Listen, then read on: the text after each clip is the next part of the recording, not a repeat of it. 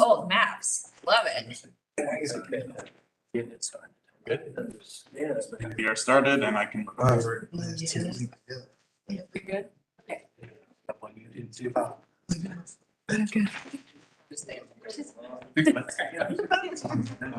And seriously, I think we've got space to share. We're all set. Okay, so. Yep. Okay, we'll get started. Good evening and welcome to the November 3rd, 2022 meeting of the Athens-Clarke County Planning Commission. For those of you viewing the meeting remotely, you'll find the meeting agenda on the Planning Department website at accgov.com/planning. For those of you attending in person, on the table by the door, you will find a sign-in sheet and copies of tonight's agenda. For each agenda item, we will begin with a report from the planning staff. This is followed by a presentation by the applicant not to exceed 10 minutes. We will then hear from members of the public. 3 minutes are allowed for anyone who wishes to address the commission.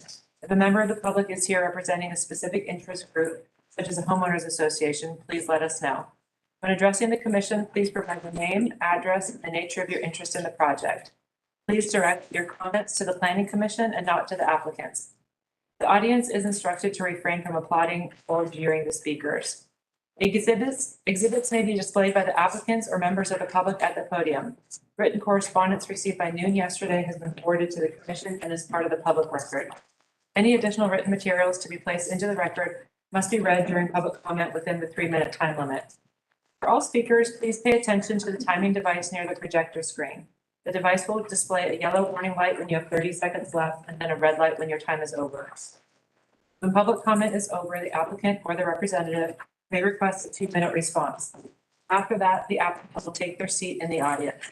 At this point, the public portion for this agenda item is closed and the planning commission will proceed to discuss it. We'll receive no additional public or applicant comments unless requested by a commissioner. Finally, please note that the microphones in this room are sensitive and that the meeting is being broadcast live. Please turn off or silence your cell phones. Okay, so we'll start with our first item under general business, introduction to staff reports, all of the documents submitted to the planning into the official record. Would anyone like to make a motion? So moved. Okay. Anyone want to second that? Okay. Okay, all in favor, please say aye. Aye. And opposed? Great. Great. And approval of the October 6th, 2022 minutes. Would anyone like to make a comment or a motion? Motion's approved. Okay, second. Okay, all in favor, please say aye. Aye. And opposed? Okay, do we have any Mayport's comment today? Okay, great. So we'll get started first with our first item under old business, 1165 Oglethorpe Avenue, and we'll start with the staff report. Madam Chair, before we start with the staff report, I want to announce for the record that I am recusing myself from consideration of this project because I'm part of the owner. Thank you.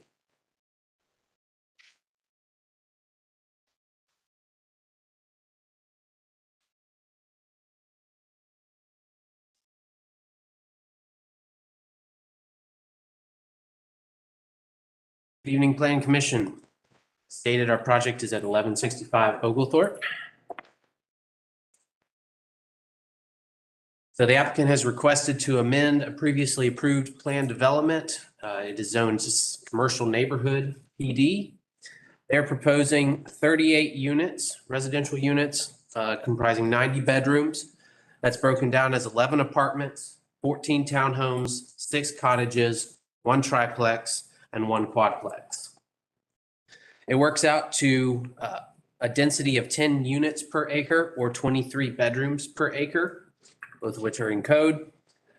They also have included 7,200 square feet of neighborhood commercial. They have specified that it would include a cafe and a daycare.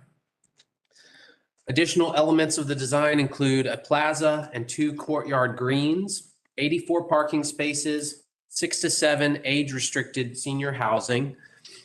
This was reduced from the 9 that were proposed in the preliminary proposal, and then 5 income-restricted units, affordable for people at or below 80% AMI. This has been reduced as well slightly from the previous proposal. In this case, the applicant has requested 20 waivers. We have analyzed those in detail in the staff report, so I urge you to consider those, and we will summarize them as we can during the presentation. This is the aerial of the site. You can see it is located on Oglethorpe Avenue, right across from Oglethorpe Elementary, right next to Forest Heights Baptist Church. And there are residential uses on the bottom of that picture, generally the Forest Heights neighborhood and some other subdivisions. We have a medical complex, doctor's offices up there on the top left. And that's generally how the neighborhood works. They are not changing the future land use, which is for traditional neighborhood. As you can see, that's generally what the rest of the area is as well. They are also not changing the zoning. It's CNPD. It would remain that way. As you can see around it, there are several different types of zones, RS8, RS25, commercial office, and then the school, the G zoning. This is the previous proposal in the preliminary that you saw last time. And then if you would see, this is the current proposal. As you can see, they have rotated the townhomes to face towards, well, the courtyard now faces towards Oglethorpe Avenue. And then they have reduced the count of the buildings on the back square and slightly amended the sidewalk and a handful of other things there. You can see they've changed the commercial buildings a little bit. They've got one on either side of the drive. The previous proposal had two on the top side of the drive. And that comprises the changes to the project. Here's some renderings of the commercial buildings. This is looking at it from Oglethorpe Avenue. We have 3 stories on the left. That's presumably where the cafe will go. And then we have 2 stories on the right. That's where the daycare will go. Those upper stories are going to be where the apartments are. This is the 3-story building. You can see that I included this because you can see where their plaza is. It's connected there to the cafe. The cafe kind of spills out into the plaza area. This is the rear of the 2-story building. You can see the playground here is designed for the daycare. And then the applicant has also said that it would be available to all residents after daycare hours. This is the quadplex. These are the cottages. This is a cottage with the guest house that's on with the attached garage. You can see 3 of those in the back courtyard. And that's the rear. So to give you an idea of what scale we're talking about, attached garage and the 2nd story with the guest house there. This is the triplex, single story. Our staff recommendation notes that the application is consistent with the future land use map, the zoning map, and the 2018 comprehensive plan. We support the increased supply of diverse housing types and the neighborhood commercial that would help serve neighborhood uses, reduce the number of auto trips people have to take out of the neighborhood to get to daily destinations. We note that the applicant has included age and income restricted units, which provides affordable access potential. Summarize the waivers. There are 20 of them. Staff supports 13 of them. As detailed in your staff report, 7 of them are opposed by staff. All of those are tied to the primary issue that we want to present to you with this application, which is that it does not include a through street connecting Landor Drive to Oglethorpe Avenue as required by code and as desired and supported by staff. There are also 5 additional code compliance issues that would need addressing before final mayor and commission approval. Staff has communicated with the applicant. The applicant says that they can meet those minor issues. Main issue, as I just said, for discussion with the Plan Commission is that the lack of the through street, it reduces access, which reduces the benefits of traffic reduction from that mixed use. It fails to integrate into the neighborhood. One of the main benefits of the missing middle housing included here is that it integrates well with single family houses. And the current design leaves it somewhat isolated from the neighborhood. We feel that we need to set a precedent as more of these proposals come to Athens. We want to set a precedent of nicely integrating them into the neighborhood. So that could be a through street. It could also be a very nice sidewalk. The current one sort of places you in the backyard of some of the houses and does not give you an impression that this is an inviting place to move you through the site to the cafe, the school, the daycare.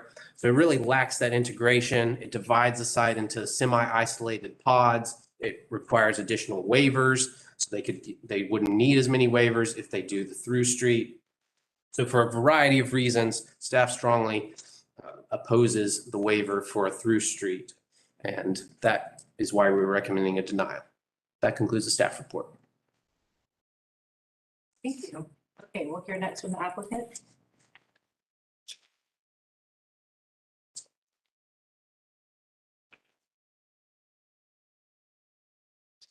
Good evening, everyone. My name is Josh Coons, live at 205 Clover Street here in Athens. I'm working on behalf of the owners. The master PD before you tonight is mainly the same as the preliminary PD that was brought before you a couple months ago. Project proposes to replace the previously approved medical development with a mixed-use residential infill development on a previously partially developed site. The development is intended to be a compact, walkable neighborhood comprised of 3 nodes, mixed-use commercial frontage on Oglethorpe, townhouse garden court, and a cottage square that has become known as Blueberry Court, related to Forest Heights. But ultimately, this project has been designed for affordability, by streamlining infrastructure, increasing density, working with smaller footprints.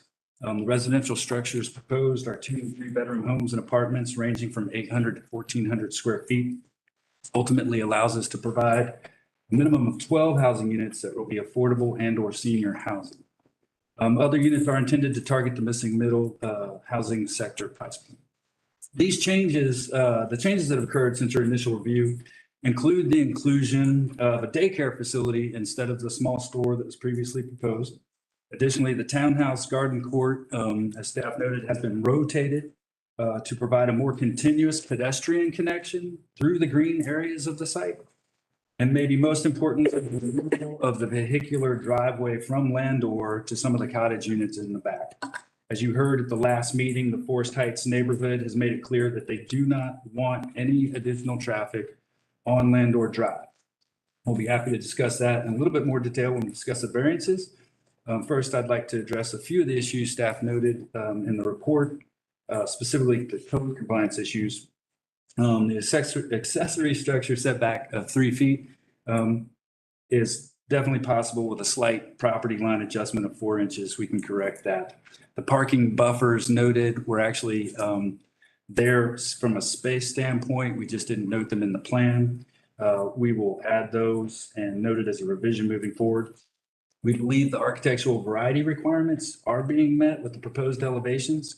They're just simple architecture, but there is a variety of width, windows, siding orientation, gable vents, and even porch roof form. We're not asking for a variance here. We think we can refine these as needed to meet staff expectations as we go through the plans review process. Staff has indicated that a buffer is required between the attached units on lots 20 and 24 and the side property lines.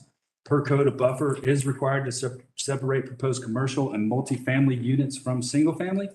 The attached units are designed to function as single family units, and we think the buffer separation may not be applicable.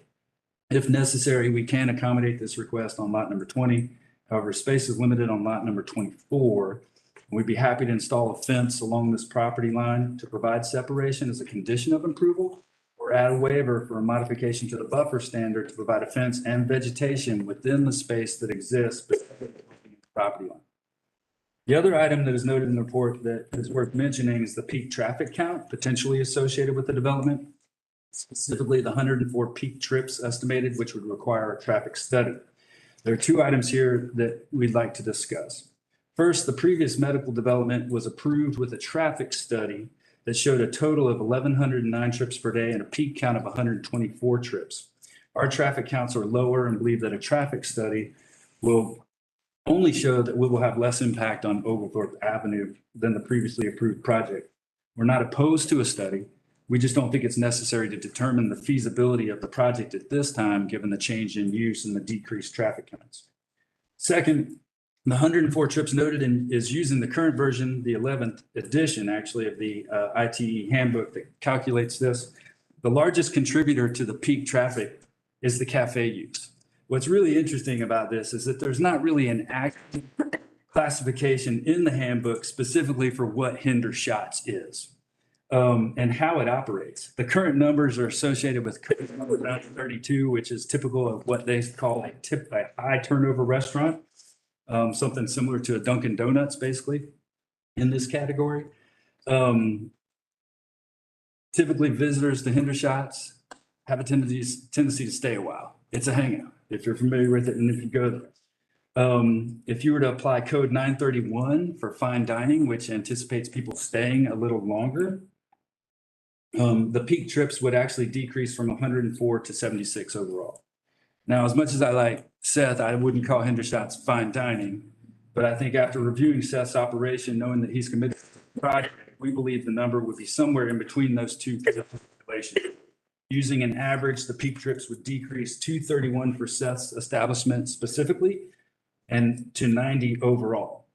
So we know that traffic is a general concern on Oglethorpe Avenue, and we will work closely with traffic engineering in the permitting process to ensure that we have an accurate count for the project, but believe that the numbers will be lower than the auto-centric traffic count standards show, basically based on the walkability of this project. So admittedly, the biggest consideration for this project is the number of waivers requested. As noted in staff's report, this is often the result of a unique and creative idea. We appreciate staff's support of the 13 of the requested waivers, as well as staff's recognition that the project works towards many of the policies of the latest comprehensive plan, including a variety of housing at multiple price points, affordable and senior housing, infill development, incorporating green space, and identifying areas for unique developments. What's interesting really is that the comprehensive plan seems to have evolved more quickly than the zoning ordinance relative to some of these policies, specifically interconnectivity. 7 of the requested waivers which planning has recommended denial are specifically the result of removing the street and associated requirements from the development. Interestingly, the comp plan references noted in the report promoting interconnectivity specifically state that it may not always require formal paved improvements when associated with walkability. When we adopted the new land use ordinance in 2000, the goal of the new T&D streetscape at that point in time was to make sure pedestrians were incorporated into the streetscape and accommodated with sidewalks, and that neighborhoods would be strengthened by pedestrians interacting with residents by proximity of front doors and porches to those sidewalks. What we're asking with this proposal is, why is the car a requirement? The Smart Growth Toolbox defines a T&D as a compact pedestrian-oriented neighborhood with a mix of commercial and residential uses, a variety of housing types, and public places where people have opportunities to socialize and engage in civic life. The automobile is still accommodated with ample parking and efficient circulation, but it no longer dominates the landscape. So again, what we're asking is, why is the car a requirement? Why can't we keep the sidewalks and replace the street with a common green space? Removing the street allows us to create the unique green spaces proposed in this development. These green spaces, in combination with the plaza, will provide variety and interest that would not be afforded by a code-required streetscape given this property's width. Connectivity is ultimately provided by the pedestrian pathways. The sidewalk connection to Landor is not an afterthought, as noted in the report. It actually was the component that drove the initial design objective of connecting Oglethorpe Avenue to Landor Drive originally. We have been consistently working toward refining this pedestrian connection, and that has led to the rotation of the garden court and orienting the main walkway from Landor to the mixed-use center through the green spaces. We appreciate staff's defense of the street-oriented zoning ordinance. I personally would also argue that it's truly necessary in a more standard residential development of a slightly larger scale. However, in this particular situation, given the Forest Heights neighborhood's objection to any road connection and additional traffic, and the unique character of this development that is the result of removing the street section, we think the positive impacts of the proposal outweigh the additional car-oriented access points associated with strict application of the typical street-oriented code requirements. So we got a lot to talk about, I'm sure. We welcome your comments and questions, but we thank you in advance for your Thank you. We'll move to the public comment. Is there anyone here who wishes to speak in favor of this project?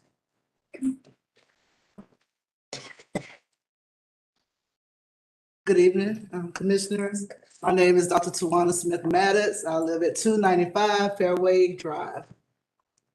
And my relationship with the project is the proposed daycare center owner. It is my pleasure to provide support of the Oglethorpe 1165 proposal for American Rescue Plan Act state and local fiscal recovery funds for affordable housing. This project supports the mayor and commission's strategic commitment to build shared prosperity and create a healthy, livable, and sustainable Athens-Clarke County. Many residents are facing skyrocketing rental fees, eviction, and in some cases, homelessness. This project will not be a magic wand to solve all of our affordable needs. However, it will be one project that helps to move the needle for providing home ownership to families who need it most. As the CEO of Destined Inc., a 501c nonprofit committed to bettering the lives of families, I am excited with this proposed mixed development that links current residents and the proposed new residents with the addition of a family business and a daycare, which will be run by my family, the Smith family. After renting space for many years, Destined Inc. is excited for the opportunity to work towards ownership and provide a safe and premier educational, affordable daycare with affordable rates for families. What I most appreciate about this project is the intentional effort to be inclusive and provide opportunities for the BIPOC community. Destined Inc. is woman-owned, family-owned, and Black-owned. We are also native Athenians. Most of us live near the area of town for this proposed project. And as neighbors of the project, we welcome the addition of affordable housing and affordable daycare. Thank you. Is anyone else here to speak in favor of this application? Okay, and is anyone here to speak in opposition to this application?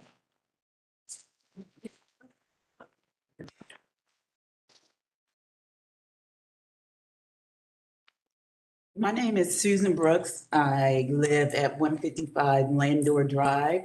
I am directly across from the new project 1165. I'm not here for, I may have stepped up too soon. I'm not here to object, but I am here to talk about the staff projection and having the street go through the community onto Landor. We have, the people on Landor have really been against that connection. And it's for many reasons. There's a street is a place where people walk, where children ride their bikes, where families take their strolls. So that's a very important street in our neighborhood. So that connection that leads from Oglethorpe through the community to Landor with the added traffic could just be harmful to our neighborhood. And so that's what we are against, that direct street. And I am pleased to say that we've had conversations with the developers. And as you see, they've heard us and they listen to us. And I'm very pleased to stand up here and say that I'm appreciative of that.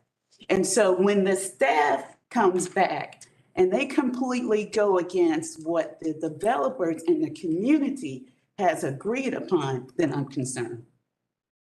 I know you guys mentioned that the developers should talk to the community. They should get to know what we want and what our needs are, and they've done that. And so in saying that, I'm just here to say that I do not want, and I still continue, I think Landor itself, I think the community of Landor, the community of Forest Heights does not want that connection. And it's not to say that that connection can't be like it's already proposed, a pathway. There's a pathway there. There's a pathway that will allow the community of Forest Heights to go through that community, go to the cafes, mix and mingle with the community that is there. I don't think we need that street. That street is going to be very harmful, not only to Landor, but actually just through for that community. Who wants to live in a neighborhood where there's a through strap where people can go through your neighborhood? I think so. That is where I am. I am really, I will say again, I am thankful for you guys communicating with us, for listening to us. And I hope the staff also listens. Thank you. Is there anyone else here who wishes to speak in opposition? You can come on board.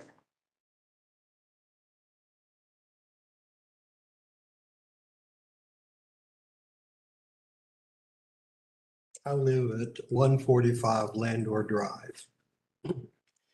It is, Sir, can you state your name for the record?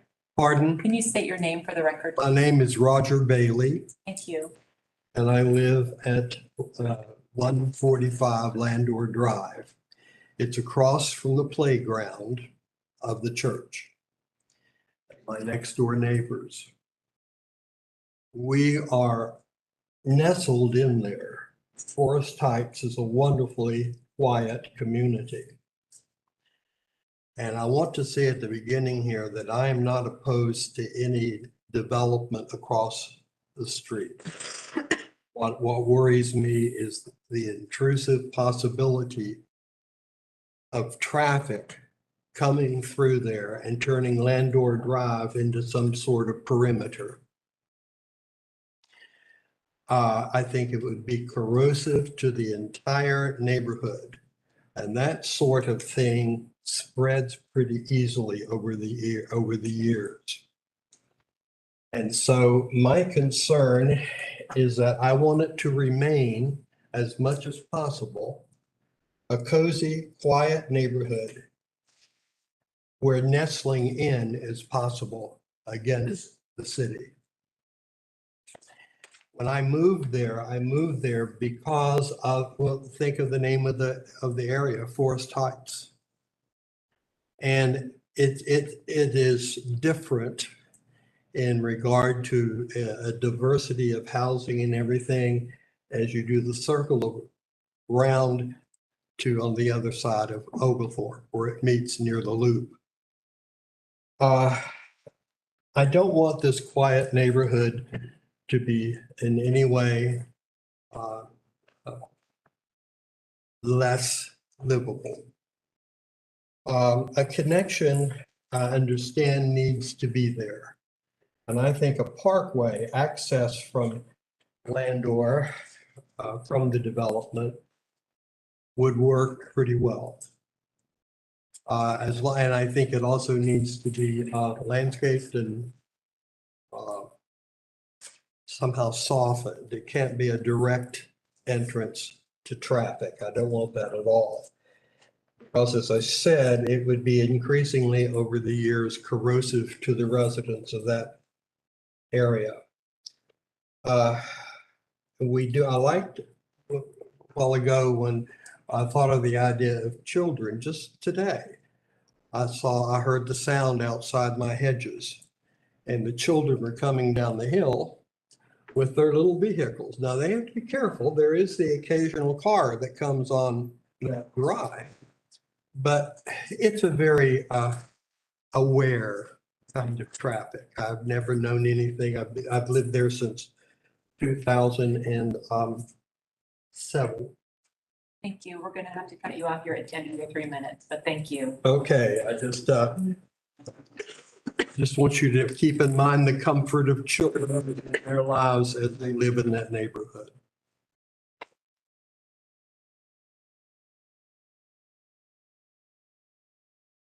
Hi, my name is Justin Sanders. I live at 125 Breckenridge Lane. Would it be possible to pull up the current proposed map? I'd just like to point out, my wife and I were unable to attend the last meeting, but we sent a letter, which hopefully you have reviewed. I would just like to reemphasize, nothing has really changed from our original comments in the letter. But with the revised drawing, I'd just like to reemphasize a couple points.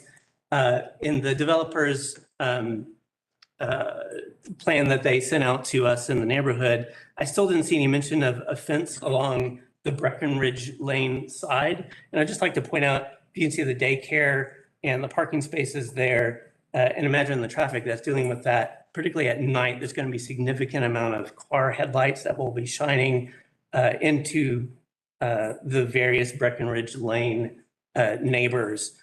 And so I just like to reemphasize a request of requiring at least 6-foot high privacy fence along the Breckenridge Lane side.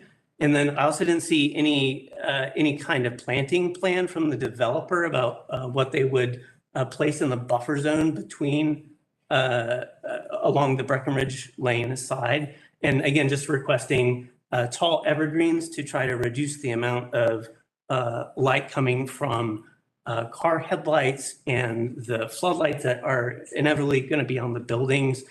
The other thing, they did graciously move one of the trash cans or garbage bins, but there's still one that's very close to one of my neighbors there at the end, which is really just a few yards from her backyard. And if possible, it would be nice to move that somewhat away from the backyards of the neighbors. I think generally my neighbors are in support of this development, and having something like Hendershots and more affordable housing is very positive. We just like to deal with the possibility of traffic and preventing, also any pedestrian traffic cutting through private property. Anyway, that's it. Thank you for your time. Thank you. Is there anyone else who'd like to speak for this project? Okay, Josh, would you like to request 2 minutes to respond? That would be great. Okay. Thank you. The residents who spoke made it clear that cut through would not, we recognize that, and that's been part of our current submittal. I think Mr. Sanders may have spoken with one of the developers. We were aware of the Breckenridge residents being concerned about walkthroughs, and fencing is something that is on the table. A large part of the parking buffer requirement that was referenced earlier will take care of one of the light concerns coming through the daycare parking lot. So half of that is taken care of. I think we need to figure out how to close the gaps, to be perfectly honest. So those are a lot of little fine tuning things that we'll continue to work with the residents on. We have been relocating things like the trash cans, being concerned about noise and any impact like that. We can view that third one. I think these are all easily workable and moving forward. So big picture, we're still, I think we're still in good shape, and like the idea of connecting Oglethorpe to Landor, but only with the pedestrian corridor that helps us really connect those spaces and the public spaces of the process. Thank you very much. Okay, well, we can find the rail and begin planning commission discussion. Would anyone like to start us off? Could I ask a question of staff? Could you speak to what the access plan was when this, with its current zoning with the medical office complex? What did the connection with the Landor Drive look like in that scenario? You know? I don't believe that was a connection. There was just none at all. It was a medical complex similar to the one across the street, Mhm. parking 3 medical buildings. I don't believe, if my memory serves me correct, there was any connection. Okay, thanks. I'd also like to ask a question of staff. just in case there's something that I haven't seen. So in the staff report, it says that the applicant should at least make robust attempts to provide walking and biking access from Landor Drive into the site. The proposed sidewalk currently treats the connection as an afterthought. And so I'm looking at this and I can imagine ways in which it would be designed so that it would feel like an afterthought, and I can think of ways that it would be designed so that it wouldn't. Is there a further level of detail that that we would be recommending approval to as far as that integration goes, more than what we can see on the map right here? Or is the shape of it basically it? Sure, follow your question. So sorry. Like a treatment of the interconnection? Yes, like a treatment, like architectural details of the entrance, more details about the trees being planted there. Is that something that staff has access to or is already seen, or that would be attached to what we're proposing, or would that be something that would be followed up later in plans review? What you have is what's been proposed for the binding plan. Okay. So there should be a tree management plan in there that should show you what the proposed landscaping is. Okay. That's all that's been proposed. Okay. Can I just piggyback on Sarah's question? Sorry to keep putting you guys on the spot. What would this look like if it weren't an afterthought?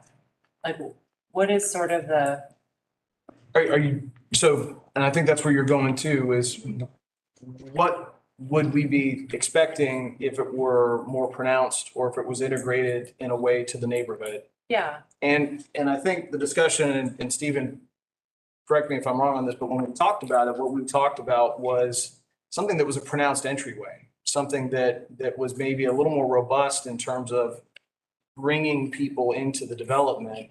And the treatment that's there is very subtle. It doesn't necessarily give cues, visual cues, that this is an appropriate place to go, and not just appropriate, but why don't you try it?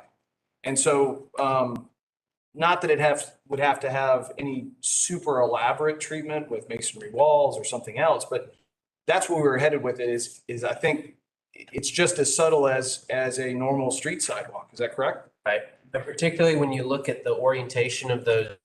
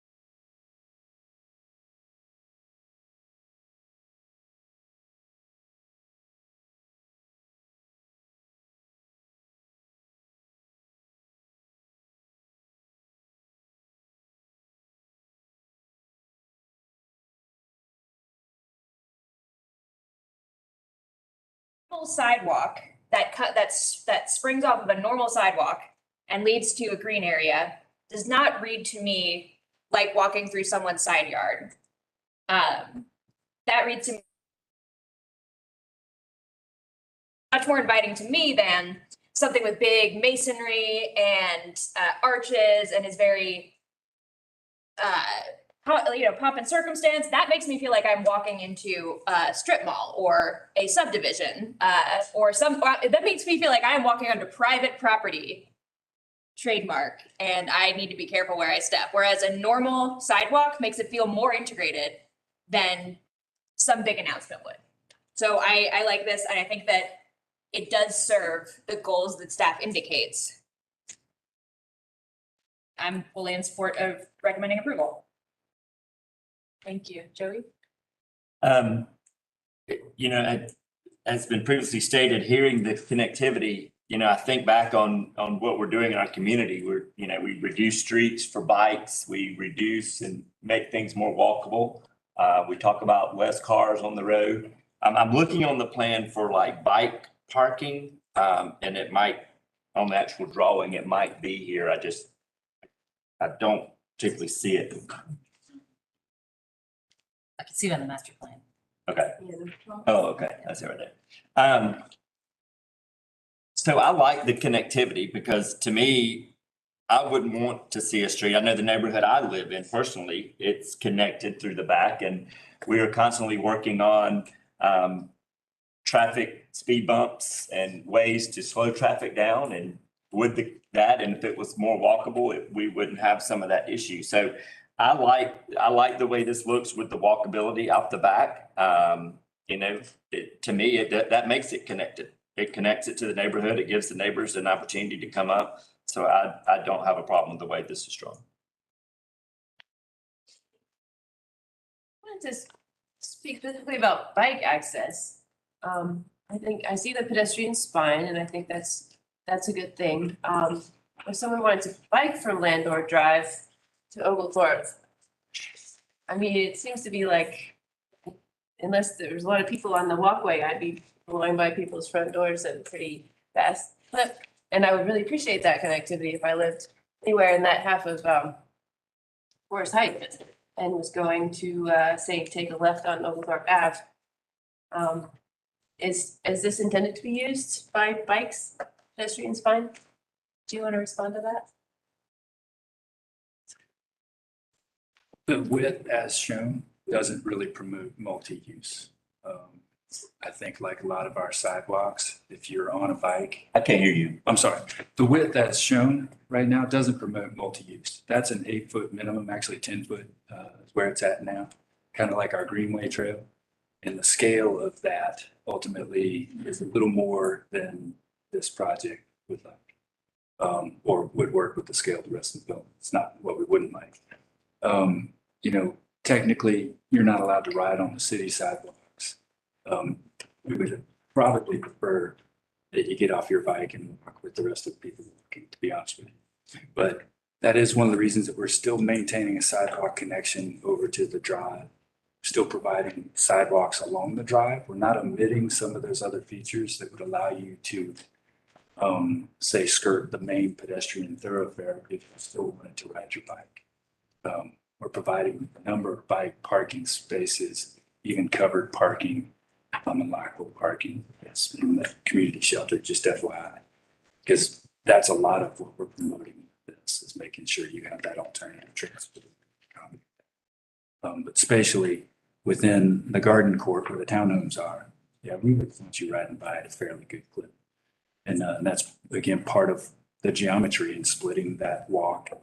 You can't just go straight through pretty quick. You're going to have to stop and at least take a 90-degree turn once you get into that space. So there's a lot of subtleties there. And I can go on forever, but to answer your question, it's not designed to accommodate bikers and pedestrians at the same time. While you're up there, can I ask you a question? Do you have any response or thoughts to the earlier discussion about I do. Yeah, and I don't disagree at all. What's interesting is there is slight ornamentation here. It's just very hard to see. And that was part of a previous discussion. The first preliminary plan development had basically a semicircle at the sidewalk. We got a comment from Public Works that needed to sort of be reviewed relative to being in the sewer easement. So basically, we got sort of pulled down to something that resembles the equivalent of the city street. And because of what could be in the right of way. I think the landscaping will do a lot to make this feel like front door. And there should be a side porch on this cottage. Not by way of this conversation, but we forgot to show it on the plan. The architecture arrived and we got it on the one, but not the other. So making that side porch feel a little bit more like a front door is not a problem. That was already in the works, and we're happy to do that and show that as a visual revision moving forward. So. Great. Thank you. And then we'll go back to Katie and then Krista. So what I've heard is kind of mixed messages, and I just want to kind of bring some light to a couple of things that I think are positive. So what I'm hearing from the residents is that they kind of want to preserve the culture of that neighborhood and remain sort of peaceful. But then I'm also hearing from the staff that we want to increase connectivity. I actually believe that the current proposed design is a good mixture of both. I think it still allows them access, but it's not, as you said earlier, public stands is not too ornamental to where, you know, it's changing the look and the environment of the Landor neighborhood. I also appreciate you reaching out to the residents to get their input and are actually implementing some of those into your proposed plan. So I'm actually in favor of the development. Yeah, I just want to point out, this is something I've mentioned in many other designs, but one of the foundational principles of traditional urbanism is that the buildings frame the street, they frame the public space. And in this plan, the buildings frame the courtyards very nicely. But I think as staff pointed out, there's a lot of backs. I mean, I'd say most of the surface area is kind of framing parking. And I know there's enough landscape architectural skill here to make them very nice parking areas. But I don't know, I'm on the fence about whether I'm gonna, I'd insist on something different here, but I would just love to see a proposal that was buildings that actually framed a true street.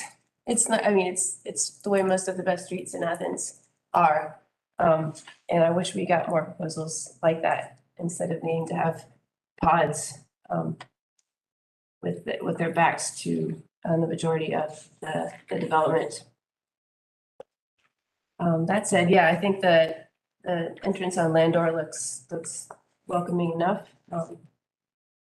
I hope they do expect that a lot of people will be walking by there, and it will be an important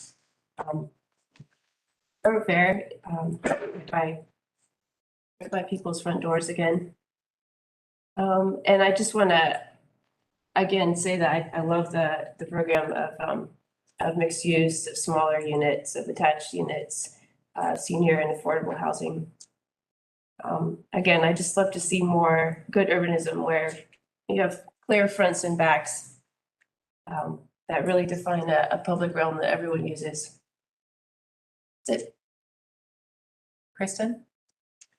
Yeah, I think it's interesting to see how this design has evolved from the last time we were here. I was not sure about how that cut through was working through the neighborhood. And I actually really like how I completely understand what Katie's saying. Like we do have this sort of like walking across the top and driving across the bottom, but I think the connection as it is, because it is a connection, right? It's not necessarily a car connection, but it is a connection through the neighborhood. I like how it flows like that and it directs you down to the retail space. And I keep trying to put myself in the neighbor's shoes with this development. And how much of this is an asset to the neighborhood because now you can walk to a coffee shop or walk to your daycare versus the potential for traffic. putting a street through here, honestly, I understand staff's position, but it doesn't make any sense whatsoever, having cars pulling out onto Landor. I don't even think I knew about Landor until I understood how it was connected to the backside of this property. So I feel like we might even think in the future about where the crosswalk is at Oglethorpe Elementary, because I can see people parking at Oglethorpe Elementary and walking across the street there. And I know there's a crosswalk that's like, I think it's a little further down. So, so that might be something to think about rather than people coming on the backside and walking through, but that's just my 2 cents. But yeah, I would support this proposal. I think it will ultimately be an asset to the neighborhood, so. Want to make that a motion? Sure, I'll make a move to, I move to approve. Oh gosh, with also, question for staff, with the note about the side porch on the architectural drawings, should I include that in a motion, or is that something that gets cleaned up in the process? I mean, the articulation of that could be a condition of approval. Okay. So, I would like to make a motion to approve, with the addition of updating the drawing to reflect the side porch on, oh, I can't read what that is. Lot 21. Lot 21, thank you. I feel like I'm missing something. But is that it? That's it. Well, I think if we could if somebody would like to second it, and then I think we can discuss a bit more. Okay. So one thing I just was thinking about was the comment and response about Ridge and fence / vegetation. Procedurally, can I ask Josh to respond to that still? Can we still bring the applicant back up? I think I can. As part of discussion, you can. Okay. Can I have you sort of remind us what is currently in the plan with regard to that side of the property? There is a portion from the daycare past the parking area, past the second parking area. If I could just point, basically from here over to here, that is a required parking buffer. There's a fence with plantings on either side. But from there back, because there is no adjacent parking to the property line, there isn't anything required by code. Neither vegetation nor fence? No. Okay. We haven't gotten into the details of a planting plan yet, but something could be added there as a condition of approval to make sure that lights didn't trespass over. Okay, great. Thank you. Yeah, I guess I just wanted to bring that up because it seems valid. Yeah, no, I forgot about that. Thank you. Yeah. Do you want to, I'm sorry. Does anyone else, what do you all think about that? I mean, I would be happy to add this as a second condition and let the mayor and commission decide if they want to keep it or not. Seems reasonable. And so how would that be worded? So with the condition that, the second condition that the applicants work with neighbors to increase the parking buffer along Breckenridge Drive? Is that Breckenridge? Well, it's really kind of a property line buffer between this property and the back of the homes on Breckenridge, I think. Western property line? Yeah. Yeah, on the western property line. Sorry, I would just caution, if you're gonna make it a condition that they work with neighbors, I think you need something a little bit more specific, because how are we gonna determine whether or not they actually worked with them? Okay, just that they increase the buffer along the western property line? Do you have like a minimum that you would want them to? Let me suggest something. In the code, and Josh is correct in what he's noted, but in the code, there is the minimum buffer requirement is a 10-foot planted on either side of a fence. So maybe giving that as a stepping off point for how to word the condition, perhaps a 10-foot landscape supplemented buffer along the western lot line. And I think, not to put words in your mouth, Josh, but I was kind of hearing you say that to look at the landscaping, I didn't hear you suggest fence. Are you saying that there already is a 10-foot requirement on that property line? No, I'm saying the only requirement in the design has been met, which is between the parking lot and the property line. Okay. And so the rest of it doesn't have a requirement by code. But the concern here is that there is still vehicle movement along there, even though it's not parking. So in the code, there is wording that might be helpful that would call for a 10-foot. 10 foot's our smallest distance.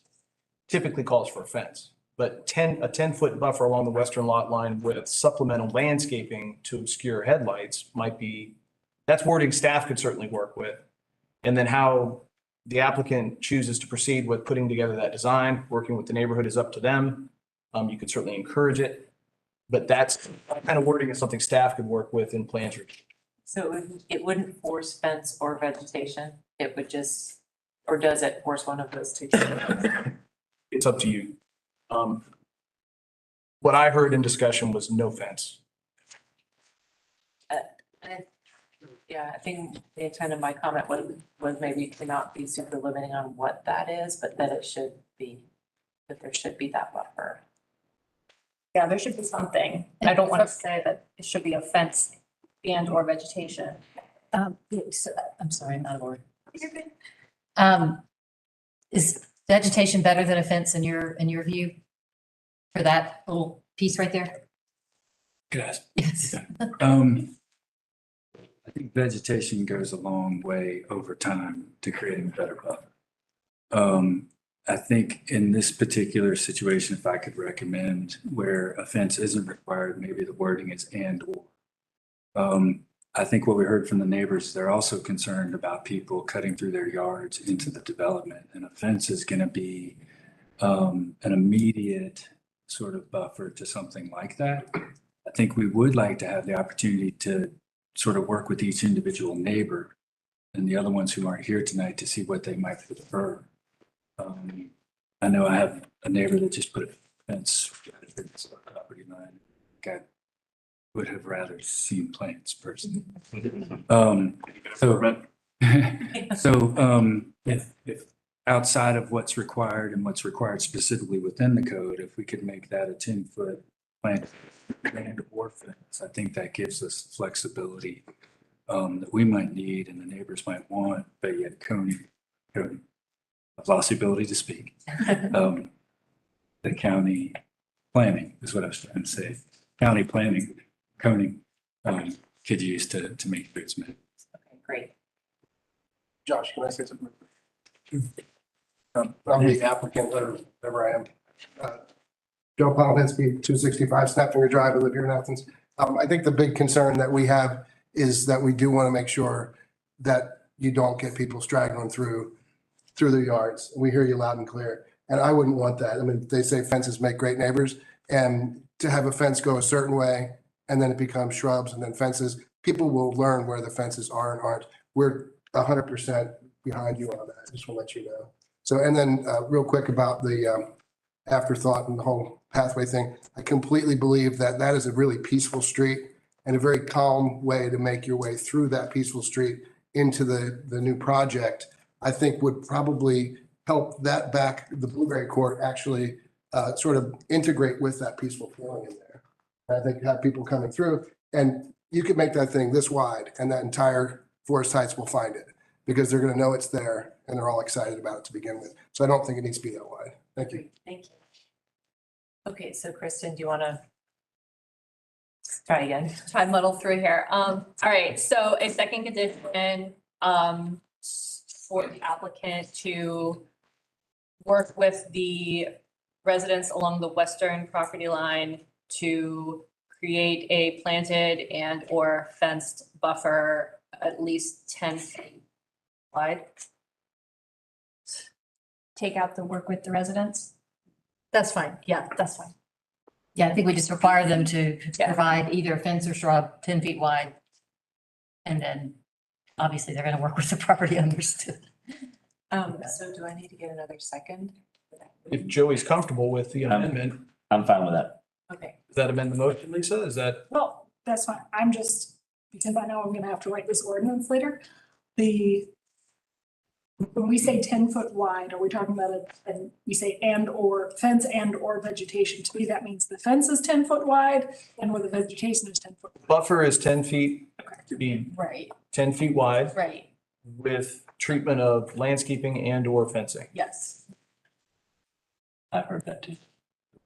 Yeah. I was like, oh, 10-foot wide fence. Be real pretty. I need the intent that I heard. Is there any further discussion? I think we might need to do a roll call vote. Yes, please. Okay. Garing, Yes. Goodrum, I'm gonna abstain. Kinman, Yes. Morales, Yes. Pass, Yes. Sanders, Yes. Tucker, Yes.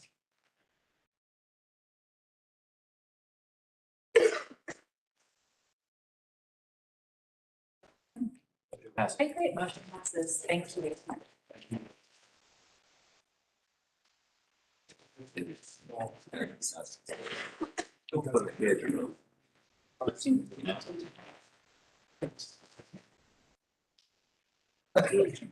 Okay, we'll move on to our. You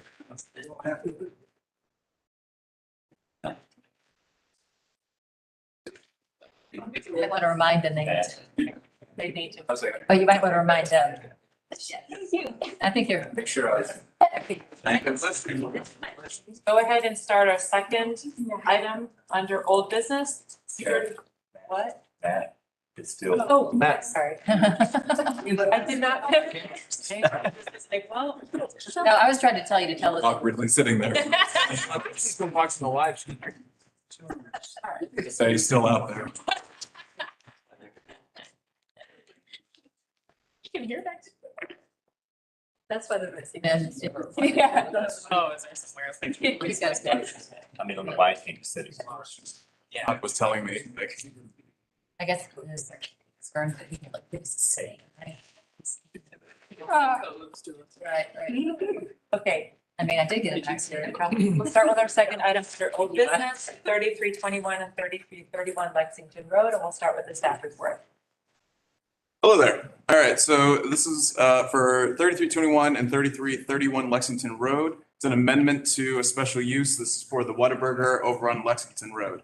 The request is to essentially amend what their original special use was to build their Whataburger and associated parking. And the reason why, as of now, it's currently within the special use process is because of the airport overlay.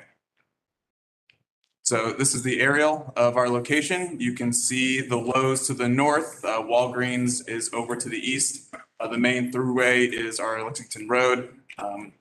Quick Trip is currently building to the south. With our future land use, basically staying in line with it. Our use is so good. Yeah, we're staying CG. So this is the proposal that is brought through. Most of, and we'll talk about this a little bit with conditions as well, but the applicant has come through and made changes compared to what you saw last time to be pretty much within compliance with code. I don't believe there's any waivers for this one anymore. They eliminated those. Yeah. So there's no more waivers. So this is the current site plan. You see the Whataburger over on the left side. Two routes of access, both from Lexington Road. Just some architectural elevations. Basically looks the same as before. It's a Whataburger. 3D renderings. All right, so staff recommendation, we're recommending to approve with conditions. Essentially, because we're consistent with future land use zoning and the zoning ordinance as a whole, our conditions are more or less to get things up to ordinance in a way that we would be looking through the plans review process. But because this is a binding site plan, we would prefer to have it done on the front end instead of the back end when they come through for plans review. So the main things that we're looking for them to comply with is parking. They're currently over their maximum allotment of parking. However, there are multiple avenues they can take to keep that parking there if they so desired, but they need to specify that within the binding report. They need to comply with the drive-through usage. Currently, with the proposed site plan, there is no way, if someone gets into the drive-through lane, there's no way to get out of it without going through the drive-through. So if somebody decides they need to get out of the line, they basically can't. So that's a condition that we need them to address. The elevation sheets, because of the previous proposal, where essentially the entrance to the building would be facing north, that has now changed where the entrance is facing Lexington Road. Their elevations just need to be changed to update what orientation each side is moving towards. They have listed a ground-mounted flagpole light. I believe it's 3,000 lumens is what the report, the applicant's report said. The airport overlay or the airport authority have stated that they don't want any light shining up into the sky. Our light ordinance also needs to have it facing down, or for flagpoles, there's something essentially akin to allowing it, but it's very restrictive. But as I said, the airport overlay or the airport authority, because of the overlay, they've requested that it be removed. And then also to amend the tree management plan to comply with our arborist comments. We all think these are things that can be addressed. It should be noted that the tree management plan may affect other aspects of the site plan. So I think that's about the whole thing. Thank you. Okay. Hear from the applicant. Good evening. My name is Matt Sims. I'm with Gonzalez Strength and Associates. I'm the civil engineer on the project representing Schaefer Construction and Whataburger. We concur with the staff comments. We would like to provide some additional discussion regarding the conditions that have been presented on this. First off, the first condition that's been presented, I believe there was a typo somewhere in the report. Current site plan shows that there are 40 parking spaces. I think your staff report says that there are 47 shown on our site plan. That would take us to 2 parking spaces over the allowed maximum at this point, which can be allotted for with employee parking spaces very easily in that. The second condition has to do with the drive-through escape requirement. I believe there have been multiple other Whataburgers in this similar site plan that have been approved with this arrangement. Whataburger typically does not do a quote-unquote bypass lane or escape lane. They have 2 lanes, a lane A and a lane B, and lane B is only open about 10% of the time during peak hours of lunchtime and dinner time. The rest of the time, cars would be able to weave around once they got past the second median board. Third, correctly label the elevation sheets. That's an easy typo fix that we can definitely handle that. The ground mounted flagpole lights, those are easily amended. Whataburger does have an option to do a pole mounted light that shines down from the top of the pole that can easily be replaced with what has currently been proposed. And then the final condition on the tree management plan, there are a couple of avenues that our landscape architects are going to be working with the arborist on to address, whether that's going to be to lose an additional parking space in order to accommodate an existing tree, or figure out how to do some sort of tree replacement on site to replace the 10% canopy requirement. Most of the trees, actually all of the trees that are on site now were just installed as part of it being a graded out parcel and are not really the best quality to maintain in place.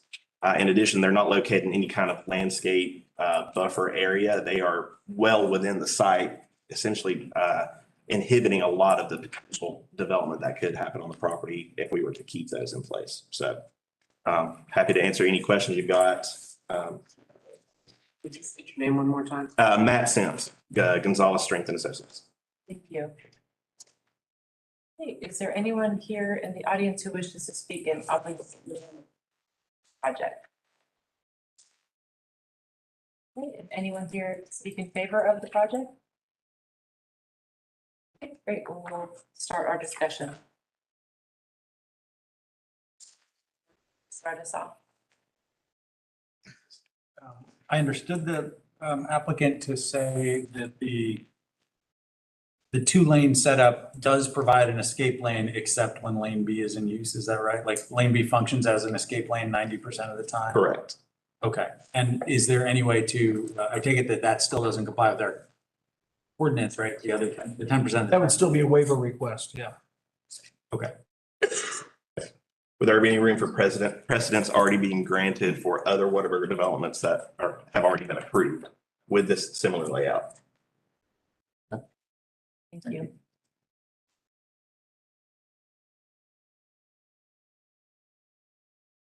You know, okay, I mean, I feel like, with the approval with conditions, the 10%, I understand, but it sounds like that's basically met.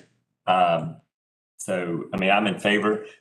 The only thing, just personally, I wish the building could sit back. You could have more green space right up front, but I understand the way the drive-through and all that works.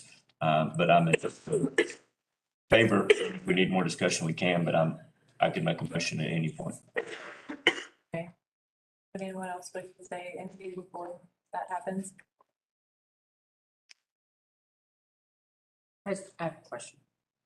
Was there a canopy study done before the plans were finalized? Canopy study in regards to The coverage, your tree coverage? the tree canopy coverage, not outside of looking at essentially Google Earth aerial and getting approximate circumference of existing trees on property, in addition to site photos. Okay.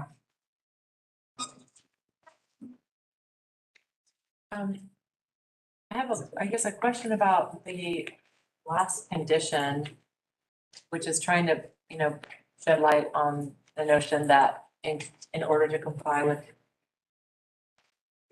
the arborist comments that could force some changes that then would kind of change this a little bit too much.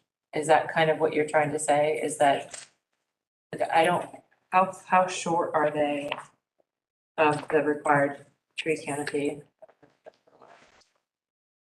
Based on the feedback that we got from our landscape architect, and planning may be able to speak more into this, I don't know if the arborist is here tonight.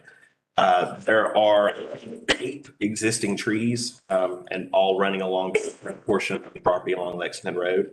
If we were able to keep one of those trees in place, that would supposedly meet the 10% canopy requirement based on what's been explained to me. I don't deal with trees much.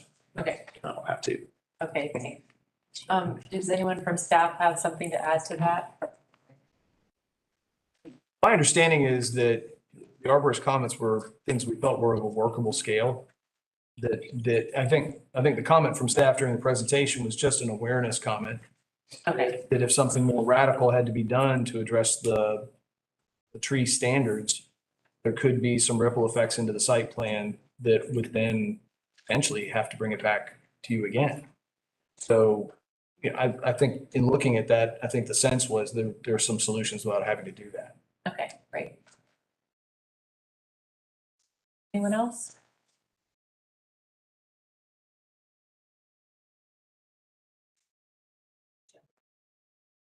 Okay, I want to make a motion to approve with conditions. But I want conditions, I guess, 1, 3, 4, and 5.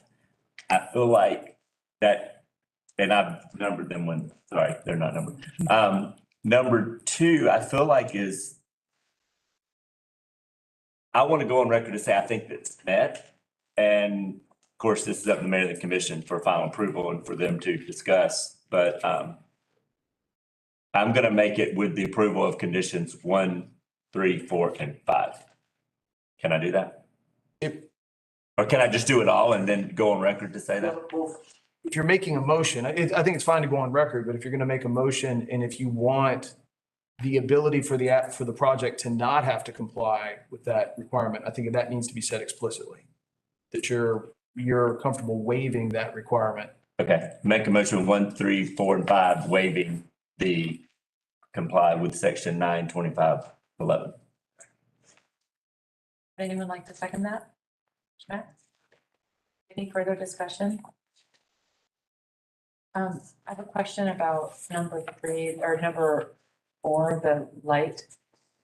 That just says can't use that light. It says nothing about what it can be replaced with, right? It's just saying, So the code has a section based off of flagpole lights specifically. However, the airport authority explicitly stated that what was proposed for the plan, basically the upward trajectory of the light, wasn't something that they support okay, due to being in the airport overlay. okay, so just these conditions say nothing about what they, like, I guess what I'm getting at is, The condition would be to remove it, not to have an option. right, so You what, could have a flagpole. okay, they can have a downward facing light or whatever, but just not. Comment from the airport authority was not about necessarily about the flagpole. It was the illumination of it. Okay, okay. Okay, any further discussion, questions? Okay, so with my motion, that states they can't even have a light shining down. The way I read it is could be removed the ground mounted light, so there could be one coming down. Yes. That's the way I read it. Okay, okay. That's Move my an intent. upward light. Right, that's my intent. Okay, maybe we'll also do a roll call vote for this one. Daring, Yes. Goodrum, Yes. Paul, Yes. Kinman, Yes. Morales, Yes. Bass. Yes. Sanders, Yes. Tucker. Yes. Great, thank you, motion passes. Item under new business, 102 Lavender Road, 6017, 6045, and 0 Jefferson Road. And for their staff report.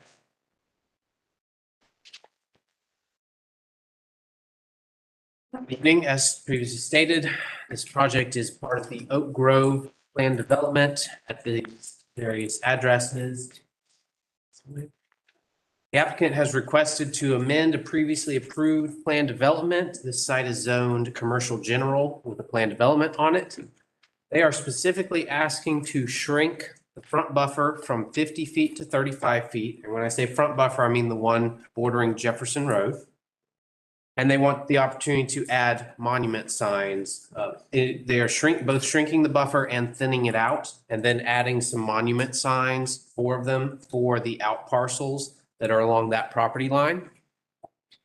The purpose here is to accommodate the building templates of potential tenants and increase the visibility of these businesses from Jefferson Road. This is the location of the site. It is currently under construction, cleared. There's a Publix going in, and other aspects of the Oak Grove plan development are already under construction there. So that is a little bit out of date, but that gives you an orientation towards Jefferson Road is the big road running through there. Lavender is off to the side as you come towards those houses on the bottom of the slide there. And then the rest of the Oak Grove PD is to your left on that site. It is, the future land use calls for general business here. They are proposing no change to that. And the zoning is CG, and they are also proposing no change to that. This is the big overview of the site plan. They are asking to amend a small piece of it. Towards the, have a more detailed view on the next slide. You can see the out parcels here, 4 of them. They're looking to put commercial tenants there, some quick service restaurants and some medical offices have been proposed on the site plan there. They're proposing to reduce that buffer that's highlighted in green there. That's the one that's right now it calls for a 50-foot buffer. They want it to go down to 35 feet and thin it out to make room for monument signs. Right now, the PD requires all the signage to be on one master monument sign at that entrance from Jefferson Road that leads into the traffic circle there. This is the detailed landscape plan that they are proposing. Give it a minute. As you can see, the larger circles are going to be trees. The smaller circles are going to be, smaller planted shrubs, grasses, that sort of thing. These are the renderings of how it would look as you're coming out of town into along Jefferson Road. Keep going. Going towards town, okay. Wait, if you could go back, there's a bit of a grade change here. That's why you can see kind of the tops of the buildings. And that affects kind of how the buffer is going to be perceived as well. This is where Lavender Road comes out. And this is an example of the monument signs that they're proposing. Our staff recommendation report notes that the plan is consistent with the future land use map and the zoning map, requesting no changes. We noted that the plan, the site plan that was submitted included multiple changes that were not specifically requested, which is not allowed under a PD. If you're amending a PD, you need to request every change that you're proposing to make.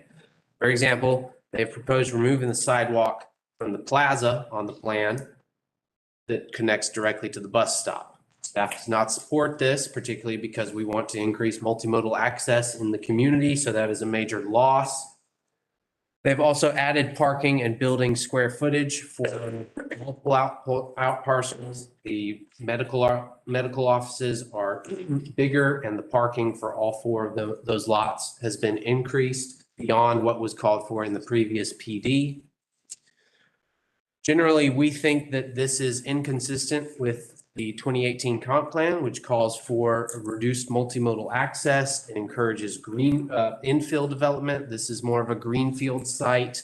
The project was originally approved as something that was along the new urbanist, people-centered design principles. It was supposed to be insular. The commercial was designed to be around a neighborhood square that served the residential component of the Oak Grove development. Over time, that project has shifted to be more of a focus towards a conventional strip commercial shopping center that is oriented towards Jefferson Road. Jefferson Road right now is designed as a major regional transit or regional thoroughfare. It's there to connect you to Gainesville, Jackson, I-85. It's there for a long distance connection, not for local access. And what they're trying to do, what this project is proposing is trying to convert Jefferson Road from a long distance transportation connection to more of a local street. And Jefferson Road right now is designed for that high speed, very efficient automobile oriented connection, and adding more traffic, the distraction of signs, more turning motions as people are coming into the development, risk creating a more risky environment for additional crashes. As I said previously, the buffer was there to separate the two. It was there to essentially allow this to be a new urbanist, a little bit of an outpost. This is right next to the green belt, which we have tried to not reach into as a general rule. Again, the buffer's there to preserve Jefferson Road as a high-speed regional transportation route, and so degrading that has the potential to degrade Jefferson Road as that purpose. And then it could eventually place additional pressure on the green belt there. So generally, staff supports keeping the PD as it is, and we are recommending denial. That concludes the staff report. Thank you. Good evening. My name is Scott Haynes. I'm a landscape architect. I work for 355 Anita Street. There was a request to talk about the history of this project and the layout of all the happenings that had occurred since the commercial component was introduced in around 2004. I just have to bring issue with staff's presentation of how this is all going down, comparing what we're asking for tonight to the plan that's essentially, if I'm hearing it right, that was from 2004 when it was more new urbanist or insular and quite frankly wasn't feasible. The shift didn't occur, is not asking to be occurred with this request. It occurred in 2009 when it was approved to essentially follow the layout you see today. That's when the decision was made. The request before you tonight is not to try and change Jefferson Road. It's not to try and thin the buffer for more visibility. It's not about any of that. It's about trying to strike a balance between tenant representation through signage and good buffering. The buffer that we had before that was approved as part of the 2009 plan, I was part of the team that did that buffer. And so I'm excited about the opportunity to improve it. You might think, well, shrinking it from 35 feet or 50 feet to 35 feet is not an improvement. Well, in that context, probably not. But if you look at what the buffer looked like in 2009 compared to what we're proposing today, and also, which wasn't mentioned in the staff report, we did include an exhibit that shows since this staff report was dropped, we continue to work with staff to improve this buffer, to add more plantings and more trees to it. This is what's available tonight if you choose to include it as part of the motion. The design and quantity, plant selection, and overall design is far better in this, and what you see in the bottom, than what was approved in 2009. I can say that because I worked on designing both of them. What we really have here, as I mentioned, is this trying to deal with tenant representation, signage, and this buffer. And I know that those things can appear to be at odds. What I would say to that is, the inception of a development is really important for businesses to have visibility. That can decrease as people change the patterning of behaviors. They know the development's there. They know what the offerings are. When this development occurs, if this was approved, that buffer, although extremely dense in its initial planted state, will continue to mature. It's not going to look like it would as we expected in 10 years. There will be some visibility in the site under any buffer, the one that's approved currently or the one that's in front of you here. During that time, it seems, doesn't seem logical to restrict wall signage for businesses, which is also part of this request, and it wasn't mentioned here. What we're looking for, we feel like there's this implied contradiction between this wall signage and the buffer, which I can see that being the case. Over time, as these businesses mature, they're going to need that representation less.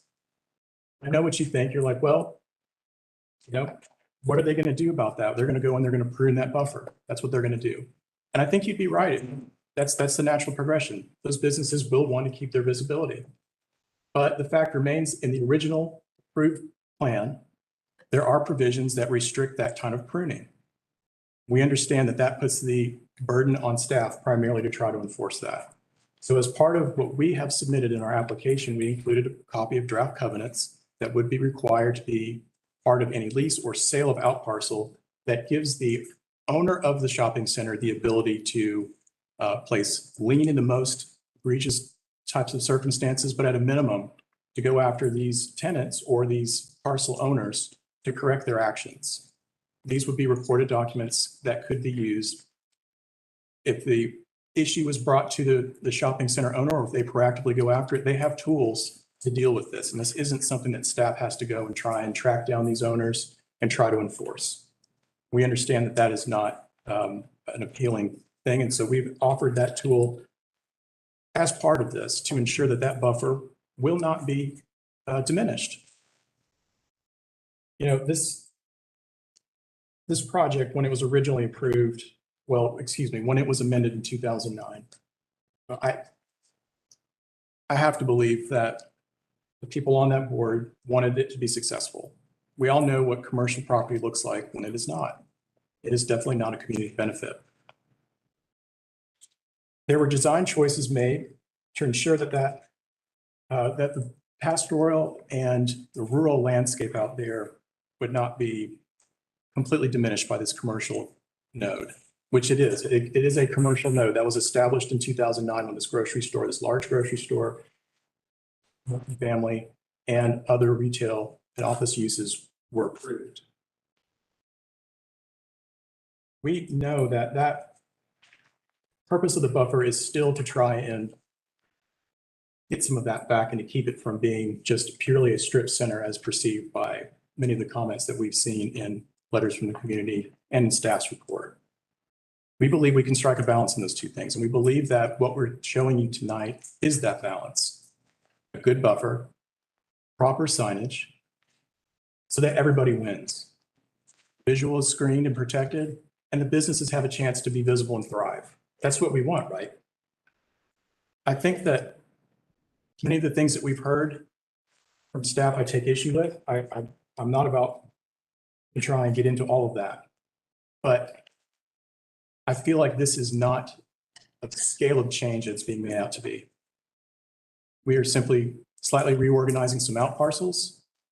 We are improving a buffer through selection, material, and design. And we are trying to strike a balance with folks that are trying to operate businesses here at this location by allowing them some additional representation through signage. I would appreciate y'all's support on this tonight. This project, it's exciting that it's underway right now. If you've been out there, you know that it's coming out of the ground rapidly. Really exciting stuff. This is, gosh, it's been nearly 18 years now since the vision for having a grocery store is out there, and it's nearly come to fruition. I hope that y'all will allow us to continue the good work that's being done out there, allow us to move forward with this proposal tonight. I'm more than happy to answer any questions if you have them. Thank you. Is there anyone here who wishes to speak in opposition to this application? And would you like to? Lee Epting, I live at 1800 Crescent Lane down the road from this. I only understood yesterday that this was changing from what it originally was.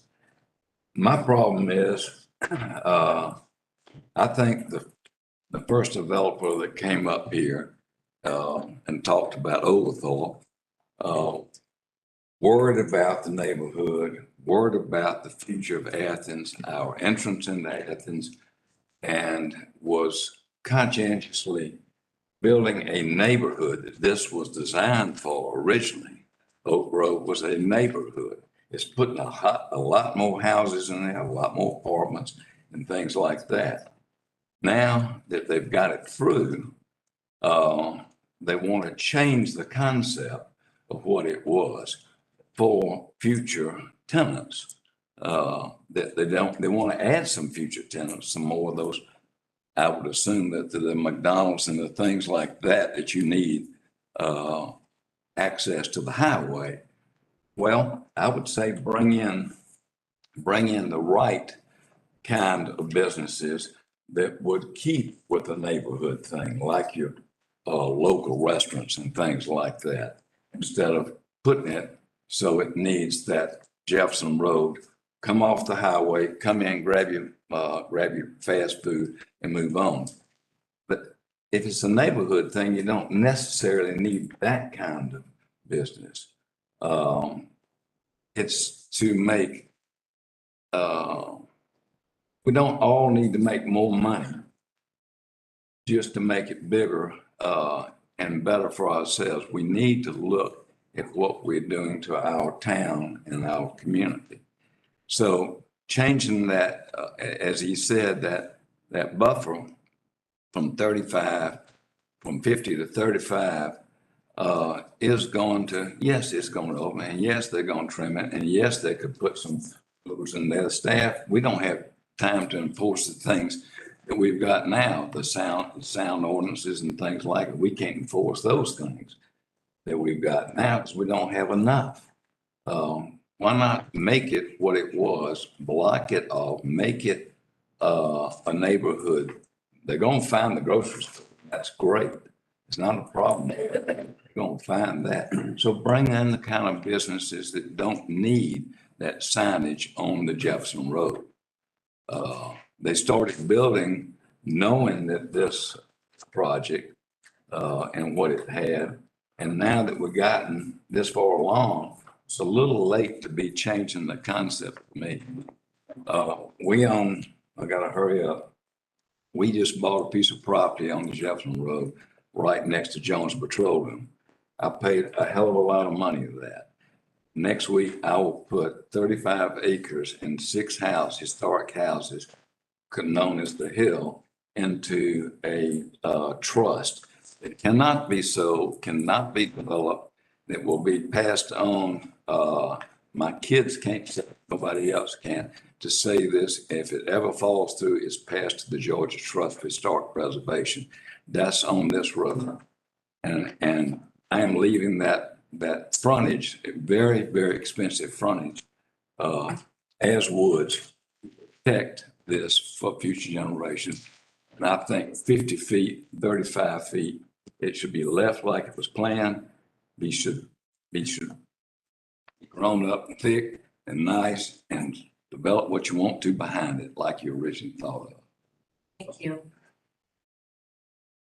Is there anyone else who would like to speak in opposition to the application?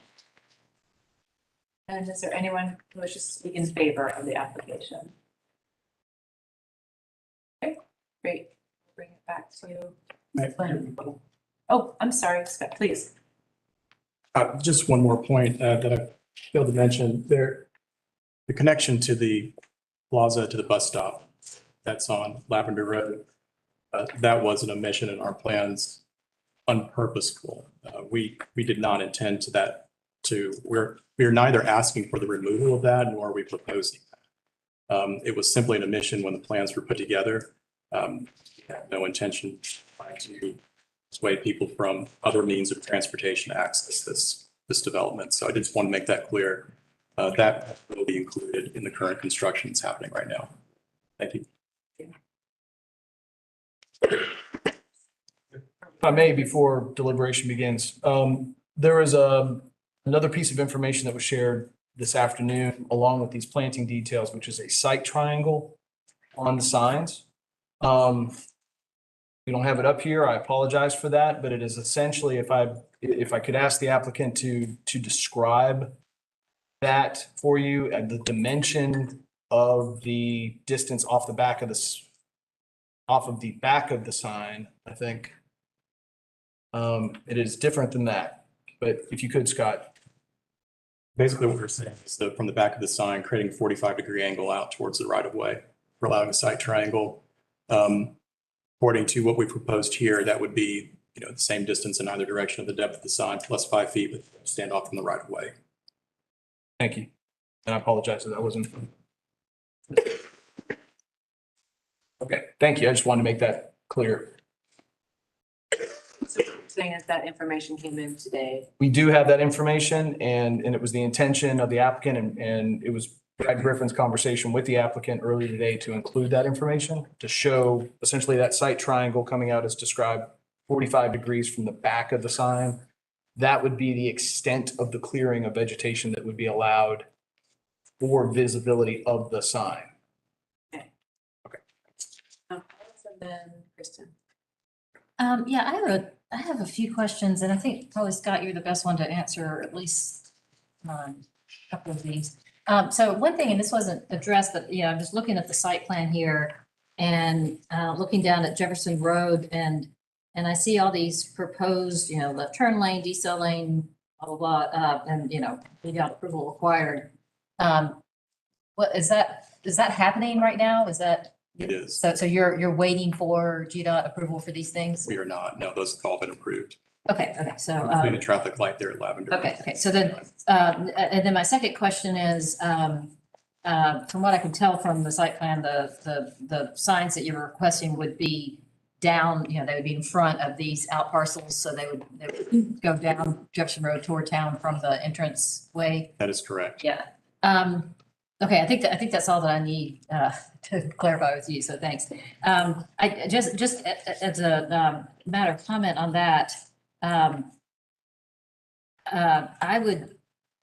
got some concerns about how confused I might be as a driver seeing those signs and thinking I can turn in. I mean, I've got a good driving record, but, I guess as I get older. So from what I understand, what the applicant is saying, is that having these signs out here would help people essentially find these businesses. And that once we know they're there, but I do have some concerns about what that does to the flow of traffic on Jefferson Road if someone sees a sign for something that they want to go to and they slow way down looking for the driveway through the buffer or something like that. I know we all have Google Maps, so maybe you wouldn't do that because you wait for the voice to tell you, turn left at the next driveway. That's all I want to say for now. I've got, I'd like to hear from some of what my colleagues think about this. Kristen, you want to go ahead? Yeah, I had a question for Scott as well. So in terms of the differences between the buffer, is it that since the last proposal, the list of the plants has changed? We did add Sweet Bay Magnolia, but besides that, it's the same palette. So it's the same types of plants, just not planted as deeply. Is that? That's generally correct, yes. And I guess like the follow-up question for that is like then what, because I'll be honest, like when I looked at like the examples of the signs, like I immediately thought of like the Oconee Connector development over there. And so like, and I drive this road every week, and it just made me think like what is it about the buffer specifically? What is it about the sign specifically that make this development, that's going to make this development different from like that Oconee Connector development? I'd say the buffer primarily, being that it is designed to be more interfacing. You know, there's, all the businesses are supposed to be faced in, which they will be. And the buffer that's surrounding those is different than what you'd see on a Oconee Connector, I think. Because there's not much of a buffer there. Very little buffer. But from 50 feet to 35 feet, from the road, is there going to be a difference? Or is it more in once you're in? I don't think there will be. For shrinking the buffer was not to diminish its capacity to screen. It was primarily to gain a few extra feet on the out parcels once those layouts had started to be formalized. The out parcels themselves needed, 5 or 10 feet here and there to make parking work and things of that nature, and the actual layout of the coming tenants. So it's not the intention to finish it to add visibility. It's a spatial thing. I see. So the outside edge of the buffer is the same. We're cutting away from it from the inside to allow Yes, park. it's still against the right of way. Okay, all right. Thank you. I feel like this is something that maybe Lucy brought up a while back when we deal with plan development like this. And maybe this is a question for staff, because my first question when I saw this come up was like, well, what was it? Like, what were we dealing with when this was first? What was the original vision for this development with a grocery store? And I'll be honest, like I love Oak Grove. During the pandemic, my family and I would like go to Oak Grove and like just walk around to like do something. It's a really cool neighborhood. It's so dramatic when you make that transition from the original core of Oak Grove to like the newer development. It's dramatically different. And so with this development, and also touching on, like 129 is, Jackson County, it is no longer a bypass. It is a second downtown for Jackson County, which is what it's becoming. So I see that sort of push and pull with that too. As you drive out of town, this section of 129 is when you're like, oh, finally I'm through the traffic lights. But now there's another one coming up. So it's just, I'm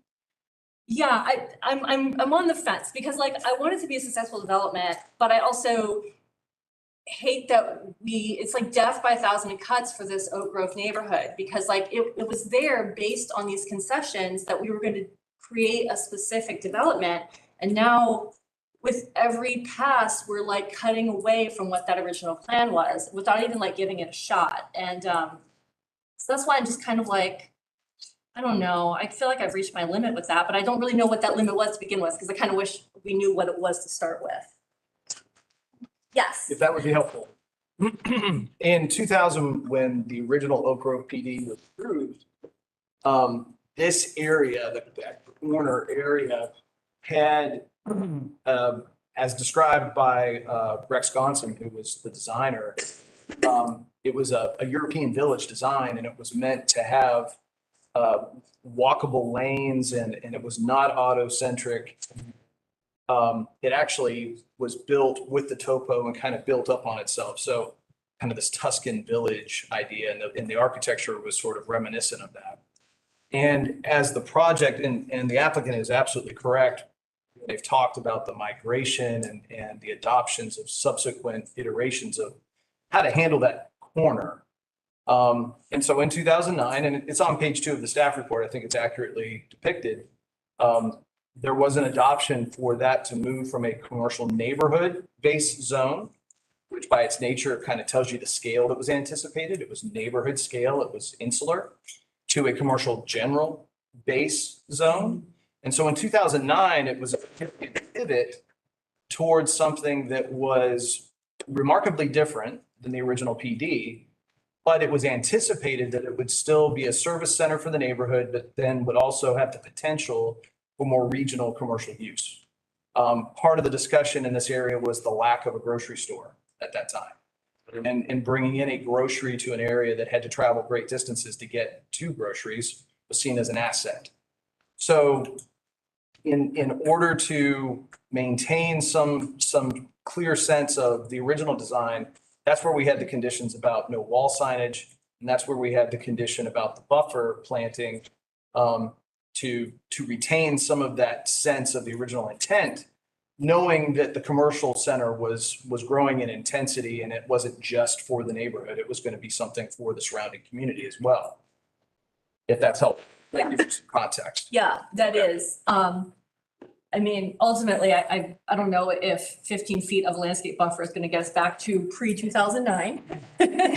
So, but I appreciate that. And that's all I got. And let me offer this too, just to kind of level the playing field, which will be an ironic comment with what I'm going to say.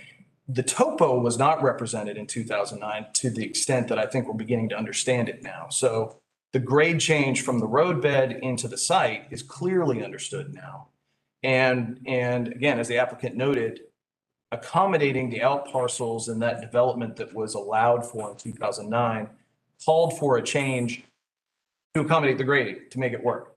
So that was part of the motivation in this area to reduce the buffer. But I just want to make sure you understand, a lot of that buffer is happening in a way that'll be viewed from inside the project and less so from the Jefferson Road right of way. The trees will certainly be perceptible from the Jefferson Road right of way, but the understory plantings are really going to be on the slope headed into the commercial area. Okay. More visible there, Yeah. to be fair. Okay. Okay. Question is this might be for you, Scott. Is the primary way that's intended for people to access the 4 out parcels, that kind of roundabout looking driveway? Or is it supposed to be from Lavender Road or both? It would be from both. Okay, there's not one it's just the idea is to give 2 access points. Okay. I also had a question, staff on their slide. You listed a handful of things that were, one of them was sidewalk, where it was on the plan, but not in the original PD. Can you bring that slide up? The comment about the additional parking and the building square footage on, what you're. I just wanted clarification about that. Maybe I didn't understand when that was being said earlier, but the sidewalk bullet. That was a change that was noted on the submittal that came in, and that's what the applicant mentioned in their rebuttal. That was an oversight. The was an oversight. Okay, got it. Sorry, that makes sense now. Okay. I had the same question about the additional square footage. Did I understand right that what's been submitted shows larger buildings on the out parcels than what is approved? Right. But that's not a waiver that's being asked for? Is that just an error, or is that something that the waiver wasn't requested, but maybe the applicant could address the variance in sizes and parking? Both the sizes are acceptable under our code. I think their parking numbers, when considering staff, which is allowance for additional parking, would also work with these. So we're not asking for waivers because I don't believe that we need any from current code. The changes that we're talking about are, I think, a few hundred feet in these different out parcel buildings. And we're not talking about a massive amount of parking change. And they're minor in nature, and we took the opportunity, since we're submitting, to kind of clean those up as they look like they were going to be developed. I think typically we would ask for something like 15-day administrative approval process to make changes like that to slightly tweak a building footprint, reason, and associated parking. I'd like to hear staff if they have any different opinion about that, but that's our approach. So with a binding site plan, something like parking numbers, they are binding. Those numbers are binding. So that is, the allocation of that parking across uses, that is something that we can manipulate administratively. But an increase over what was previously approved would have to be an amendment to that PD.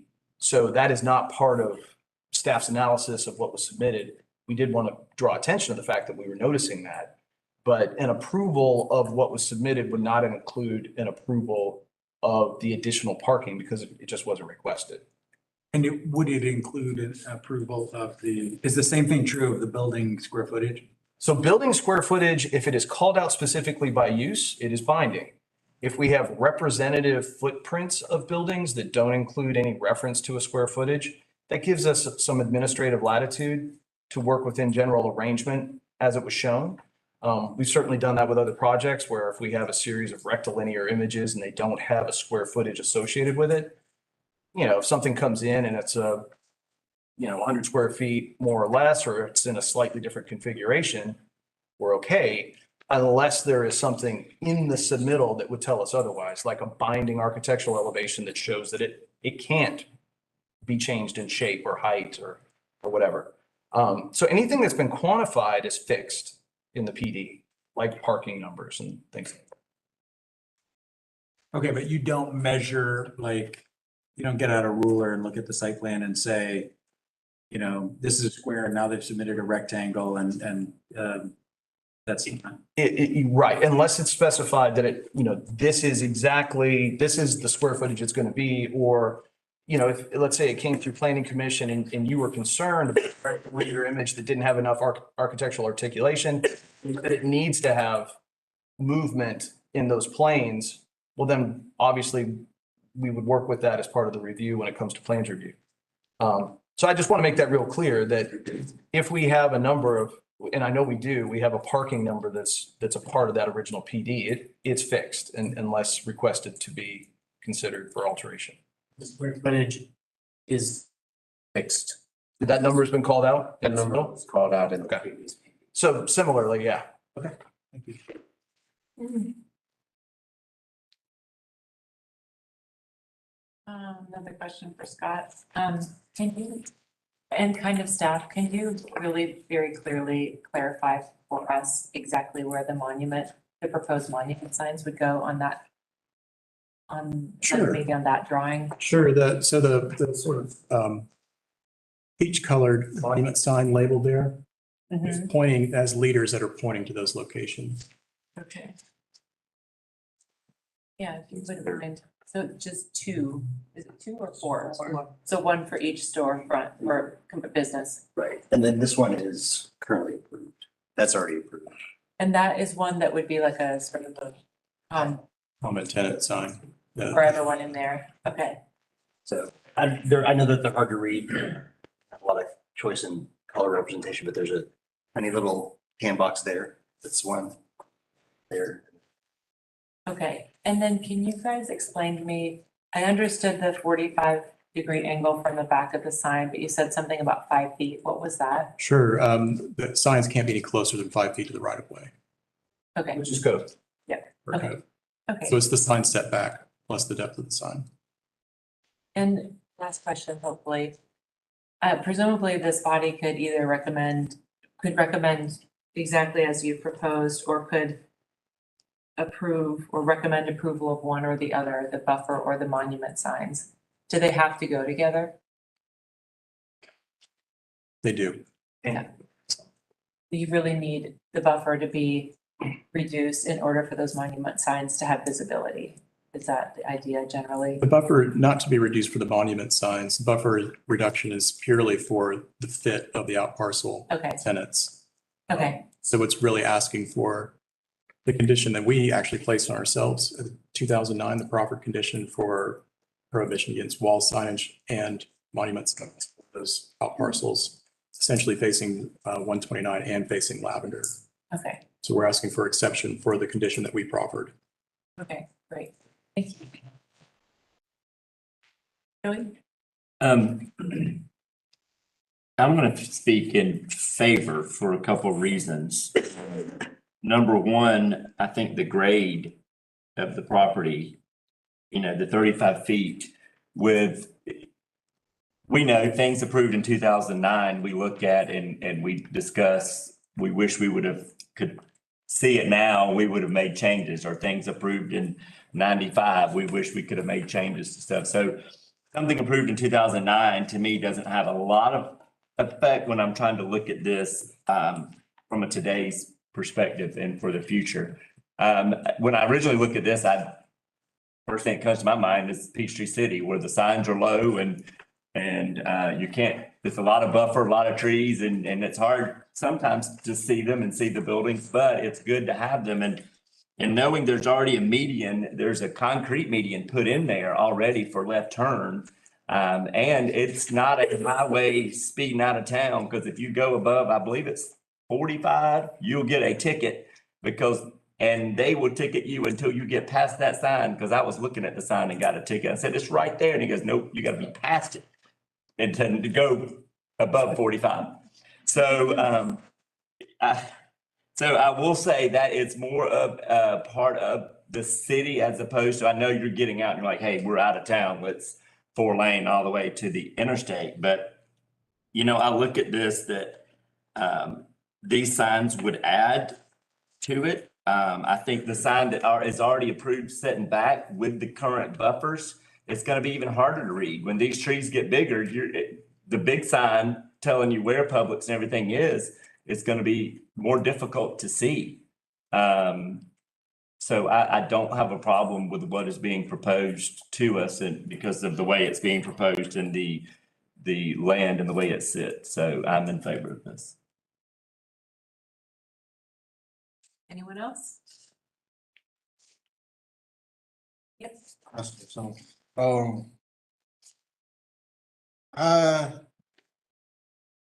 I'm not really in favor of it for the fact that, I'm thinking about the accidents that happened on Jefferson Road and Lavender Road, that intersection right there. I do think that looking at the signs, people are going to get distracted, and I think that's going to cause more accidents in the area. I think it just keeps it safer where it's at. I don't think that people are going to have a hard time finding the Publix or whatever restaurants are there. Because you're just going to naturally look over them anyway. And I think as time goes on, people will be familiar with the area as time goes on. So I don't really see it as something that's dire need in that spot.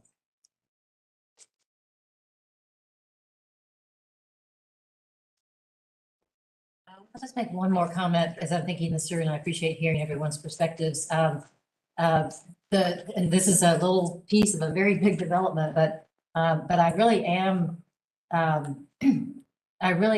impressed and probably persuaded by the comment that this goes against the comprehensive plan.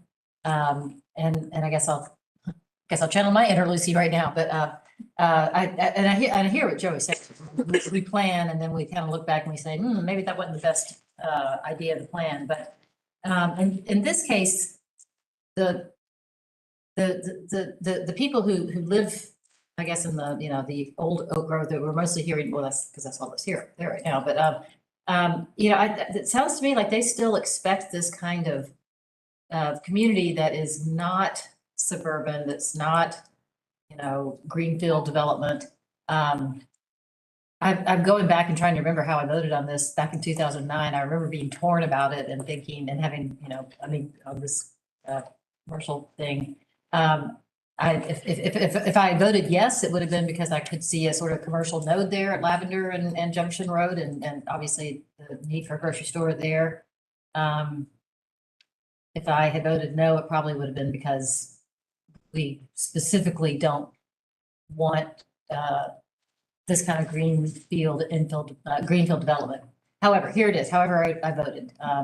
Here it is. I'm thinking out loud here a little bit, guys, so bear with me, but, I think kind of a sort of philosophical question is, and, Kristen alluded to this, have we, has the train left the station is just, protecting a 50-foot buffer, from becoming a 35-foot buffer. I'm actually less concerned about that than I am about the signage, honestly, along the front there. And I'm hearing from the applicant that that's actually a really important thing.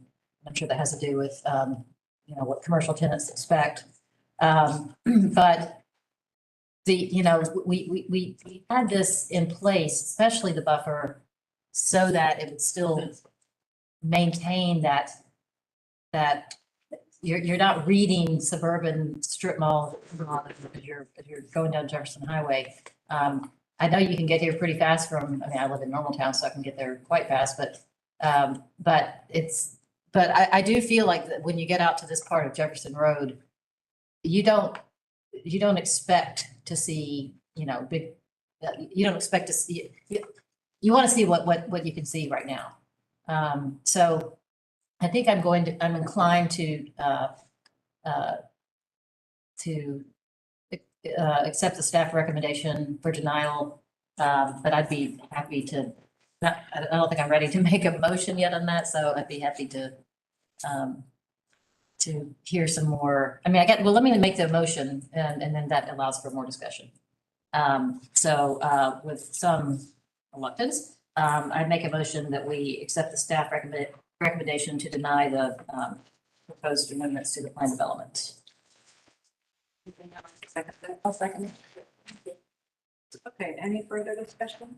Yeah, I actually had a little trouble with the staff's recommendation or statement about the comprehensive plan about greenfield expansion. I mean, this is approved for the PD and a greenfield, and so I wondered if staff could say a little bit more about how the going, like what's the ship has sailed, that there's going to be a Publix there and like 80,000 parking spaces or whatever, and in a greenfield development, and what's before us. So I wondered, what is it that about these monuments and the buffer reduction that violates the comprehensive plan?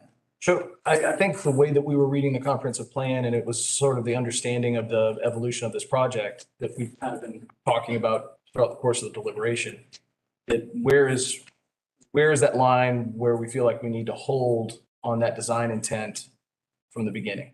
And in staff's reading of that, the comprehensive plan is still pushing for some things that are asking for the design to be still facing inward, still neighborhood based, and not have some of the visual reduction or compromises that are perhaps a part of this proposal. So if we're extrapolating a little bit, we probably are with that comprehensive plan principle and goal.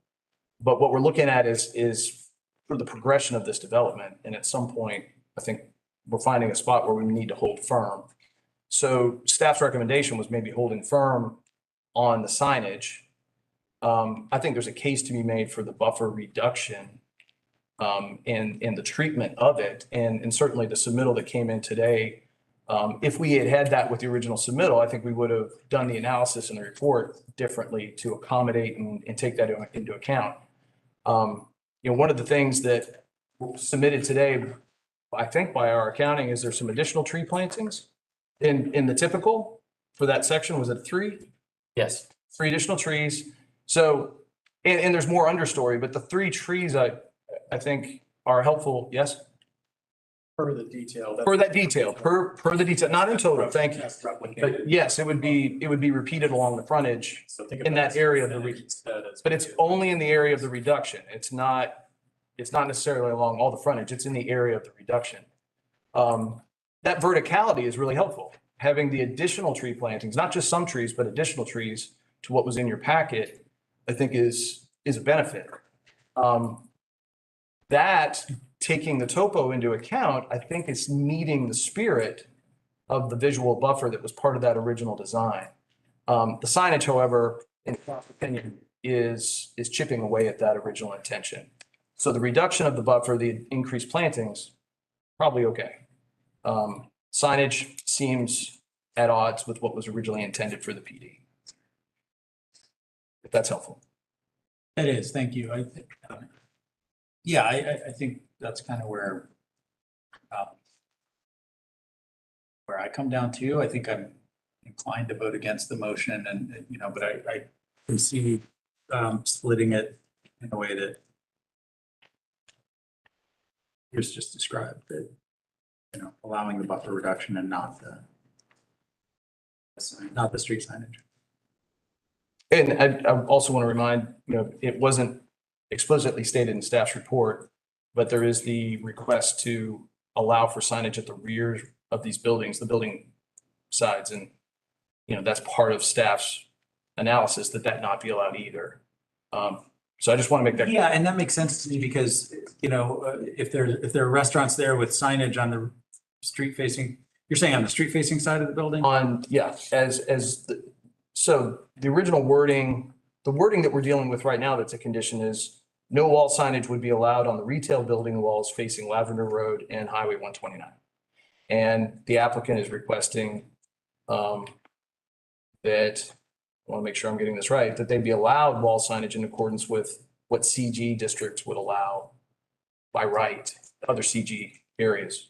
So that is part of the request, and that's, it's not just the monument signs, it's also the wall signs. Yeah, and the wall signs, the minute the wall signs are up, McDonald's is gonna send people out there to limb those trees so that people could see the wall signs from the road, and so that would concern me as much as. Do you all want the opportunity to respond to that? Yeah. Okay. Sorry to interrupt you. See that point, it's exactly why we included the covenants. That would be part of the sale of those parcels or any kind of lease agreement between a tenant taking one of those parcels with a shopping center. We submitted this with our application. It wasn't mentioned in the report, but it is part of our application. We had it drawn up. They would be reported covenants that would go along with any of those sales or leases of those tenant spaces. So that gives the shopping center the ability to enforce, to actually step in, correct, and then bill them the difference or what it took to do that, plus some, or actually place a lien on the property itself to force action if there was some like illicit pruning. Also, in the plan development, original plan development, the conditions are that we cannot do that, period. Anyway, so I mean, there's already a basis for that in the original approval. This just gives it more teeth and ability to enforce it. Extra tools that staff wouldn't have had before or currently. Question. Yep. And I guess this is more for staff for clarification. Did I understand correctly when this plan development that this is something that was placed on the plan development by the applicant originally would by right, if this wasn't a plan development and that was a McDonald's, could they put a sign on the road? Yeah, without the plan development in place following CG standards, there would be ground signs, wall signs. Okay. Now, was this, did I understand the applicant say that was the condition originally placed by them in 2009, that they agreed to for the property? I mean, to be perfectly honest with you, I'm not sure where it was initiated, whether it was from the applicant or whether it was part of staff's evaluation, or if it was a condition that came from the planning commission. But it is a part of that adopted. I guess that's my argument is we're sitting here discussing this and I don't take the argument of Rex or anything like that, because I think there's signs all up and down the road and we have developments everywhere. And to me, that doesn't go in. I'm sitting here looking at this as this is something that could be by right, but it is a PD and I do understand that. And so I think the actual signs that were going in to me actually aesthetically look pleasing instead of having, if you want to use the example of McDonald's, a big old bright shining golden arch sign out there. So that is why I'm in favor of it, because normally if this was a regular private property rights, a regular development, this would be allowed to a regular sign. If it were not in a PD. You're right, not in a PD. And that is my argument. That's correct. Say that last thing again, Joey. If it was a regular private property rights and they were building and not in a PD, they would have the right for the sign. of a regular illuminated sign based on their company or approved by the city. So that with it being a PD, I look at this as kind of a compromise because I think the signs actually look better than what would be there for a commercial franchise type place. So that is my main argument for that I think that it actually is more appealing there. Kristen. I do think though, and as a counterpoint to that, I mean, it's one thing if this was a McDonald's along Prince Avenue, but we're talking about a development that was put in our green belt with certain trade-offs. And so it's not just like, I mean, you could make the argument that a McDonald's wouldn't be put there to begin with because it wouldn't be approved way back when this original development was even approved. So I think it's not quite so black and white. I understand the property rights issue, but I think it's a little more nuanced than that in this location. But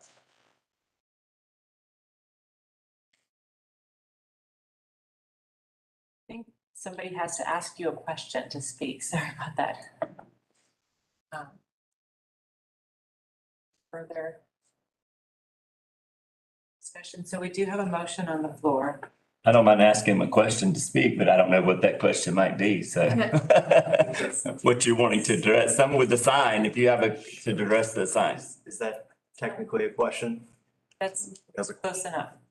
My name is Evan Conder. I'm with the applicant Village of Oak Grove LLC. To build on Mr. Tucker's comment, I'd like to go back to the monument sign that we brought up just to hammer home the point that we have taken a particular interest in the design. As you can see, the copy that protrudes from the sign on the image on the right, this isn't your Epps Bridge Anywhere USA monument sign with the panel that's backlit.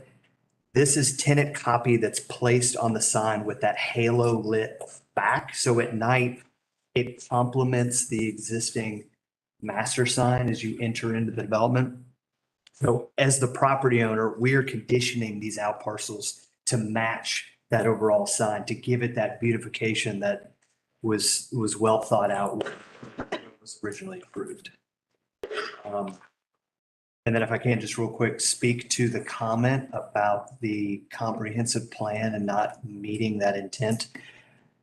We're permitting a bus shelter that connects to a 2-acre village green within the site, in addition to a 10-foot multi-use path that wraps the entire property, as well as all the interconnected sidewalks that ultimately go back to the Oak Grove subdivision. So from our perspective, that's pretty interconnected, to have the bus shelter connect to the village green, 2-acre park, and all the sidewalks in between. So I would just hope consideration. Thank you.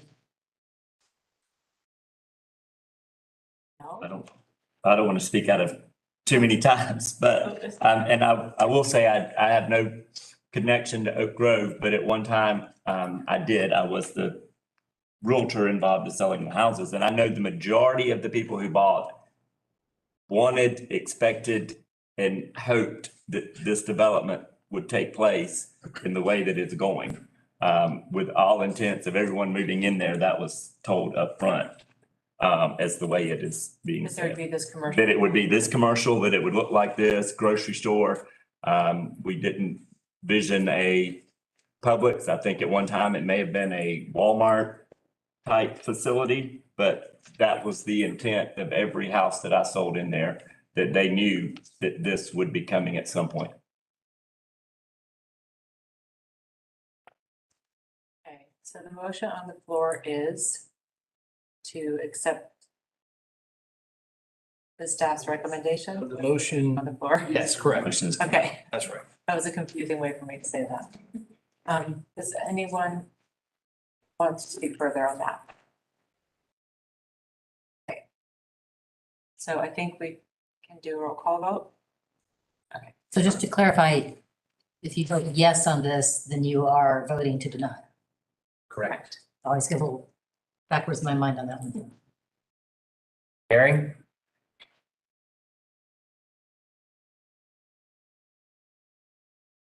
Yes. Goodrum? Yes. Paul? Kinman, Yes. Morales, Yes. Pass, Yes. Sanders, No. Tucker. No.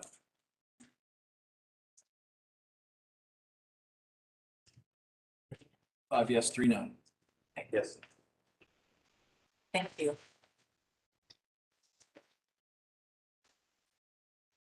Okay.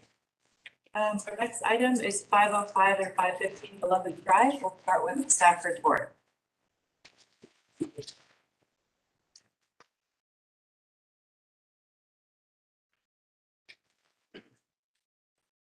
As noted, this project is for 505 and 515 Olympic Drive. The applicant is requesting to change zoning from employment industrial and industrial with conditions to RM1 with a PD on it. This requires a corresponding change to the future land use from employment or employment center to mixed density residential. The proposal specifically is for 271 attached townhomes, which works out to be 681 bedrooms. A couple of details about the project. It has gated access. It has front-loaded garages on all of these units. It has an amenity area. It has various stormwater basins as required on the site. This is an aerial of what the site is currently. It is wooded. There are multiple streams and bodies of water that cut through the area. There is some industrial sites there on the bottom corner. And then the loop cuts through. It's the main highway right there that you can see cutting through that area. It is currently, the future land use on the left calls for employment. It would look like mixed density residential, which we note is an isolated future land use category. Everything else out there is for employment. There's a nearby and across the loop. There are some residential across the loop and further south of property. Same thing happens with the zoning. We're going from EI on the left to RM1 PD on the right. Again, we're creating an isolated zoning district here. The surrounding parcels have EI, G, I, and EI because this site is part of the Athena Industrial Park. Next. This is a rendering of what the site would look like. As you can see, they have to break it up to stay out of the environmental areas and streams. It's generally the same unit throughout the entire, well, you know, with moderate changes to the architecture, it is the same pattern of layout there. The amenity area is up front. Olympic Drive is on your right as you're looking at it, and then the loop is at the bottom. Next slide. This is a rendering of what these townhomes would look like. As you can see, they are front loaded. They're proposed in groups of 4, 6, and 8. And they look exactly like this, the 6 and the 8 unit configuration. Here's what the 8 unit configuration looks like. Our staff report notes that it is inconsistent with our future land use map, our zoning map, and our comp plan because this area is intended to be, it is part of the Athena Industrial Park. It is intended to be part of the long range economic development efforts of the county from an industrial standpoint. Our future land use map and our zoning map are therefore created with that intent in mind. It also creates, as I noted, isolated future land use and zoning districts. We tend to like to see compatible ones working next to each other and consistency in our transitions. And this doesn't have that. It would create a very abrupt transition between generally industrial types of uses and a residential use. It is automobile dependent. There's really nothing close that you could walk or bike to option. You would also have to cross the loop, which acts as a barrier, almost like a river in a lot of cases where folks just naturally kind of don't cross that unless they have to. It's also not really served by transit. So your option really here is the automobile, the most expensive form of transportation out there. And you don't really have a choice if you want to live here. Biggest issue that we would note is that it introduces a residential use into an area that's designated for industrial uses. A lot of industrial uses do not want to be very close. Sometimes They want as much as a mile barrier between the nearest residential use and their site because they don't want to impose on the neighbors or have neighbors move in expecting, a quiet neighborhood and then maybe there's some trucks or some noise or odors or whatever that might be coming with that industrial process. And so generally industry wants to stay away from residential. And we are concerned that putting a residential use in our industrial park would degrade the ability to develop it as an industrial park. And this is our main industrial area in Athens. This is where we have allocated the big effort to create industrial land uses and employment. And that sector is in this area. And it would also use up some of the utility capacity here that may be required by future industry. And again, would create another barrier to introducing industry and the associated jobs and economic development that is called for in this area. Now, this is being a PD, which is different from the last request, which was a straight rezone. This is only being received with comment today, and it will come back for a master review where we will make a recommendation at a later date. So that concludes the staff report. Thank you. Okay, we'll hear from the applicant. David Ellison on behalf of the applicant. Thank y'all. Happy to be here this evening. The first item, I'd like to really just focus on the existing conditions of this particular site. We understand that this is zoned for employment industrial use, but the features of this site make it very difficult to be used in that manner. There's differences of 60 feet topography throughout the site. And as staff noted, there's a number of environmental areas and a stream that bisects this particular property. We've been able to come up with a site plan that works around these environmental areas and really use the stream as a natural amenity that can never be used that way for an industrial use. And so, in light of the fact that this property is ill suited for industry, we also think there's a greater need for housing in the county than that would justify the rezone.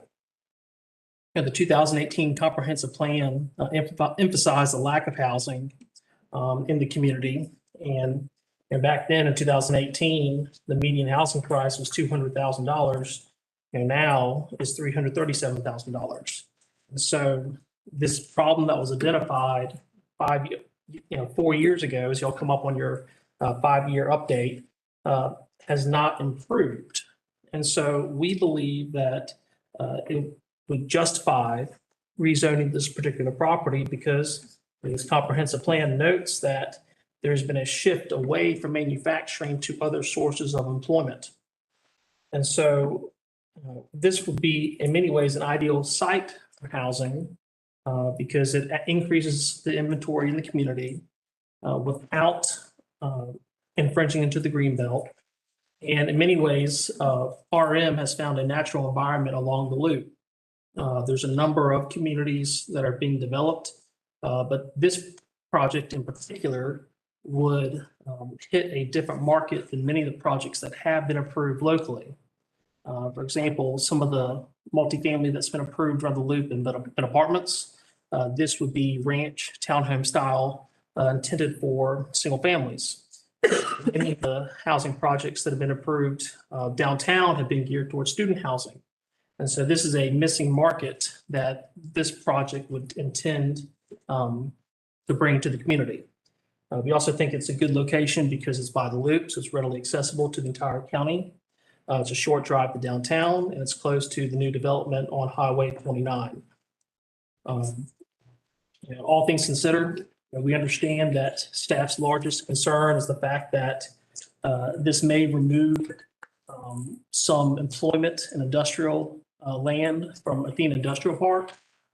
But a recent development that came up since the staff report was that the unified government has purchased or is going to purchase the tract that's right next to us. And so the concerns about noise, nuisances, deterring investment because of changes to residential, we don't believe will exist anymore. And so that's a promising development that we believe would justify a change for the zoning classification. And we believe that the infrastructure is appropriate here. Olympic Drive is slated for expansion. And so traffic concerns we think will be addressed. Water is available. We appreciate the fact that we're asking y'all to switch from industry to residential. And we understand it's a big decision, but we think it's justified in this particular circumstance. So we welcome your comments tonight. And probably make some tweaks before our master plan submittal. There's some code compliance issues that staff reported that we think we can address. And with that, thank you all for your time and look forward to receiving your comments. Thank you. Is there anyone here who wishes to speak in opposition to this application?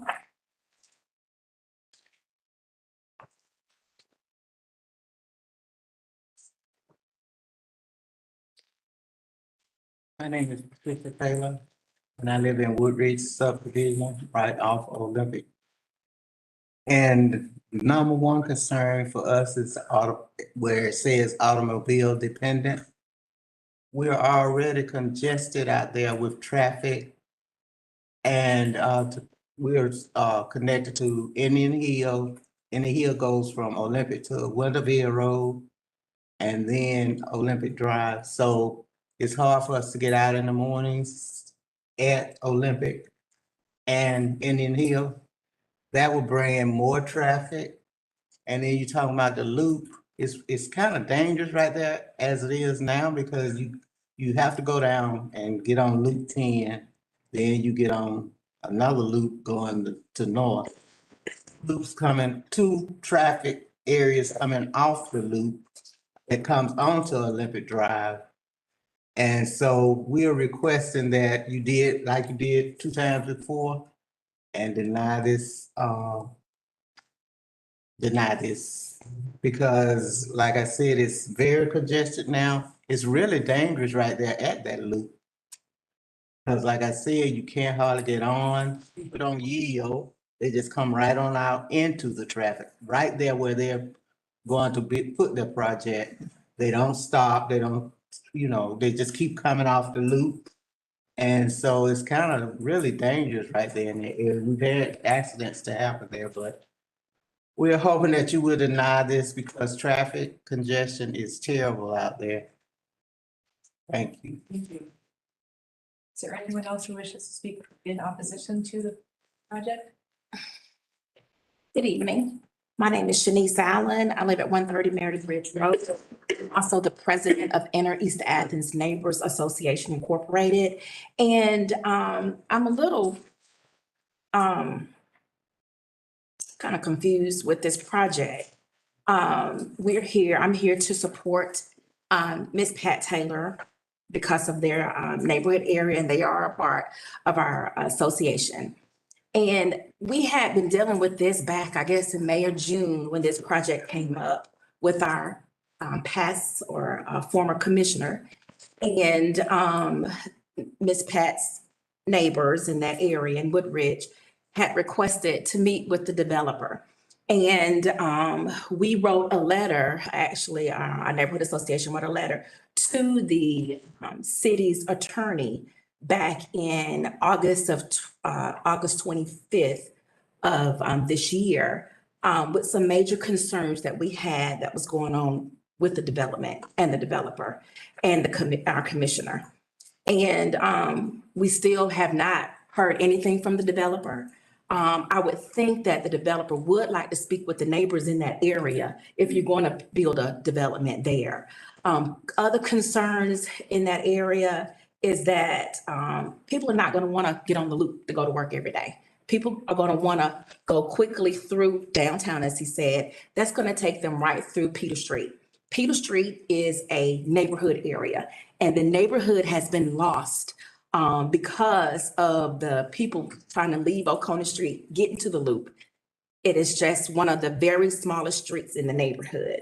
And we know with the city purchasing 91 acres that butts up to their property, and they want to bring the buses over there. So what's going to happen, you're going to have more traffic coming through that area. And with the 681 areas or units, thank you. 681 units, don't know how many cars that will be, but you have the risk of all of that coming through Peter Street. And so our fear is that we will lose our neighborhood because what's going to happen, they're going to want to expand Peter Street to help with all of that traffic that's going to come through. And when you widen that area, we're going to have our neighbors losing their homes. And we don't want that. We want to preserve our neighborhood. Would like to speak with the developer. We've been waiting months. And I think out of respect to see how we can all live in that area together and support one another in that area. But we do want to preserve our neighborhood and not have another neighborhood come and we lose our neighborhood because our neighbors will lose their homes. So please don't support this project. At least make sure that they speak with the neighbors first. Thank you. Thank you. Would anyone else like to speak in opposition to the application? Or in favor of the application? Okay. Would the applicant like to speak to any of the comments, or you have 2 minutes if you'd like to take them? Okay. Okay, thank you. Okay, thank you. So we'll go to our planning commission discussion. And just to remind those here to watch, this is a comments only application. So this will be the first of 2 times that we see it. We won't vote on it tonight. We'll vote on it the next time it comes in front of us. I'll start with the comments, and we can dive into the plan later. But my comments, and primarily they're from learning more about the property and kind of being educated through working on our work group here. This property it's going to be very hard. I don't know that industrial is the right fit for it because of the water, because of the rights through it. It's going to be very hard to put a type of industrial place there. With that being said, I think that this would probably be the best use for that, of turning it over to a residential place.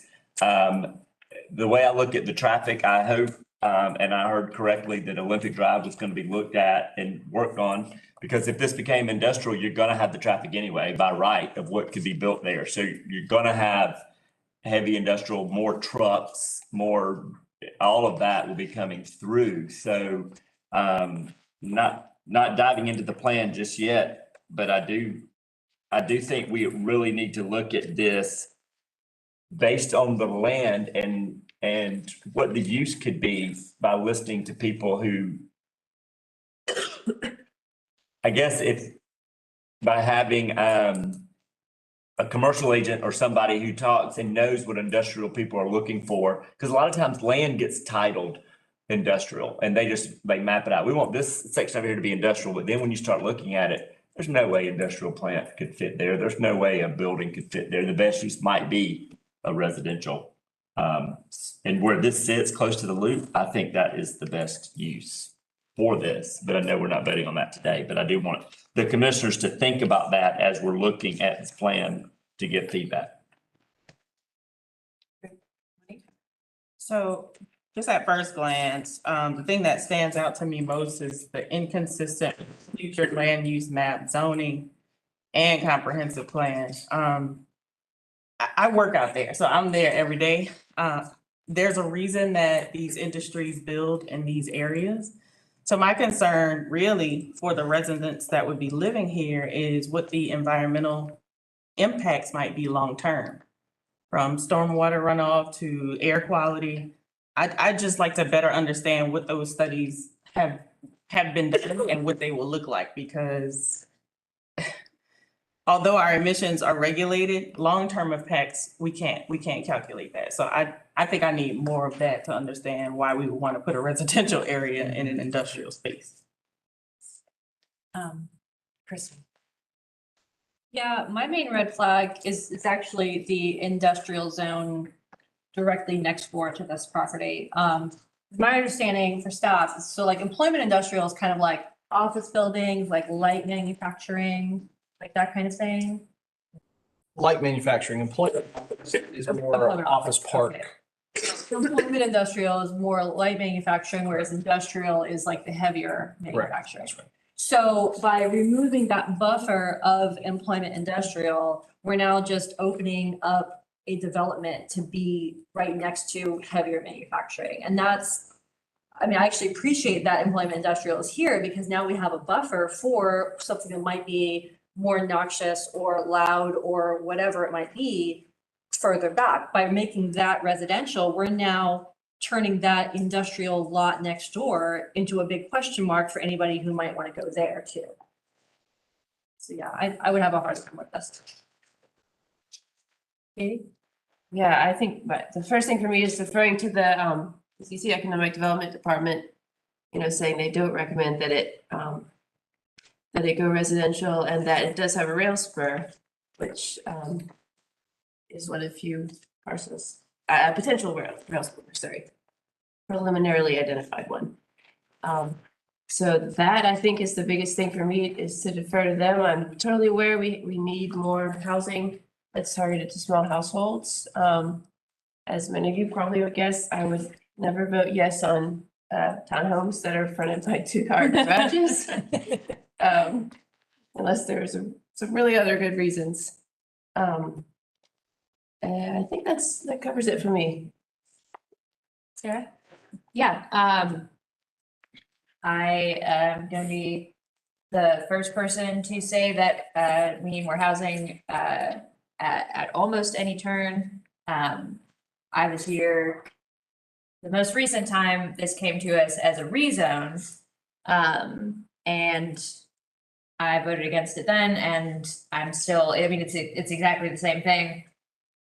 Have exactly the same opinions. It's 65 acres of residential use. In addition to the townhouses with the fronted garages, it is more than it. I did the math. I did the searching last time. It's more than a 10-minute walk just to leave the neighborhood. If you're in the back half, which makes walking from these houses to anywhere, even to the one amenity that's nearby is a park. Just everyone here is going to need to use a car every day. And there's no future land use around it. There's no mixed uses within it that would ameliorate that at all. There's just no way to see this going into the future in a sustainable way. I'm going to be quick because I'm basically just going to add my support to that. I'm sort of with Katie. My first hesitation is the zoning. I mean, that's a really big block for me. And I hear what Joey's saying, but I agree with what Kristen was saying, that EI is the kind of thing that does provide that buffer between industrial and residential that's going to be on the other side of the loop and south as well. So on that alone, I would have a very difficult time being persuaded that this was a good action. But if I were persuaded, or if enough of the people on this board were persuaded, then I would have to get deep into the design as well. It's just for everything that's just been said, I think it's just not even the kind of residential we would want here, even if we want residential here. So. Taylor.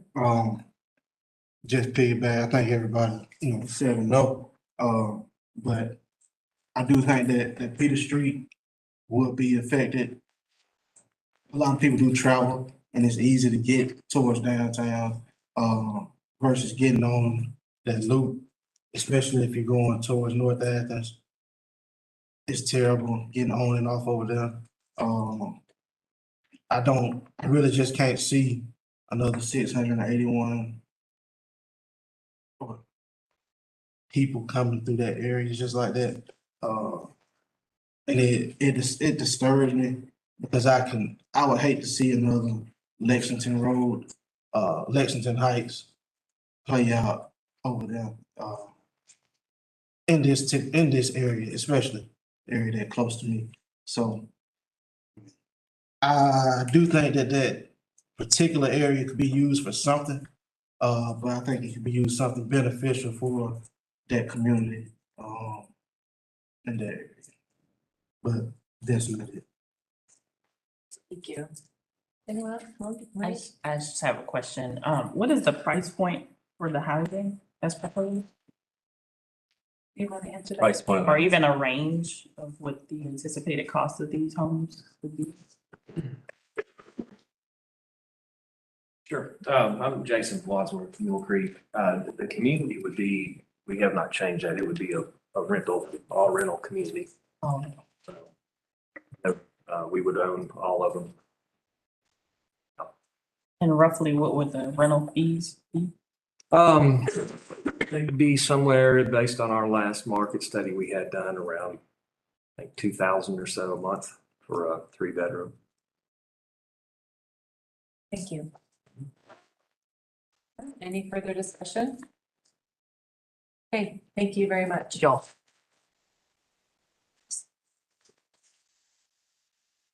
Lost my agenda. That's the new.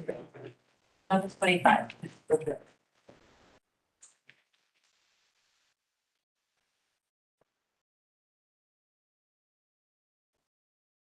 All right, this is our last application tonight. Have a handful of other items to work through, but we have a proposal for a straight rezone at 1125 Newton Bridge Road. Request is to take it from employment industrial conditions to single-family residential RS 25. This requires a corresponding future land use change. They've requested employment center to single-family residential. They're proposing 216 single-family detached unit subdivision. They've provided a concept site plan and a tree management plan.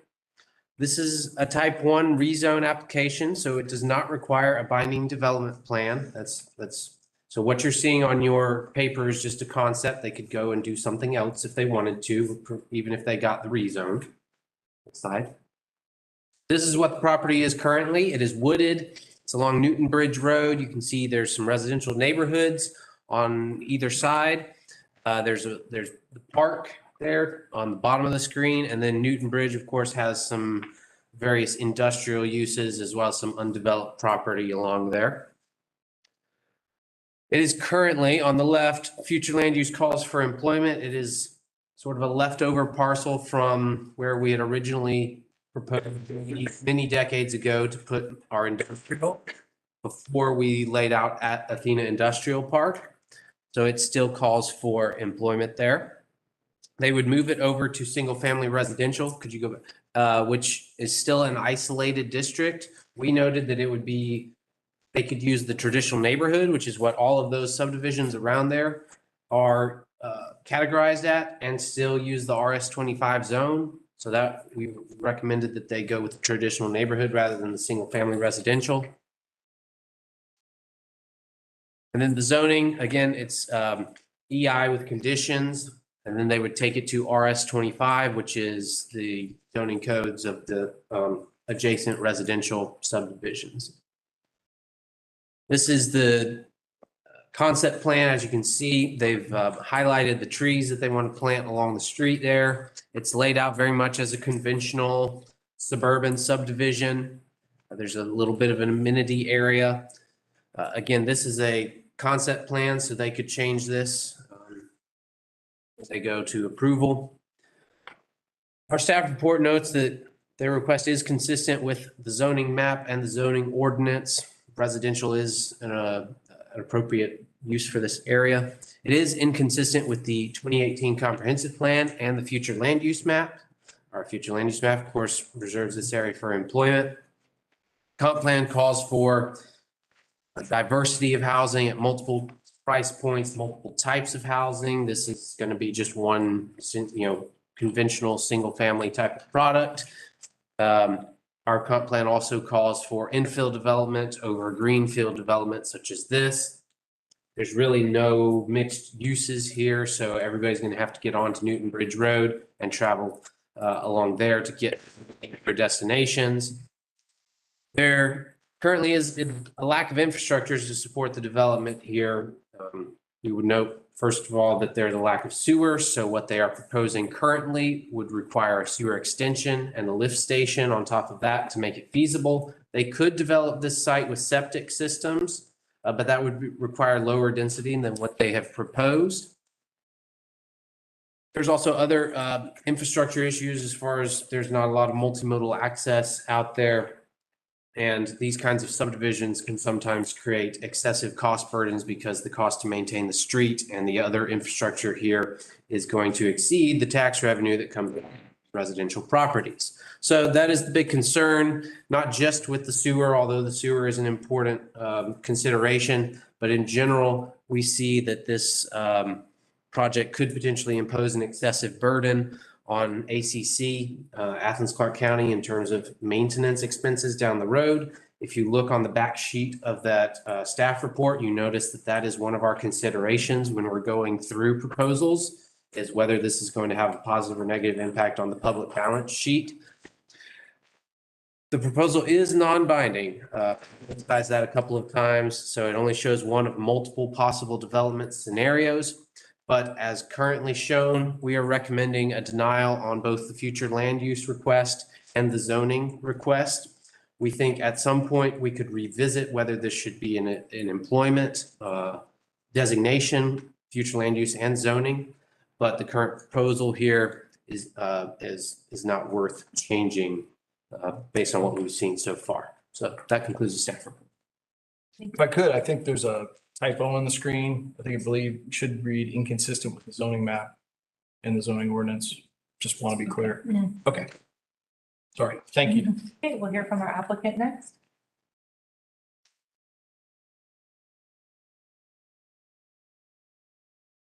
Good evening, Commissioners. Tiffany Hogan on behalf of DR Horton, 1371 Dogwood Drive, Conyers, Georgia.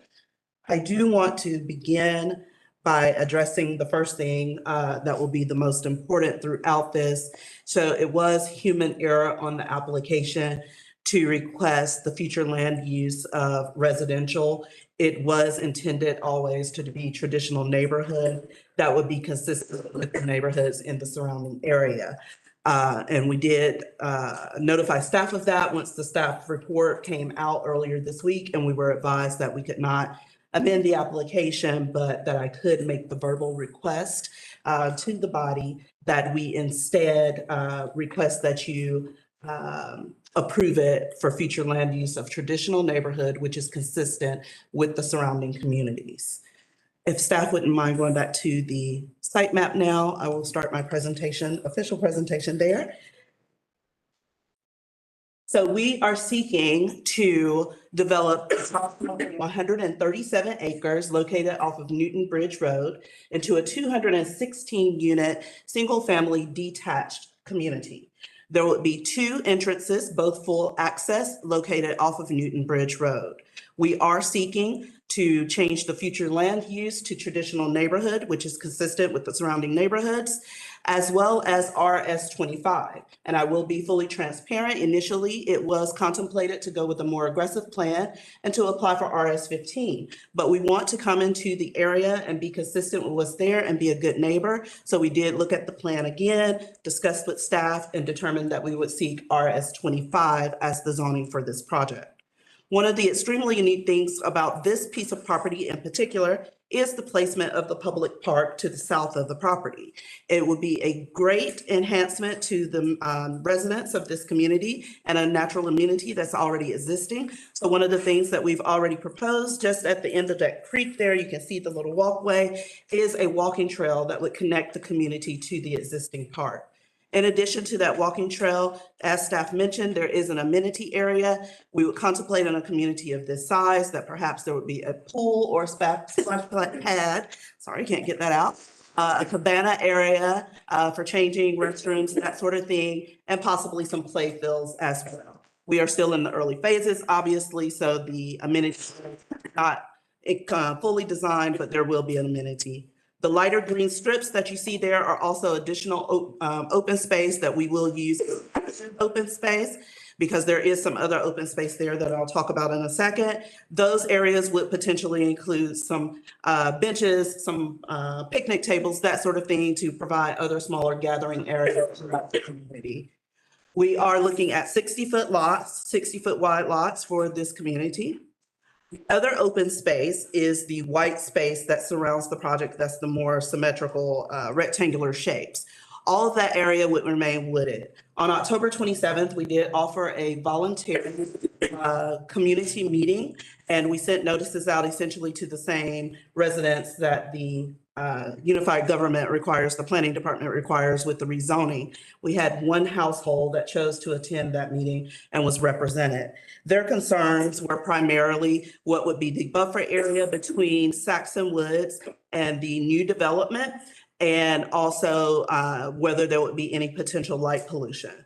So on the way that this plan is shown on the screen, but you would be able to see it on yours that you have in your handouts, there is a scale down on the right side of the plan. The scale is, I believe, is 1 to 200. So if you look at it from the smallest area of Saxon Woods, the closest area, it's approximately 200 feet that would be left wooded there and untouched. From the greatest area, it gets closer to 500 feet that would be untouched there from the north of the property to the new development. So a significant area that would remain undisturbed and buffered from the existing residents of that area.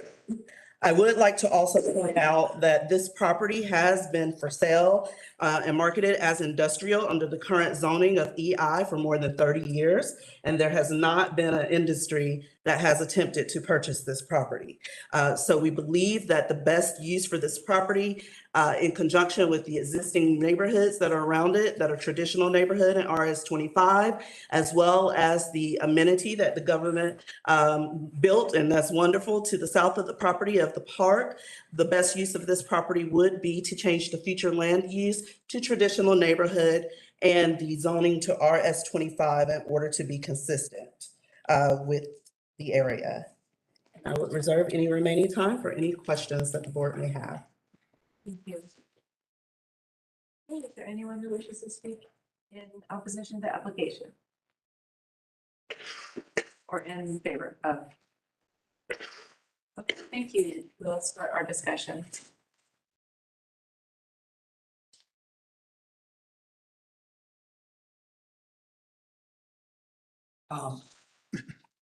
So I think we desperately need more housing, and the EI zoning strikes me as obviously inappropriate. So I think I'm generally favorable to the idea of housing there. I'm also extremely sympathetic to staff's concern that RS 25 housing doesn't pay for itself long term. The taxes just don't generate enough revenue to maintain the infrastructure. You know, I think I'd much rather see something like an RS 15 zoning there to provide that much more housing and that many more people who can live right next to the lovely park that Athens has paid for and put in directly south of this parcel. Yeah, I mean, I think we desperately need more housing, and I think I could generally be persuaded to support a straight rezone on this and you know, bringing the future land use in line with what that whole area is already. But I'm not sure RS 25 is right for us long term.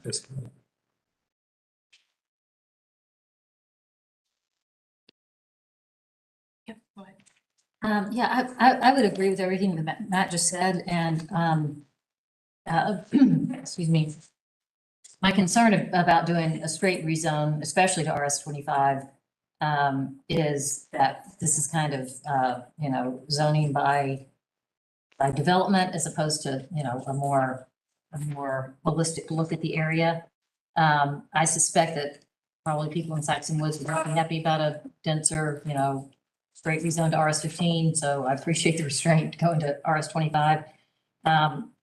What I would feel comfortable with is a PD, and I know that's a much more protracted process, but at least that does the community in the surrounding area, some assurances that, you know, what's proposed will get built. You know, issues like access and light pollution to neighborhoods. We assume that y'all are good actors, but, you know, you could sell the property to someone who's not, you know, that's always something that we have to think about when we're looking at straight rezones. Oh, yeah, and I just want to emphasize my concern about RS-25, which would require a lift station, which then we would be, you know, y'all would build it, we would maintain it, wear and tear on Newton Bridge. Obviously, these houses would have children who go to our schools. RS-25 just doesn't pay for itself. It's better than nothing. I mean, it's better than empty, you know, property for sure. But the demand for services in a development like that, you know, study after study shows that we're subsidizing developments like this in terms of what they can generate in taxes versus what they need in services. So would be very uncomfortable with voting yes on a straight rezone under these conditions. I'd be very open to a more articulated plan for residential here that's maybe at least a mix of uses. One last thing I'll say, I think it does make sense. The park is right there. It's a great park. It's a big park. Appreciate the y'all's awareness that you've got kind of a natural amenity there, which does make it, you know, suitable for residential. But I still come down to my concerns about a straight rezone without knowing more about what could go in there. Kind of have to have Yeah, a they have question to wait. directly, but I'm sure the opportunity. Yeah. I just want to get clarification from staff to make sure we really understand the sewer limitation. So under the proposed RS-25 zoning, septic would be allowed? No, at that density. And a key point to make as well, the design, again, that's conceptual in front of you is the average lot size is 7,500 square feet. So these are not half acre lots. A septic field would require a minimum of 25,500 square feet of area to perk minimum if the soils are right. And if you have public water, which this site does. So a septic system would not work with this design as shown here. So it would have to have some other kind of method for sanitary sewer. My understanding is they're interested in a lift station and that's the approach that they're wanting to take to get that sanitary sewer service with the design that's been depicted. Okay. Kristen and then Katie. So to further clarify, so what we're looking at on this plan, that's not compatible under RS-25? It is. It is compatible? Yeah. Okay. RS-25 zoning allows for you to, there's no minimum lot size with when you develop over 2 acres. Oh, So you it's can- because it's a larger property. Correct. That's why. Okay. Yep. Okay. Sorry, I was confused by that. That's interesting. I didn't realize that. These lots are essentially a third of the size of what standard RS-25 lots would typically call for if it was a less than 2 acre development. Okay. Okay. It's more dense in terms of lot size, not density. The lots are smaller than even what RS-8. I was gonna say it's like RS-8, basically. Yeah. Yeah. It's in that family. Yeah. Okay. Just the yield is less. Gotcha. Yeah. So you're looking at the gross acreage, is that why? Yeah, right. So they've taken what the yield of the gross acreage would give you and they've clustered. Okay. Sorry to interrupt, Kristen. Go ahead. No, it's interesting because I was thinking like, well, maybe I'd be cool with RS-8 if like things were kind of shoved up towards the road and had like more space in the back. So it's interesting that That's what it is. That's what it is. Yeah. My facial like bearing.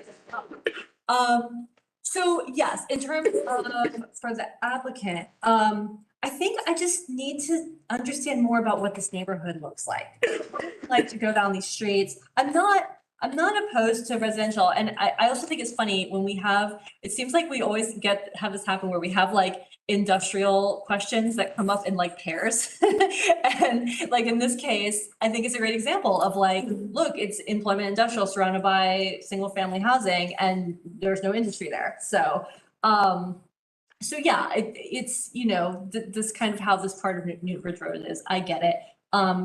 So yeah, I'm not opposed to this being residential. The lift station is what gives me pause.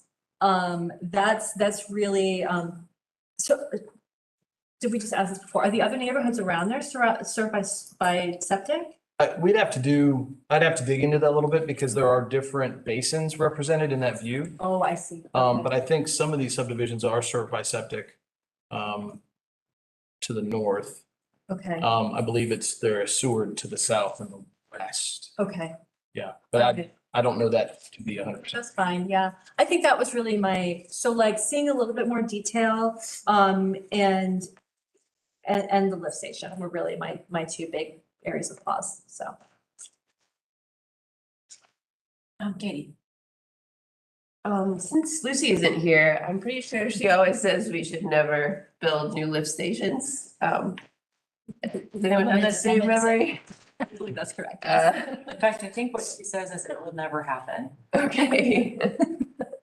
So just wanted to put that out there. Sometimes I try to, check all the policy documents. I'm not convinced that this is the most amenity-filled location besides the park, which is great. I don't know if there's bus service. I don't know if there's a bike lane planned. There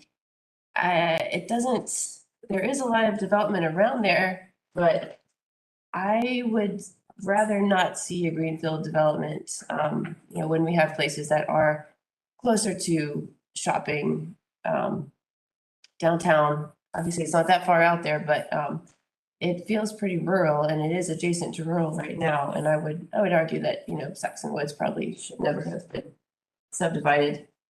But I know there is some density near there. Garnet Ridge isn't far away. And I think there's a bus on Vincent Drive. There's a bus on Vincent. Okay. So that is infrastructure.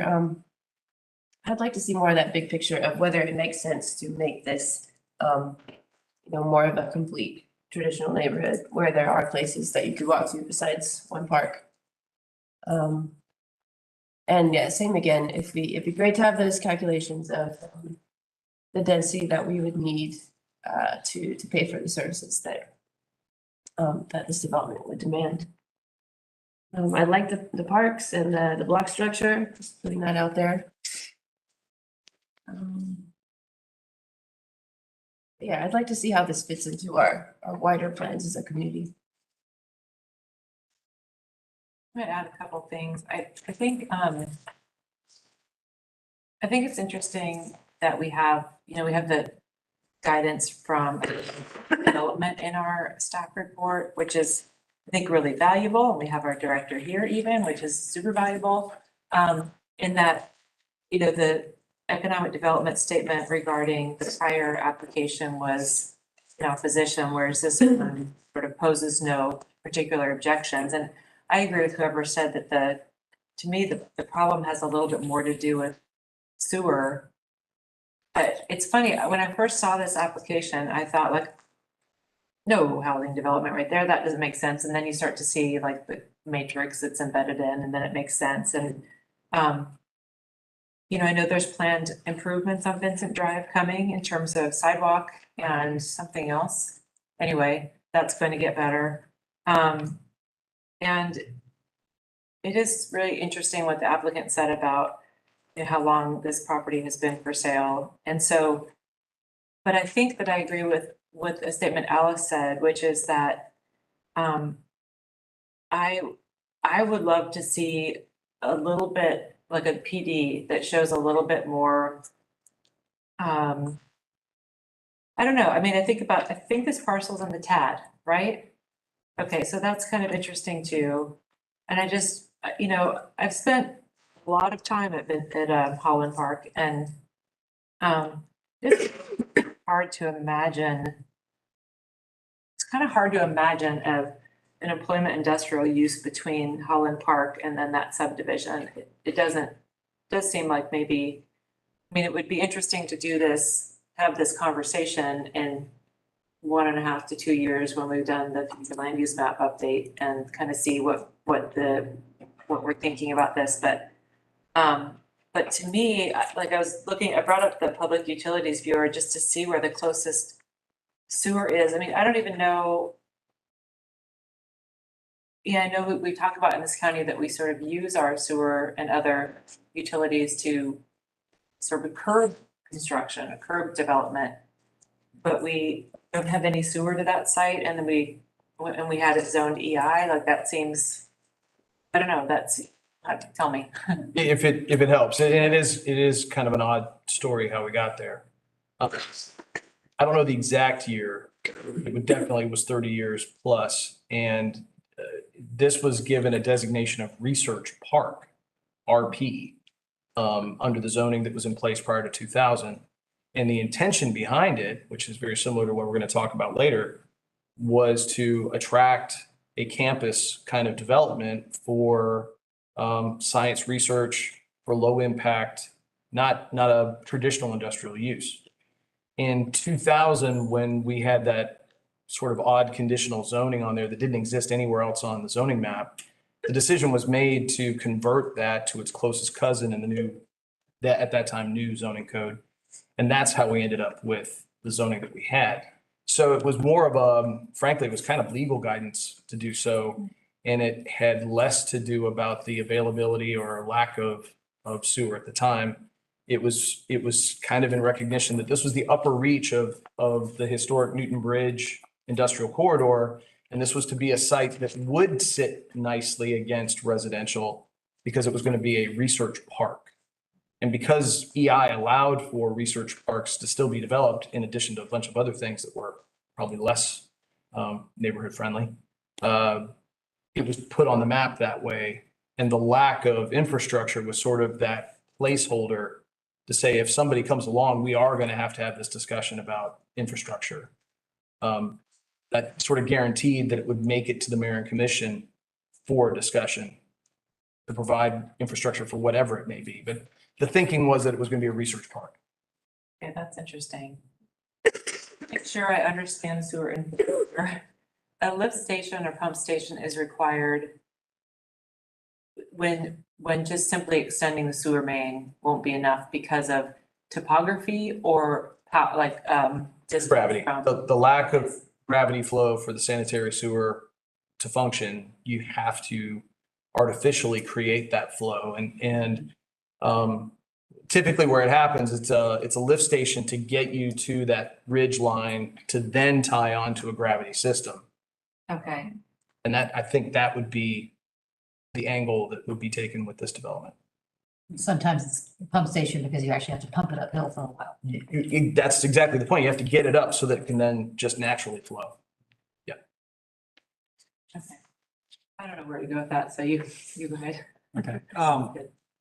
So I'm looking at the existing sewer map, and all those houses just south of it have sewer service, and the park has sewer service in Vincent Drive. So it's pretty close, and that's all presumably gravity. But my understanding in the staff report, it says that the utilities department's comment was just that this development as proposed would require approval of a public pump station by the mayor and commission. So as far as I'm concerned, that wouldn't hold me up from supporting this project, because if they want to say no to a lift station, they'll say no to the lift station. It's not really our job to reject them, despite what our beloved Ms. Rowland might say on that matter.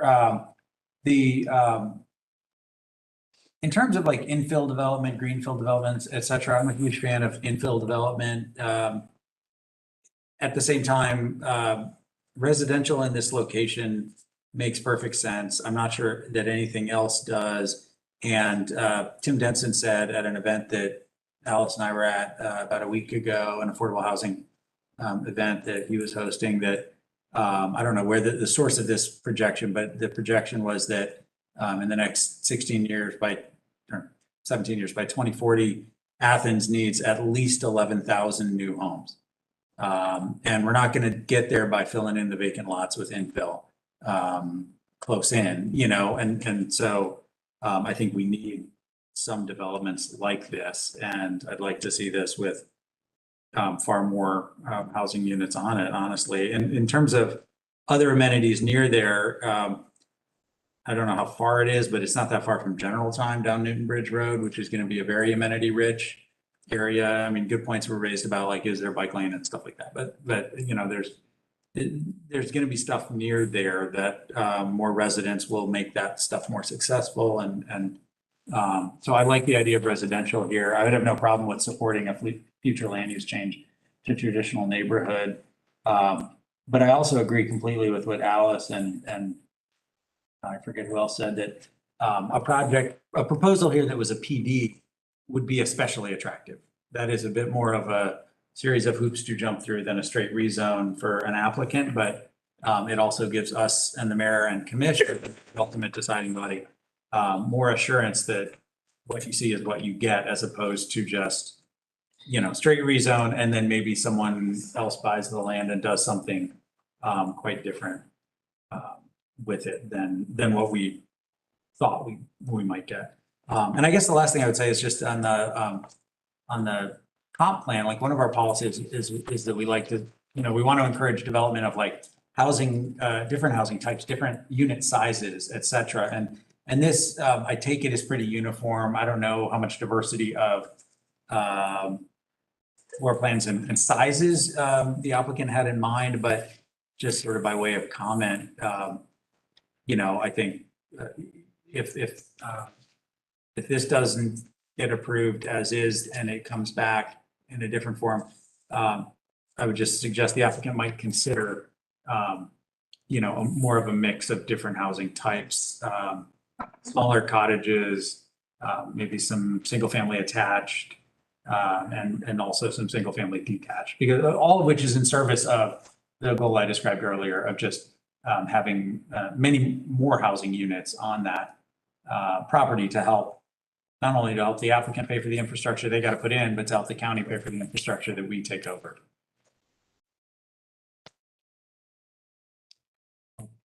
Joey. I'm in a lot of agreement with what was just said. I have no problem turning this into a traditional neighborhood. And I have no problem adding more density than what is there. The comment on amenities, I caution that a little bit. I think that this neighborhood's fine. A lot of times when you add amenities, you add homeowner associations, which add fees, and you want affordable housing, and then you're attaching more fees because now you've tried to buy affordable house, but now you've got $150, $200, whatever added because you're putting all these amenities. So you've just cut your affordable housing stock down to pay for that, because those things aren't free. You just can't put them there for a neighborhood and be like, oh, affordable housing, now we're going to give you a pool, and who's going to maintain it? So the amenity part, I don't have any problem with less, or whatever it's here, I'm fine with that. As far as the density, I don't mind. I know, we were kind of looking at this plan. I think this plan kind of fits with D.R. Horton. It's kind of that tract home traditional builder that is a very national, well-known builder. So I don't have a problem with the plan proposed, but I definitely hear and have no problem, going with a higher density there to give more units on the property if that's what the commission is feeling. I think I want to clarify, when I said amenities, I'm really talking about a mixed use environment, like not necessarily amenities on site, but having a mix of uses in your neighborhood, a school, a corner store, park is there. That's great. I just would like to see a coordinated plan if we really want this area to become a true mixed use neighborhood. That's great. Then we should put a ton of density there, ton of different housing options and sizes. That was a good point. Make sure it's really bikeable, really walkable, really well connected to downtown, to General Time. I just don't know whether that is planned for right now. And one other thing, I don't think it's that different from our Olympic Drive proposal in that And if it was built tomorrow, it would be completely code dependent, unless people are going to the park. So that's adding a ton more cars to our roads, and I'd like to see it. Yeah, I'd like to see a complete plan for this to be a place where people can live and car optionally. To me, that's kind of a transportation issue. I mean, you couldn't pay me to ride a bike on Newton Bridge Road. No. Yeah.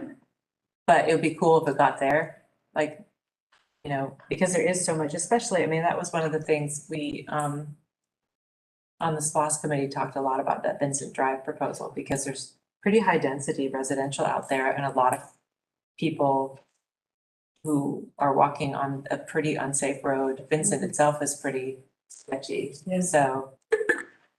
Yeah, sometimes I wonder about a little bit of increased density could then kind of force the issue a little bit, but it would be great. And I would like to just say, you know, in theory, it sounds great. Let's have bike lanes everywhere and do all that. But a lot of developments just don't call for that in locations. And a lot of roads don't allow for that. And then you try to widen the roads or do whatever. I mean, you've got situations where now we're shrinking roads to add bike lanes. And then I haven't seen a bike yet, and I travel Prince a lot. So it's, you know, in theory, it sounds great. I'd love to have walkable areas all over the place. But sometimes it just doesn't, certain areas don't call for it. We shouldn't be building in those areas. Yeah. So we're gonna leave it vacant forever? So I feel like, I mean, like, we could build like apartment buildings over townhouses or whatever. The issue is we don't have sewer here. Yeah. Like, we can do whatever we want, but like, so there's part of me that wants to kind of like toss it to the mayor commission. There's also part of me. It's gonna go to them anyway. That's true. That's true. Tabling it wouldn't help with a plan development because that would require a whole different application process, right? And tabling it for additional plans and details doesn't really help the sewer issue. So Tabling it, sorry to interrupt you, tabling it would give the applicant the opportunity to create a binding site plan. this is true. No, I mean, it would still, the way it could create a site plan that they'd be willing to be bound to. Yeah, it would be. But their proposal is not for binding site plan. That's right. So it's close. Could I ask the applicant to maybe say yes? I'm like, ask me a question, please. If commission chooses to do so and chooses to table us, we have no problem with creating a site plan that we would propose be conditional that we follow. We absolutely have no plan with doing that. I could also work with staff and see what other requirements are for a PD, which I assume you're looking for some elevations, some renderings, that sort of thing. And we have no problem with producing those as exhibits as well. So we would be open to that. Does your question extend to sewer? Yeah. Okay. Do you have any sewer ideas? Thank you. So as far as sewer is concerned, we started working with staff on this plan early this year. I think it was around March or April. We have been in contact with one of your senior engineers, Matt Adamson, and we have also engaged our own third-party engineering company to produce flow tests as well as a pump station report. We did provide that to staff earlier today as well as to the senior engineer. We would be putting in all of the infrastructure for the project, as well as there is a fee that Matt has told us goes towards the maintenance of the pump station in the future. It's pretty significant. We have agreed to pay that fee as well. There's some other pretty extensive things that go along with the pump station, including a solar field, battery backup, all sorts of things, and we have agreed to all of that. As someone mentioned earlier, and I appreciate it, D.R. Horton is the #1 builder in the United States, as well as the #1 builder in Metro Atlanta. We are extremely familiar with working with projects of this sort and putting in the infrastructure that is necessary to do that and to support it. One thing that I would also say is I've heard a couple of things that are contradictory, so I want to make sure I'm clear on what commission is looking for. I'm hearing more density and mixed product, but then I'm also hearing we're afraid of not being able to pay for the infrastructure in the future. So we love density. We would go for the density. We would go for putting some townhomes with single family detached, but I don't want to do anything that then gets us into trouble later, which is why we went with RS-25 with this project to maintain consistency with the existing communities in the area. Do you have a question? Thank you. Yeah, and this is for you as well, and it relates to the thing that you just said. Something was brought up in the staff report, and that I would like to know if y'all have considered it, if you have any information to provide, is this concern that this parcel will become a liability to the county in terms of costing more tax dollars that it brings in, unless you put more commercial in or more density, because the commercial density, more upfront infrastructure costs, higher tax possibilities later on. Have you considered or looked at sort of the long-term cost liability to the county for this type of development? It's a great question. We have not done a specific study on what the long-term effects will be. What I can say is, as one of your colleagues stated earlier, there is a housing crisis everywhere, Athens included. So I'm not sure about the 11,000 unit number. That was the first time that I've specifically heard that unit, but it is consistent with what we've heard across the metro. So I'm pretty sure it's probably close. With bringing the additional housing to the area, it is meeting a need of your area that has to be met somehow. If commercial is added to this site, commercial actually generates more daily trips, which is more wear and tear on your roads. But then on the other hand, if you look at it, houses obviously bring in residents that may bring in families. So it depends on which way you're looking at it. Is there additional burden on your roads? Is there additional burden on your schools? But what we do know is that you desperately need the housing, so it has to come. What we are willing to do, again, is put in that infrastructure that helps support bringing some of that needed housing to the area and providing for that. We will also continue to work very closely with your Department of Transportation to make sure that we are doing things that meet their requirements, their needs. One of the things that I do in other jurisdictions is I meet with superintendents of the school district, as well as those administrators that are in charge of determining the number of students that are coming into the school district. I happen to know someone that's on your school board here. We went to college together, ironically. So look forward to discussing that with her. But in doing that, what we do is let them know we are in the beginning phases of this project now with attempting to get this zoning. From the time that we get the zoning to the time that we get permitting that's required from your municipality, we typically anticipate that being about 18 months for this size project. So we're into 2025 at that point with this. Once we begin going vertical with the first house in this community, it will be phased. These homes are not all going in at one time. We're good, but we're not that great to put in 216 at one time. We're looking at being in this community for 4 to 5 years before it's fully developed. That's the county information that I would provide to your school district. What we have been told is that it takes about 5 years for a school to come out of the ground. At this point, I can't say that I know what your plans are for your school district and whether a new school is planned, but what I can tell you is that we're looking at about 7 to 8 years before this project is fully developed. And if I'm having those conversations before the end of the year with your school district, that is an opportunity for them to begin making plans for the families that will come into your community. While you're up there, can I ask a question? Build houses to sell? So yes, we do build houses for sale, but build to rent is one of the product lines that we do offer. At this time, this is planned to be a for sale community. One of the things that D.R. Horton does different with our build to rent communities is we have an on-site property manager that's there at all times. So what I like to educate municipalities on is if you want to see a community, because I know there's a lot of concern about what build to rent communities look like in the future. If you go down to Noonan, the exit that has the hospital and the Chick-fil-A is Poplar Road exit. We have a development down there that one side of the road is for rent, the other side of the road is for sale. Exact same product on both sides of the street. You will see a significant difference in the appearance of that community, because we've turned over the for sale side to the homeowners to manage with their HOA. Meanwhile, we manage the other side under our property management, a strict maintenance plan of lawn maintenance, rotation of carpet, painting, all of that stuff. And the for rent side actually pays a higher rent than the for sale side pays for mortgage. It's just the nature of the market. So if you ever want to take a field trip, let me know. Madam Chair, do you have any other questions while she's there? No, Okay. but I appreciate, I'm sorry. Yeah, thank you.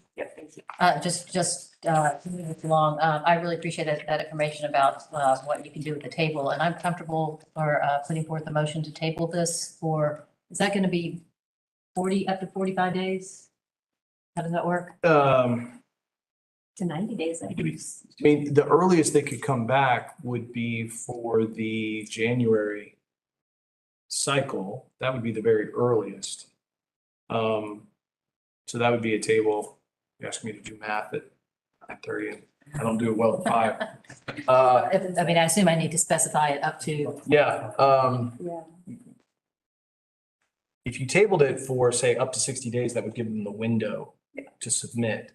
If tabling is something that you're entertaining, I would also encourage direction as to what you're asking for to be done in that period of time. And and that's great, because there were some things that were mentioned that still couldn't be done. It wouldn't generate, like, under this application, it's still a straight rezone application.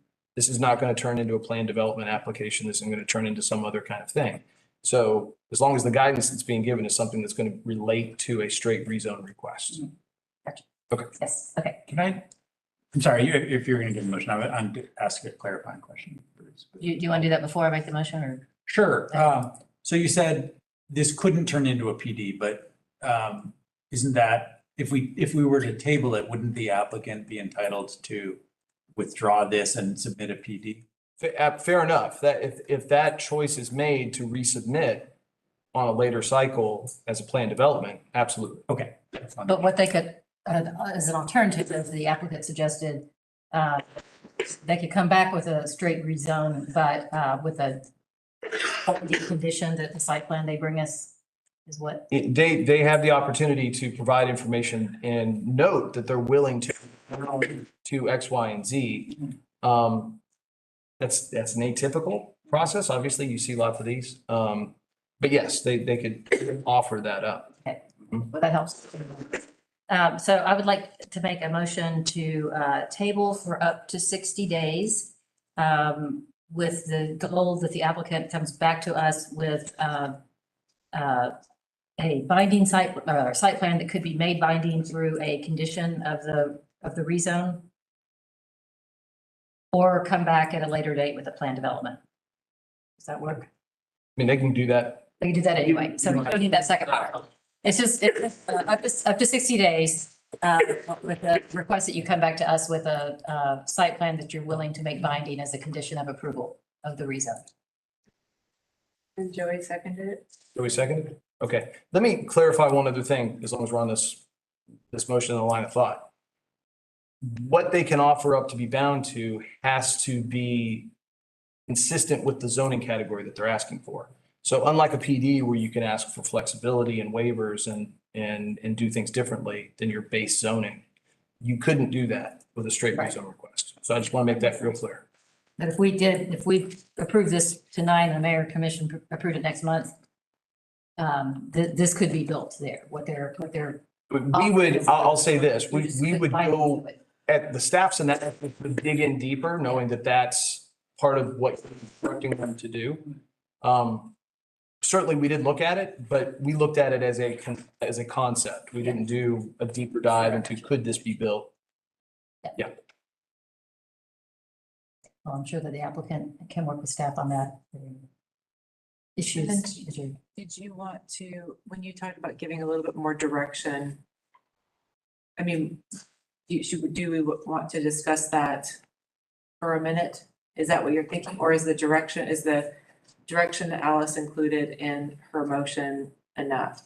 Because I do think the applicant made a good point in that there's been a little bit of conflicting information. And so I hate to make people go back to something and have to guess at the intention. I know we're probably not all exactly on the same page, but it seems like, anyway, go ahead, Kristen. Yeah, I'm just thinking maybe along the lines of the applicant coming back with a more detailed site plan and elevations and like and additional details for the development and just leaving it. And then we can choose to like select it or not, because then it's, you know, it's gonna have to work within the zoning and things like that. But those are the types of details I'd like to see. Actually, like you said, Kristen, the Public Utilities Department has recommended denial.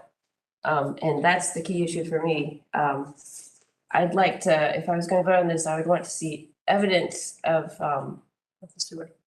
yeah, and that the property taxes were going to pay for the pump station and sewer service and all the other services, you know, decades out. Because it'd be great if the county already had this information, but we don't, so I wouldn't approve it without knowing that this development was worth the investment in a pump station. Can I just say one thing in response to that? We don't ask single family developments in general to pay for themselves. We know they don't, especially once you get above RS 15.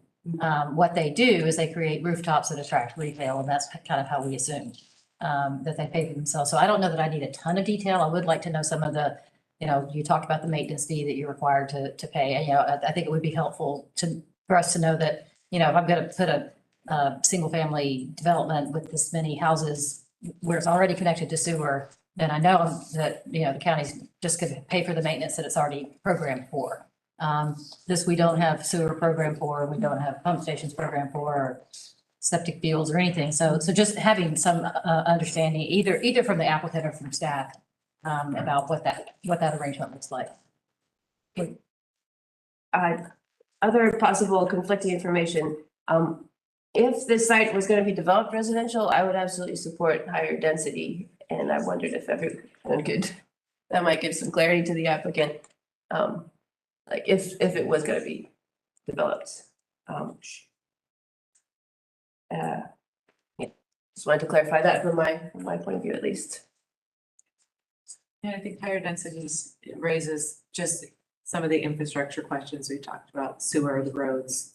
Yeah, but I mean, it's already dense. I mean, if it's gonna be developed at this density, then might as well be developed at a higher. Yeah, it sounds like we're just not on the same, like, we're not gonna give direction as a body that is consistent, because we're not all on the same page. Yeah, I think we're just kind of giving personal opinions at that point. Yeah, that's true. And It's good to know. one other personal opinion, I'm guessing the applicant already knows that the neighbors probably aren't gonna, especially if they leave the buffer zones as in that plan. I can't picture the neighbors complaining about a dense, quote unquote, dense development. That's just my personal perspective. You can't fix it. There's a that plan. Yeah, they're complaining. I wouldn't feel bad about against them. Yeah. Yes, you can. Okay, so the motion on the table is to table. Okay. Do you want to clarify that again one more time, Alex, just so we're clear? Table, yeah, y'all have it written. Table for up to 60 days to develop a site plan that the applicant would be willing to be bound to that meets RS 25 standards. That's as far as we got with the condition in the direction. Was it RS 25? That's enough. I don't know. That's Alice, was that the motion? Well, they're asking for a rezone to RS 25, so. Okay. Well, we're tabling and they could come back with an amended. They can't ask for RS 15 after a table. That's a new application. Oh, they would just have They to would have to- withdraw and It still has to be rezoned to RS 25. if they choose to resubmit. Yeah. But yeah, so table is the way that we can either send it to the mayor and commission with a recommendation, one way or the other, but just give the applicant a chance to come back with something that we would like more. And, but I certainly don't want to suggest by my vote in favor of this motion that I would like to see RS 25 again, because I would like, not like many of us have said, would much prefer to see more density. In part because whether the transit and bike lanes and whatnot are there or not, depend probably on what gets built here. You know, the more homes that are there, the more people that are there, the more likely it will make sense to run transit and bike lanes up Newton Bridge Road. And so I think we need more roofs and bedrooms up there. So yeah, I'm inclined to vote in favor of the table motion, but my comment on it is that I'd much rather see a different application for a denser zoning classification. So we're clear that they can't do anything but RS-25 when you table. Right? Unless they Except for withdraw. resubmit. Unless they withdraw. Start fresh. But they can start fresh without a table either. They can come back whenever they want if they withdraw. That's the point. Yeah. I would like to call a vote, but we just lost one of our commissioners for a minute, so I'm not sure. Have a quorum. We do have a quorum. Okay. So do you want to do a roll call vote again for this one? Yes. Okay. So this is for tabling, right? Yes. We have our motion is first from Alice and second from Joey. All right. Gary, Yes. Goodrum, Yes. Paul, Yeah. Inman, Yes. Alice, Yes. Pass. Sanders, Yes. Tucker. Yes. Unanimous. Here is mine. Gonna have to alternate you take it out. Yeah, do we? You're about to lose two commissioners at once. Yeah. Thanks for a second, because, yeah. No problem. Okay. Should we go ahead with the next item? Do we want to break for a second? Just keep going? It's entirely up to you. I would actually love to take a 5-minute break. I don't think we've ever procedurally done that before. Also, I always feel like when we shift from our items to the text amendments, we deflate a little bit, and these 3 text amendments are important. So maybe if I could ask for a 5-minute break, recess, sorry to make you wait a little bit longer, those in the audience, but just take a breath so we can actually kind of go like these last 3 things with a little energy. Yep.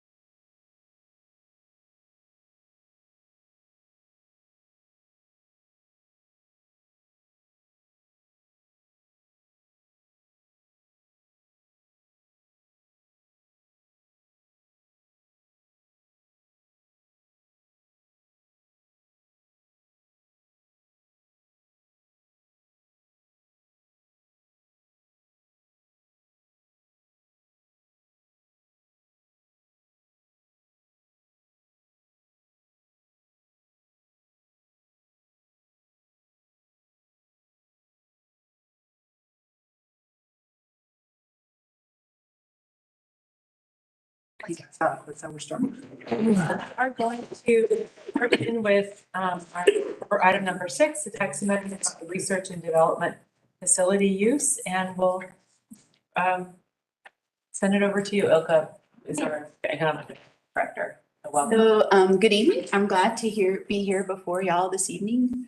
The item that we have in front of you is a proposed new zoning use called scientific research and development. So a little background. Our team is John here. So John Rogerberg is our site development services coordinator. We also have a team of 3 other folks. The way that we recruit industries and retain industries here in Athens is we have strategic targeted sectors. So 2 that I'll talk a little bit about this evening that'll be relative to what we have in front of you tonight are biotechnology and pharmaceuticals, which is a fast growing sector in the nation. Especially in Georgia, it's a strategic targeted sector for the state as well, and definitely here in Athens. Also advanced manufacturing research and development, which is another strategic targeted sector here in Athens. And it's supported by the university, the Growing College of Engineering, and the university's innovation district. For the last 10 to 12 years, they've really been focusing a lot on intellectual property commercialization, which is turning all those ideas coming out of the university into products that can then be sold. And as part of that, the innovation district has been doing a lot to help companies start up using those ideas. That might be faculty, it might be grad students, it might be companies that are basically licensing that intellectual property and then creating out of it. So one of our opportunities and challenges here in Athens is UGA has been running incubators for the last 10 to 12 years, about the same time frame.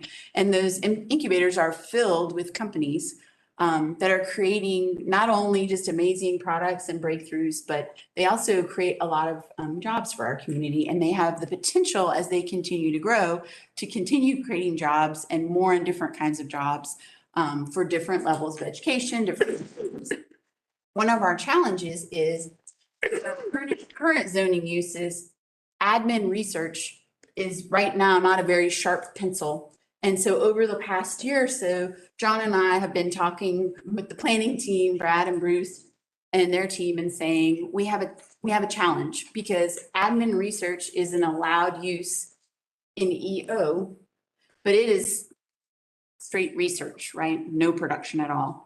But the way these companies, these young companies develop on their pathway to growth is they begin with research and ideas.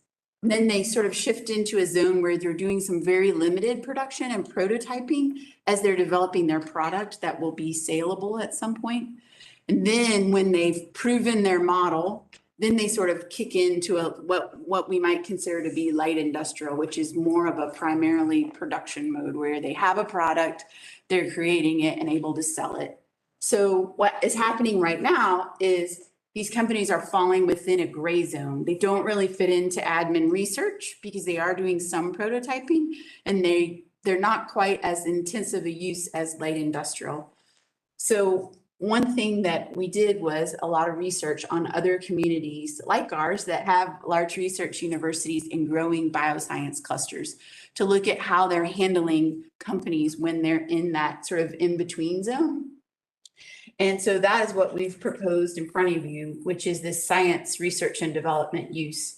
It's focused primarily on research and development with limited application and production, so focusing mostly on prototyping. And then the amendment also includes a small change to light manufacturing, which says that it is enterprises that are primarily engaged in processing, manufacturing, compounding.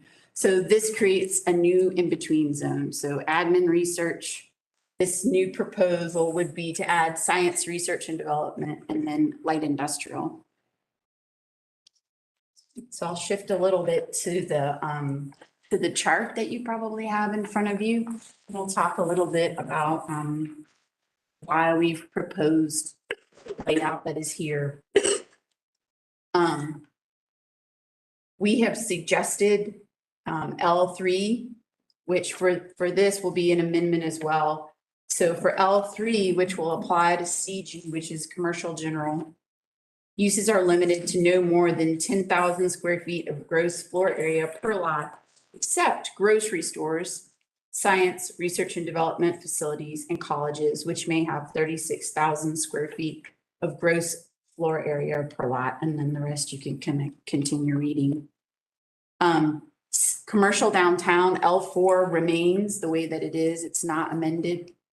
That is less than or equal to 10,000 square feet. Commercial office is suggested as a no, because of all the commercials, that is the one zoning where the building height is limited to 40 feet. So it's more restrictive than the other commercial districts. For commercial neighborhood, also has a building height of 65 feet, but due to sewer, usually commercial neighborhood zoning is a little bit further out. It's closer to residential, so we've suggested it as a no, just to kind of continue that bit of a buffer between businesses like this and where people are living. And then commercial rural also tends to be a little further out. In those areas, they also don't tend to have sewer. But this type of science and research and development, because it's very limited production, mostly prototyping, they're not likely to be heavy water users anyway, due to the stage of development that the company's in. So septic would be able to serve them in most cases. So with that, I guess I'm willing to answer questions or like to have any discussion. I just had one question. I mean, this all made perfect sense to me as I read it, and it sounded good, and I'm prepared to support it. But you talking about the table of where they're allowed and footnotes L3 and L4, you mentioned sort of trying to protect residential areas, right? So commercial office and commercial neighborhood tend to be closer to residential parcels, but of course, we have commercial general parcels that are directly contiguous to residential parcels. And we have commercial neighborhood and commercial office parcels that are large and not particularly near or all adjacent to residential parcels. I wondered if you guys had considered, maybe this is a question for you, Bruce, or Brad, I don't know who worked on this from planning side, but I wondered if you guys had considered allowing it in more districts, but with something like a buffer requirement where it directly adjoins a residential parcel that contains a residential use. Mm-hmm. I'll let you, Sure. I'll say this, the buffering requirement exists already in the code. So these developments where they are adjacent to a residentially zoned parcel, whether it's developed residentially or not, if they were to develop, they would have to provide a buffer that meets standards already. So that part's kind of a threat.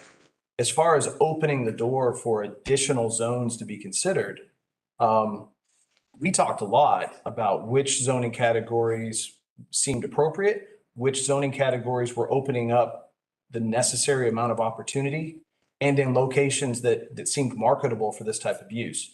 So that's what's in this, the proposal is these zones kind of scratched those itches for where we thought there was potential. Obviously, once we have some performance on this, we could revisit. But this does open the door. I appreciate that. Yeah, I mean, I'm sure you guys have thought about it more deeply than I had. It was just a question I had, but it seems perfectly reasonable, and I'm happy to support it. I'm sorry, what are L3 and L4? Okay. Those are the, in the code, in the table, in the use table, they show up as essentially their footnotes. So, L stands for limited, so. Yeah. I think Ilko read out, we don't have it on this memo. If you look at the bottom of the page that says existing use, new proposed use, the L3, because we amended it slightly. Got it, okay. And L4 says just limited to 10,000 square feet for. Less than or equal to 10,000 square feet, but we didn't amend that. That's already existing for downtown, so, yeah. And if you think about where commercial office zoning is located, and also that's a very consistent limitation that's used for some other uses in the use table. Commercial office tends to be, for lack of a better way of putting it, kind of a buffer zone between heavier intensity commercial uses and residential. Because commercial office uses by their nature are kind of gone in the evening. They don't function as robustly on the weekend. They tend to be a good neighbor. And so as you step down in an intensity, in commercial categories, CO, the scale is reduced. And so that's where the 10,000 kind of made some sense for where you might be sitting right next to townhomes or right next to multifamily or even single family. So that CO was one of the ones that we kind of kicked back and forth. Yeah. Should it be in? Should it not be in? Looking at the map where it exists, you can kind of see it on Gaines, smaller lots. I shouldn't just single out Gaines School Road, but Gaines School Road, Millage, parts of Prince. Is that what we're talking about? And I think at 10,000 square foot level of use, it may work. It may work. So for example, right now, we're talking with 6 different companies that are ready to move out of the incubator. Of course, it'll be periodic, right? Because companies all entered at the time UGA was opening up office space, but usually these bioscience businesses tend to incubate for anywhere from 10 to 15 years. It takes a very long time for bioscience businesses. So, but right now, 6 are ready to go. And UGA has also indicated that they have a lot of businesses looking to come into the incubator. And so they're sort of going through the process of determining which ones might be ready to fly the nest. So hence the proposal, because we need places for people to go. We don't have a lot of existing buildings right now, and this will help open up some of that real estate and retain the businesses, because otherwise they will leave us. And I would much rather that they stay. So what is the argument for not putting L4 under the CO? The reason not to do that when you guys were contemplating. Footage. Ceiling height. Building height, yeah, 40 feet. Oh, that's right. That was the one that. Yeah, sorry. Not the building height, that's CN. Oh, that's CO.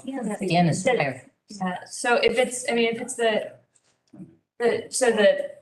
concern with the building height is that most of these businesses just wouldn't want to go into the CO or CN because it's not tall enough. It just limits them a little more. It depends on what kind of business it is. If it, so the next type of business we're probably going to see start to pop out are small engineering type businesses. So they may need a higher roof height than, say, bioscience. As long as bioscience has good ventilation and they're able to have the lab space that they need, but some of the smaller sort of engineering sparked businesses may need a higher building height depending on what kind of equipment they need to do or what their process is.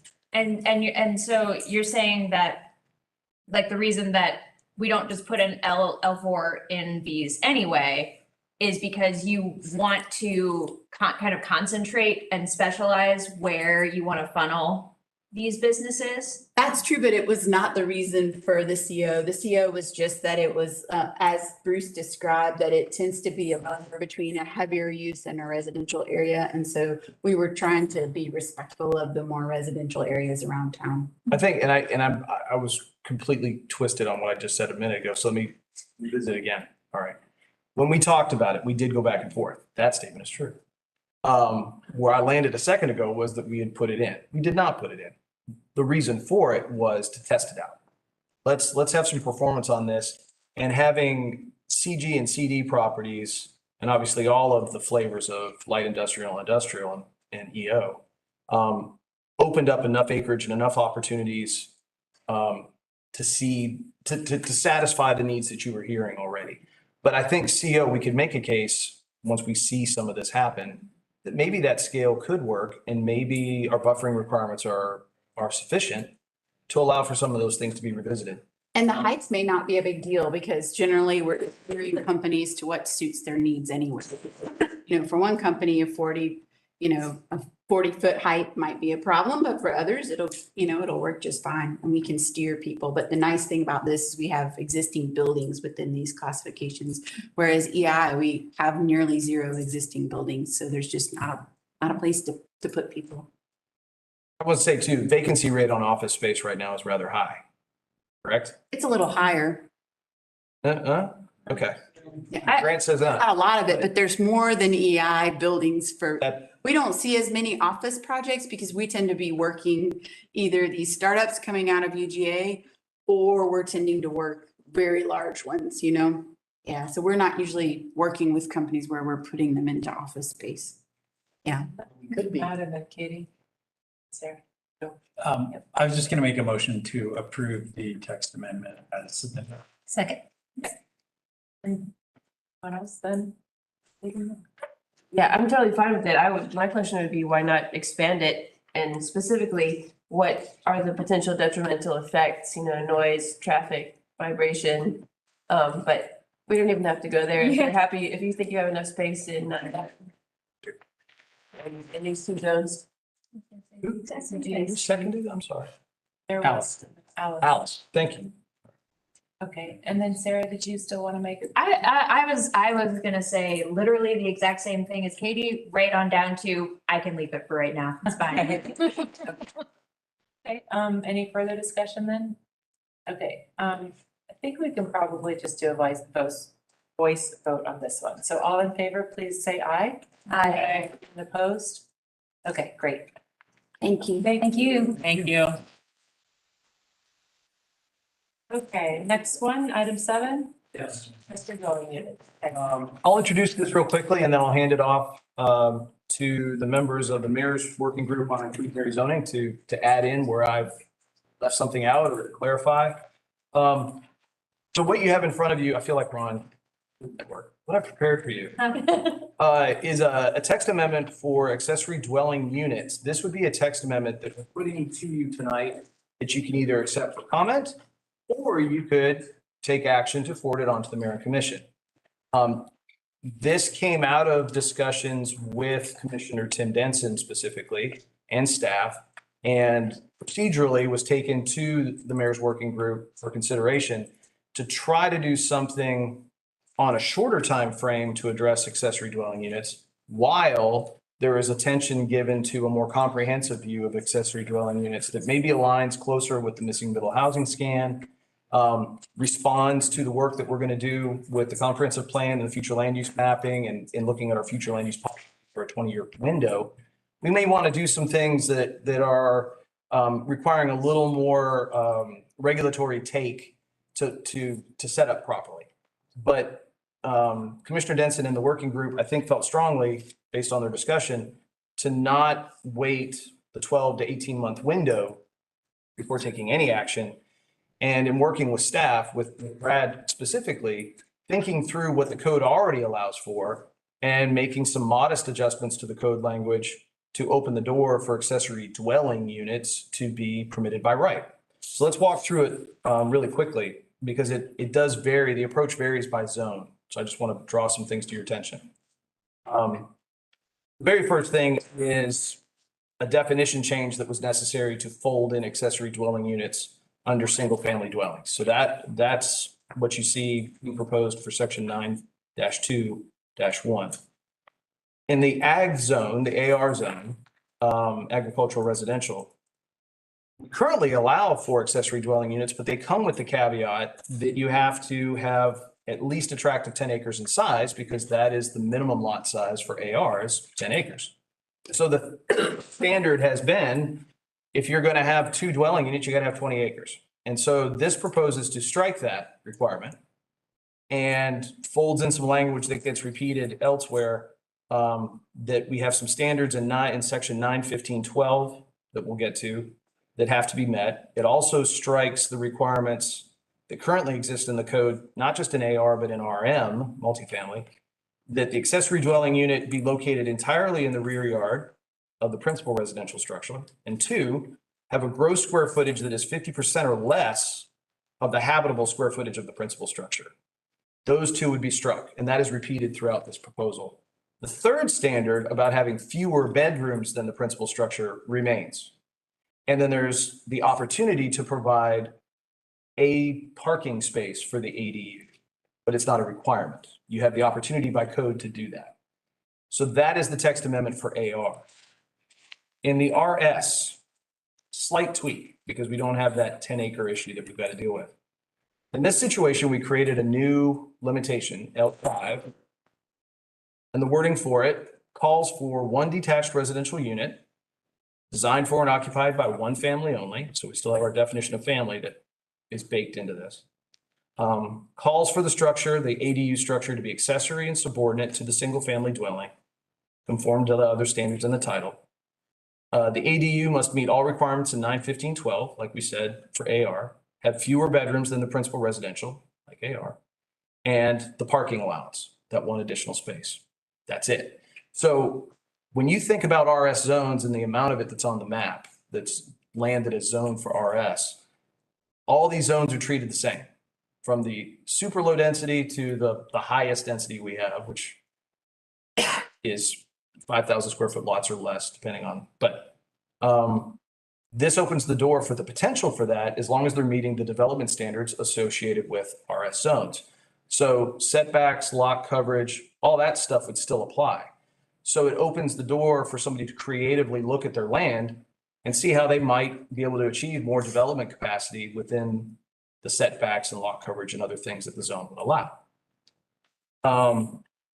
There is also a standard here, wording 975, that all the units developed in the zone, with the exception of ADUs, shall be designed for individual ownership of each unit.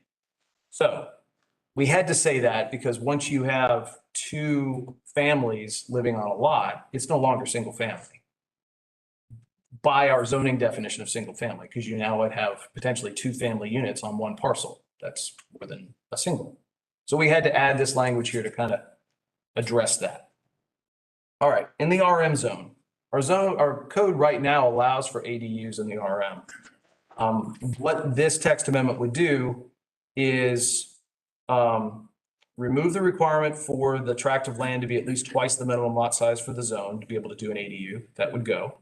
But also remove the two things I mentioned for AR, being entirely in the rear yard, have gross square footage that is 50% or less of the habitable of the principal. That is gone.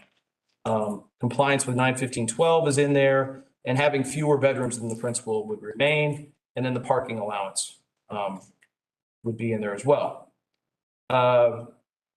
In the commercial zone, which this should be Cs, it should not have RSs, so that's a typo.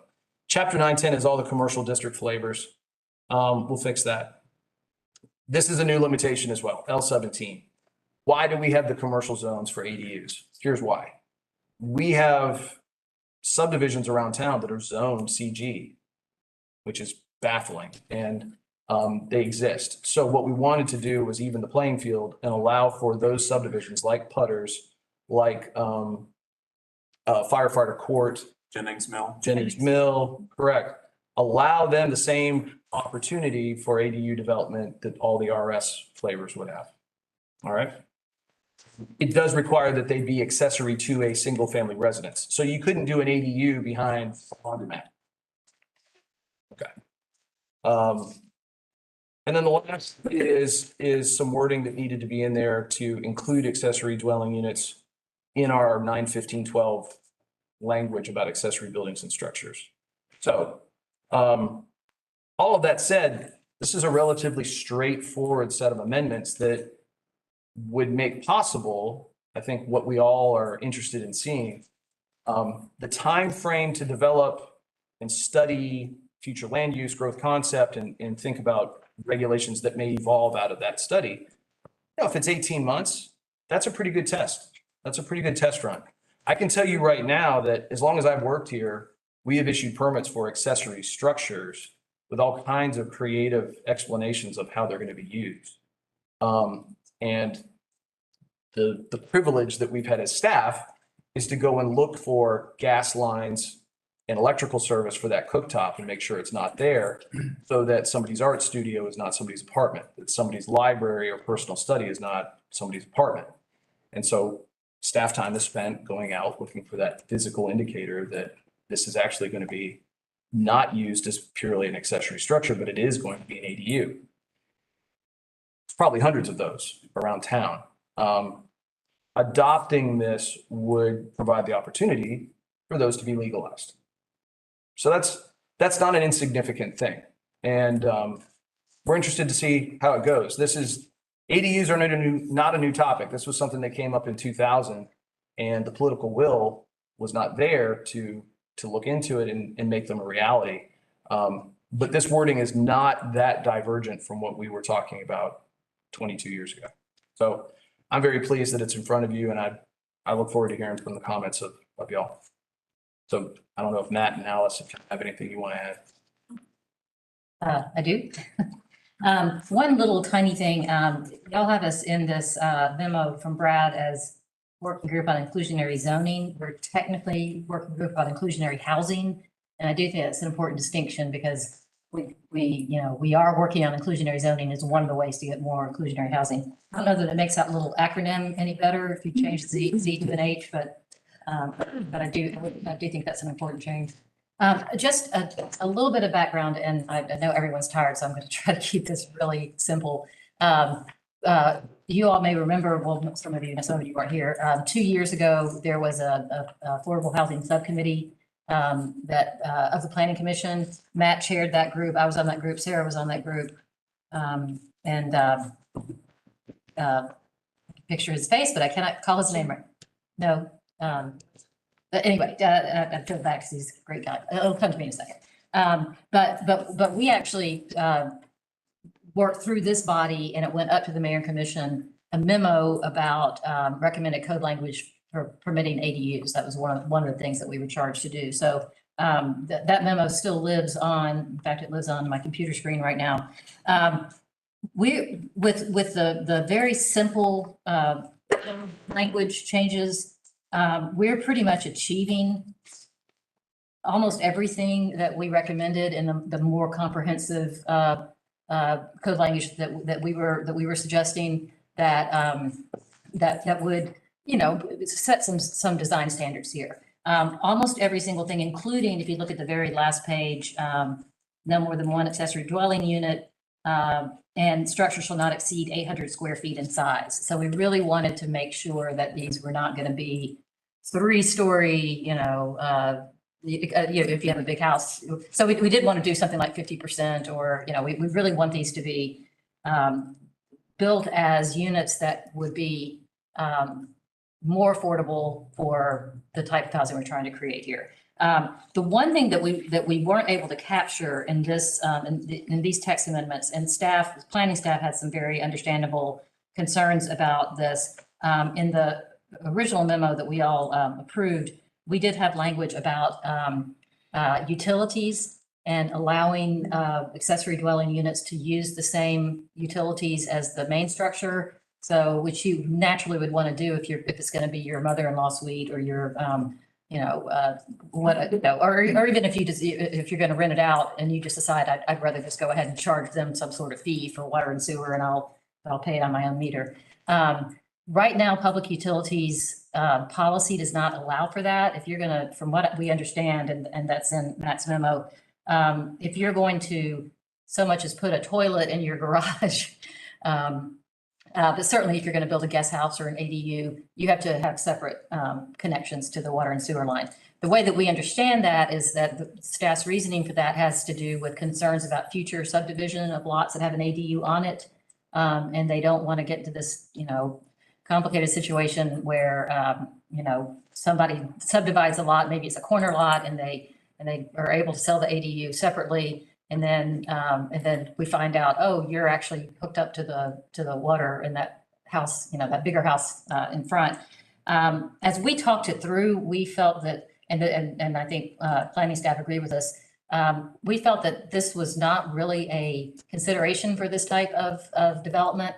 So what I would like to ask this body to consider, in addition to, and I hope we can pass this on to the Mayor and Commission tonight, but that's not up to me.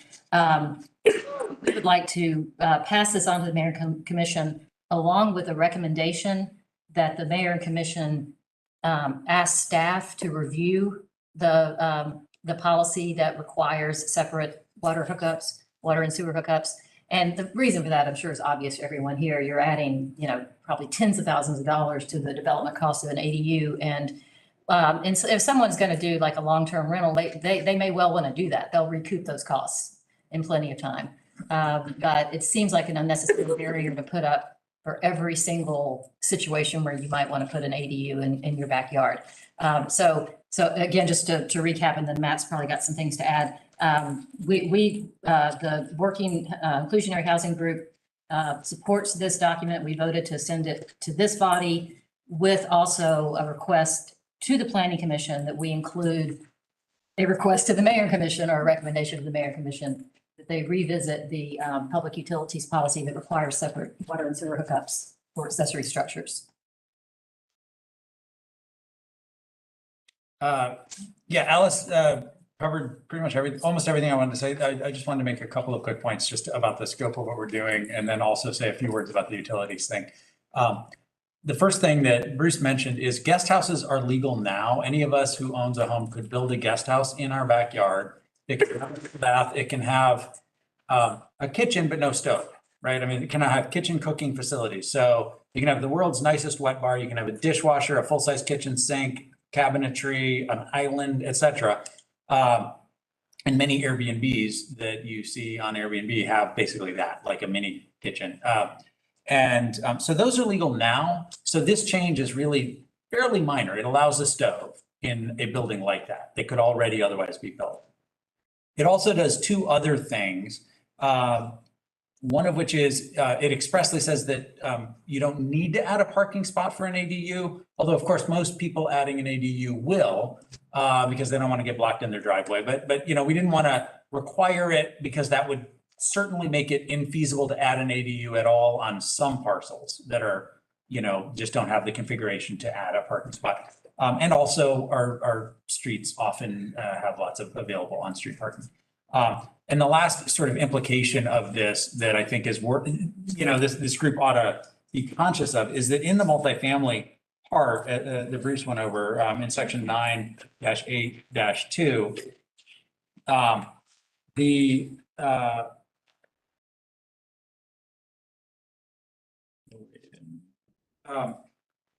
where is it, Bruce? I saw you go over it. It's the part that says that the bedroom density calculation ordinarily applies, 983, thank you. The bedroom density calculation that ordinarily applies in RM zones, which is 16 bedrooms per acre in RM1, which as a practical matter means if you have a minimum size lot, which is 5,000 square feet, that's a little over a tenth of an acre, you're allowed a little over 1.6 bedrooms, and we rounded up to 2 in the ordinance. If you have a house like that just has 2 or 3 bedrooms, you can add an ADU. It just has to have fewer bedrooms than the main house. If you have a 2-bedroom house, you can do a 1-bedroom ADU. If you have a 3-bedroom house, you can add a 2-bedroom ADU. So it does add some more density to RM parcels where an ADU is added. We decided that that was important to do because for a whole bunch of reasons that I can go into if anybody wants to hear about them, but I wanted to make sure everybody's conscious of the fact that that's what's in the proposal here. And then the last thing on the utility thing that I think is important to kind of emphasize is that the principle here is to treat the addition of an ADU the same way you treat an addition that you add onto your house. If I want to add on the back of my house and put a family room and 2 more bedrooms and 3 bathrooms, I don't need a new sewer hookup for that. And an ADU is generally going to be smaller than an addition to a house. And there's no real reason to require a separate sewer hookup or to treat it differently or less favorably because we are, after all, trying to encourage ADUs. And the costs involved in separate sewer hookups, you know, there's about $5,700 in fees to Athens-Clarke County. There's also you got to do a street cut, you know, to connect to the mains. And then you got to re-asphalt that, and you've got to pay a plumber if your ADU is 150 feet from the street. It's not just the hookup at the street. You got to run 150 feet of sewer pipe underground in a trench and water pipe underground in a trench. Those have to be separated by a certain distance under utility department policy. Trees and topography can make it impossible for some people to do that. Whereas they could just run it 15 feet out the back of their house and connect to what exists already underground. And we thought that homeowners ought to have the freedom to do that if that's the choice that they want to make. And that's why we think that second thing is particularly important, which is not reflected in the text amendment. So I think we foresee this going as like when we do a vote on future land use and then a vote on rezoning, like a vote on the text amendment as written, and then an additional vote on whether or not to recommend to the mayor and commission that they consider eliminating that requirement with respect to ADUs and guest houses. Procedurally, would we need 2 votes? I guess I'm asking attorney and planning staff that would we need 2 separate votes if we want to do that, or could we approve this with With the recommendation. With a recommendation. In one vote. Yeah, that'd be fine. Okay. And on that The point, commission may want to separate those two things out, but. we've already started that discussion with public utilities and had a very productive discussion, had a case study that we had to sort through of a property that's owned by an Athens-Clarke County employee. So we had a nice working example of how that was maybe an overreach. So I think we're in good shape with public utilities policies and staff to change that. Yeah. And I'll just make one more thing to, this is more of like a policy philosophy kind of thing, but we have to acknowledge that we can't solve all of our housing issues just through the zoning code. And planning staff was reluctant to say, we're going to write into the zoning code something that goes against an existing policy of another department. So we really need to go up the planning silo, through the mayor commission, and down into the public utilities silo to get that one.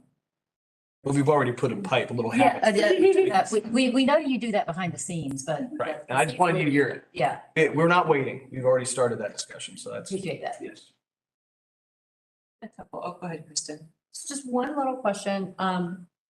Do we need to say somewhere that an ADU is a standalone type of dwelling? Yeah. Like, yeah, I mean, Matt talking about like you could do an addition on your house. Like, could I just build a box in the back of my house and give it a different entrance and call it an ADU? Yeah, that's a great question. And we discussed that and our inclination was actually to allow ADUs, whether attached or detached, which is ordinarily how it's done all around the country where they've legalized ADUs. Brad expressed the concern that allowing attached ADUs, well, forbidding duplexes just creates a definitional or application complication for staff. I think the members of the committee sort of saw Brad's point. Also, we're inclined to allow ADUs, whether attached or detached, but ended up, I think, deciding to just defer to Brad on that one. But I think, I can't speak for Alice, but I think I would be open to tweaking this in that way, because to me, it's an accessory unit. It's much smaller. It has fewer bedrooms. It's not, it's conceptually distinct from a duplex. I'm not that opposed to duplexes either. Yeah, what if we just let there be duplexes? Well, that's the next thing. That's gonna take, that's what's gonna take. Exactly, that's all, yeah, that's part of Yeah. this. So And this it makes makes sense. sense. A house that masquerades as a single family house, but is actually a duplex, like, yeah, let's bring it, like. That's gonna take a little deeper dive on the part of staff to get that code. And it's a deeper dive with the community, just to be perfectly honest. I think we need to recognize some terms have stigma. Your house is not the duplex you would see in other locations around town that is a rectilinear shape and has two front doors sitting next to each other that I think carries an unfortunate bunch of baggage. We're moving this through on a cycle that is atypical from how we normally make text amendments of this sort. So just being sensitive to that, I think this is a huge step forward. I don't want to diminish that. It's a huge step forward, but it's actually very incremental, which I think is nice about it. And that's exactly right. Yeah. So the duplex discussion and the triplex discussion and the quadplex discussion, I think is something we feel very strongly is going to be taken up in a very substantive way with the community to figure out how to get us there. Like, not do you like these, but here's what we'd like to do. Let's really talk it out. But with an accessory dwelling unit, it's an easier discussion to have. And particularly with the standards we have in place, we live amongst these already. This alien is amongst us. And so we've got a pretty good track record of folks really not complaining about an accessory dwelling unit. We don't have the same track record with a duplex, which is awkward. Well, and I like originally I was like, should we like make sure that this is defined as a separate thing? But I kind of like the idea of backing into that duplex thing by having some non-invasive, smaller units pop in, and then it becomes a discussion of, well, how are we defining these really? Yeah. Couple questions. Currently, do the guest houses that are built without their cooktop, do those need a CO? Always. Okay, so this wouldn't have changed, just keep going. It's not, yeah, and it's actually a certificate of completion because it's not a certificate of occupancy. It's just you're completing the project. You're not occupying it as a residential unit. And so would the ADU need that? Yeah, They would need, it would need. The certificate of occupancy. just like a house. That's correct. Okay, and then, I also wondered, so the statement about, let's see, that the structure must be accessory and subordinate. The only language that like guides that is the less bedrooms in the main house. And 800 square foot. Yeah. Okay, and so there's nothing, you remember how with those early discussions, there's discussion about where it was in relation to the main house? That's just not in here. That's, again, that's getting more into, design standards that we would prefer to develop along with, I don't want that in there. Okay. Yeah, I'm not arguing for it being Yeah. there for sure. But really, if you go back and look at the memo that we produced, we basically say, just follow the single family zoning setback requirements. We could tweak it and make it a little less restrictive but we felt like this was it is an incremental step. You could call it a low hanging fruit, but I think it will give us a really good lead time and test case to see how homeowners respond to this, and that will help guide our discussions as we move into the more comprehensive discussions over the next year or two. Great, yeah, I think it's great. And I think what I was sort of looking for is what staff have. Like just thinking about the language they have because of the accessory and subordinate language, which is the maximum square footage and less bedrooms in the main. And that's great. Make a motion to approve with the recommendation for the utilities. Second. Friendly amendment to that, I assume that this is incorporated in your motion, Joey, but the typo that Bruce noted on 9.10.2, where it's the commercial zoning districts, but they have the headings that are with grass instead. So with that typo. Correct. Yes, with typos corrected. Is that enough on recommendation on utilities, or should we come up with a sentence that says, like, recommending the mayor and commission consider eliminating the requirement of separate utility hookups for ADUs? Yeah, certainly the mayor and commission to direct that to be studied with the intent of eliminating it. There may be some conditional things that are engineering related where it has to be dealt with. They can't just be a blanket, don't have to. Who presents this to the mayor and commission? This will be coming through as an agenda item to the mayor and commission. So it'll be staff shepherding. Brad, probably. Yeah, it'll be. Okay. I was saying with our intent, our intent of what we're saying. Do I have to write word for word for them to read as part of the motion? Or can y'all explain that? I think we got it, unless you wanted to really get specific about the messaging, which I don't certainly entertain that, but. Okay. Well, and Bruce has already started the discussions anyway, so. I think y'all got it. Okay. Okay, all in favor of the motion on the floor, please say aye. Aye. All opposed. Great. Last item. All right. So. Let's motion to make this. Motion to table. Motion to wrap up. No, I would certainly not discourage that. What I want to do is not shorten any discussion that somebody was counting on having tonight about the updated comprehensive plan. What I'd like to introduce really quickly and allow our steering committee a moment to speak if they so choose. Just a quick explanation of where we are, why we are doing it, and what comes next. I've hinted at it a little bit in our agenda. 2018 comprehensive plan needs to be revisited. It needs to be buffed out. It needs to be resubmitted to the state to let them know how we've done a 5-year short-term work program, and to, at a minimum, fix some language that is now outdated. Data, the census is really helpful. It happened in 2020, not in 2018. So we've got some things that we wanted to fix, and we've had really good discussions with the members of the steering committee, who I want to recognize really quickly. Taylor, Monique, Sarah, Joey, Kristen. Right? And that was from memory. I didn't have to read that. We've had really good discussions. We've also had Grant Whitworth, and at long last, we had an appointment of a county commissioner, which is a state requirement, and that is Patrick Davenport. So what we have done is systematically gone through the 2018 comprehensive plan document section by section with suggested updates to data, wording, awkward wording that we wanted to fix. Just a quick reminder of what we were doing in 2018. We had just finished the Envision Athens process, which was designed to be a different way of looking at planning for the community, a different way of organizing multiple stakeholders in town, and have the various comprehensive plans for all these entities, whether it's the university or the hospitals or the school district or our own industrial development authority. Let all those people come to the table, share their goals, and then go off and go to work and stay in communication. Since that concept was put out there and all the data that was done leading up to 2018, the target has shifted on what Envision Athens focus has been.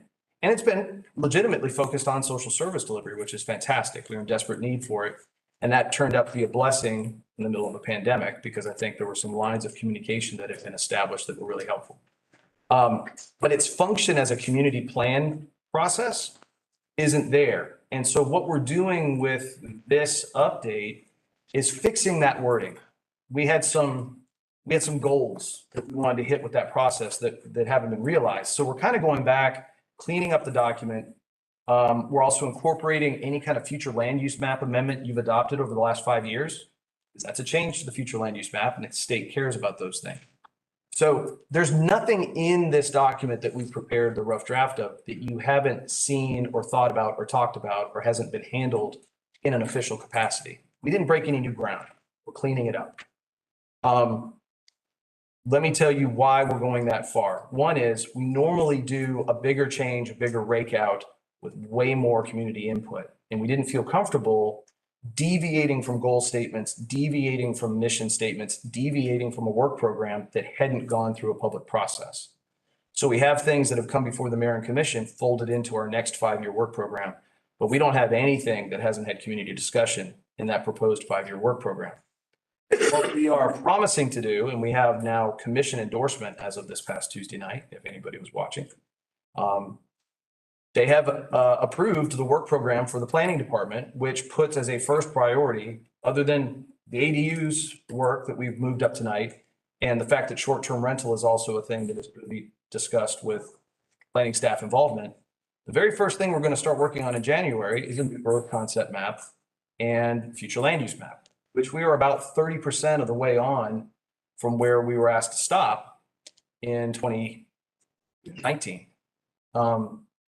When the mayor gave the charge to do some other work efforts, that had to stop, and we did those things. So what we're going to do is bring all that stuff forward and in earnest begin working on this new growth concept, new future land use, and let that community discussion and all the research that goes into it inform some regulatory changes in our code in a very meaningful way, a much bigger way, more in line with what we did 20 years ago, 25 years ago now.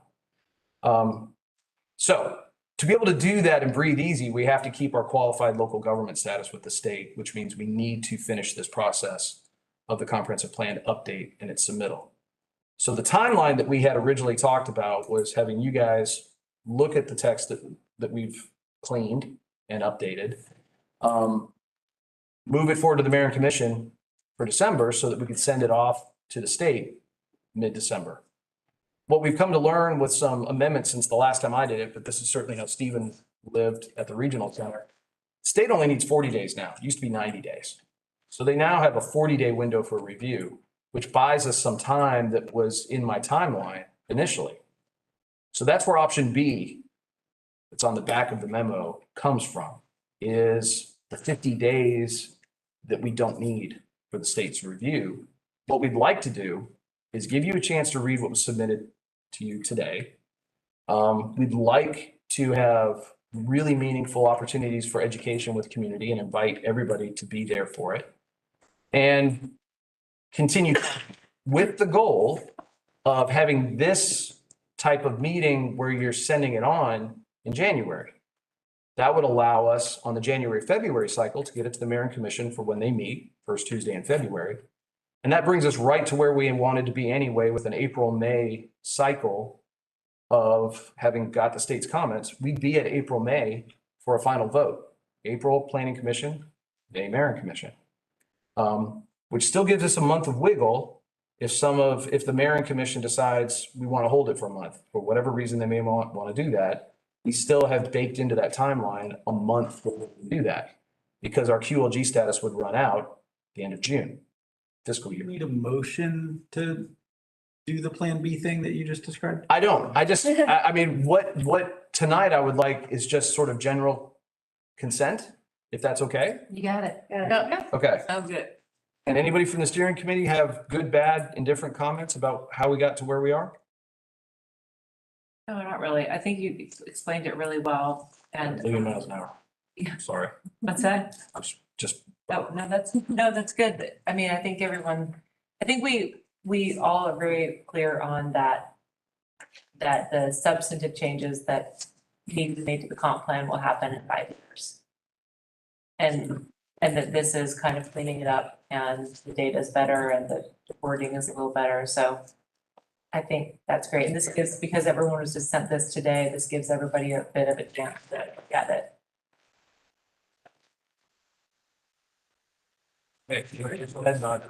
This is, sounds like my class when it's like 5 minutes of work and then start getting people to put things up and that makes sense. So, I guess. I made no motion to adjourn. And that, Brad giving us a report. So do you have anything you want to tell us? I no, he gave me nothing. Okay. Special to report to you all for tonight. Yeah, just if there was a decision about the mayor and commission about what things to send up, but we could. The biggest report was Tuesday night's vote on the work program. That's right. Okay. Oh, that's true. Mitchell Street was approved and Mill Center. Oh. Okay. Thank you. Like to move to Move to adjourn? or adjourn, I mean, all in favor of adjourning, please say aye. Aye. Opposed? Excellent, adjourn.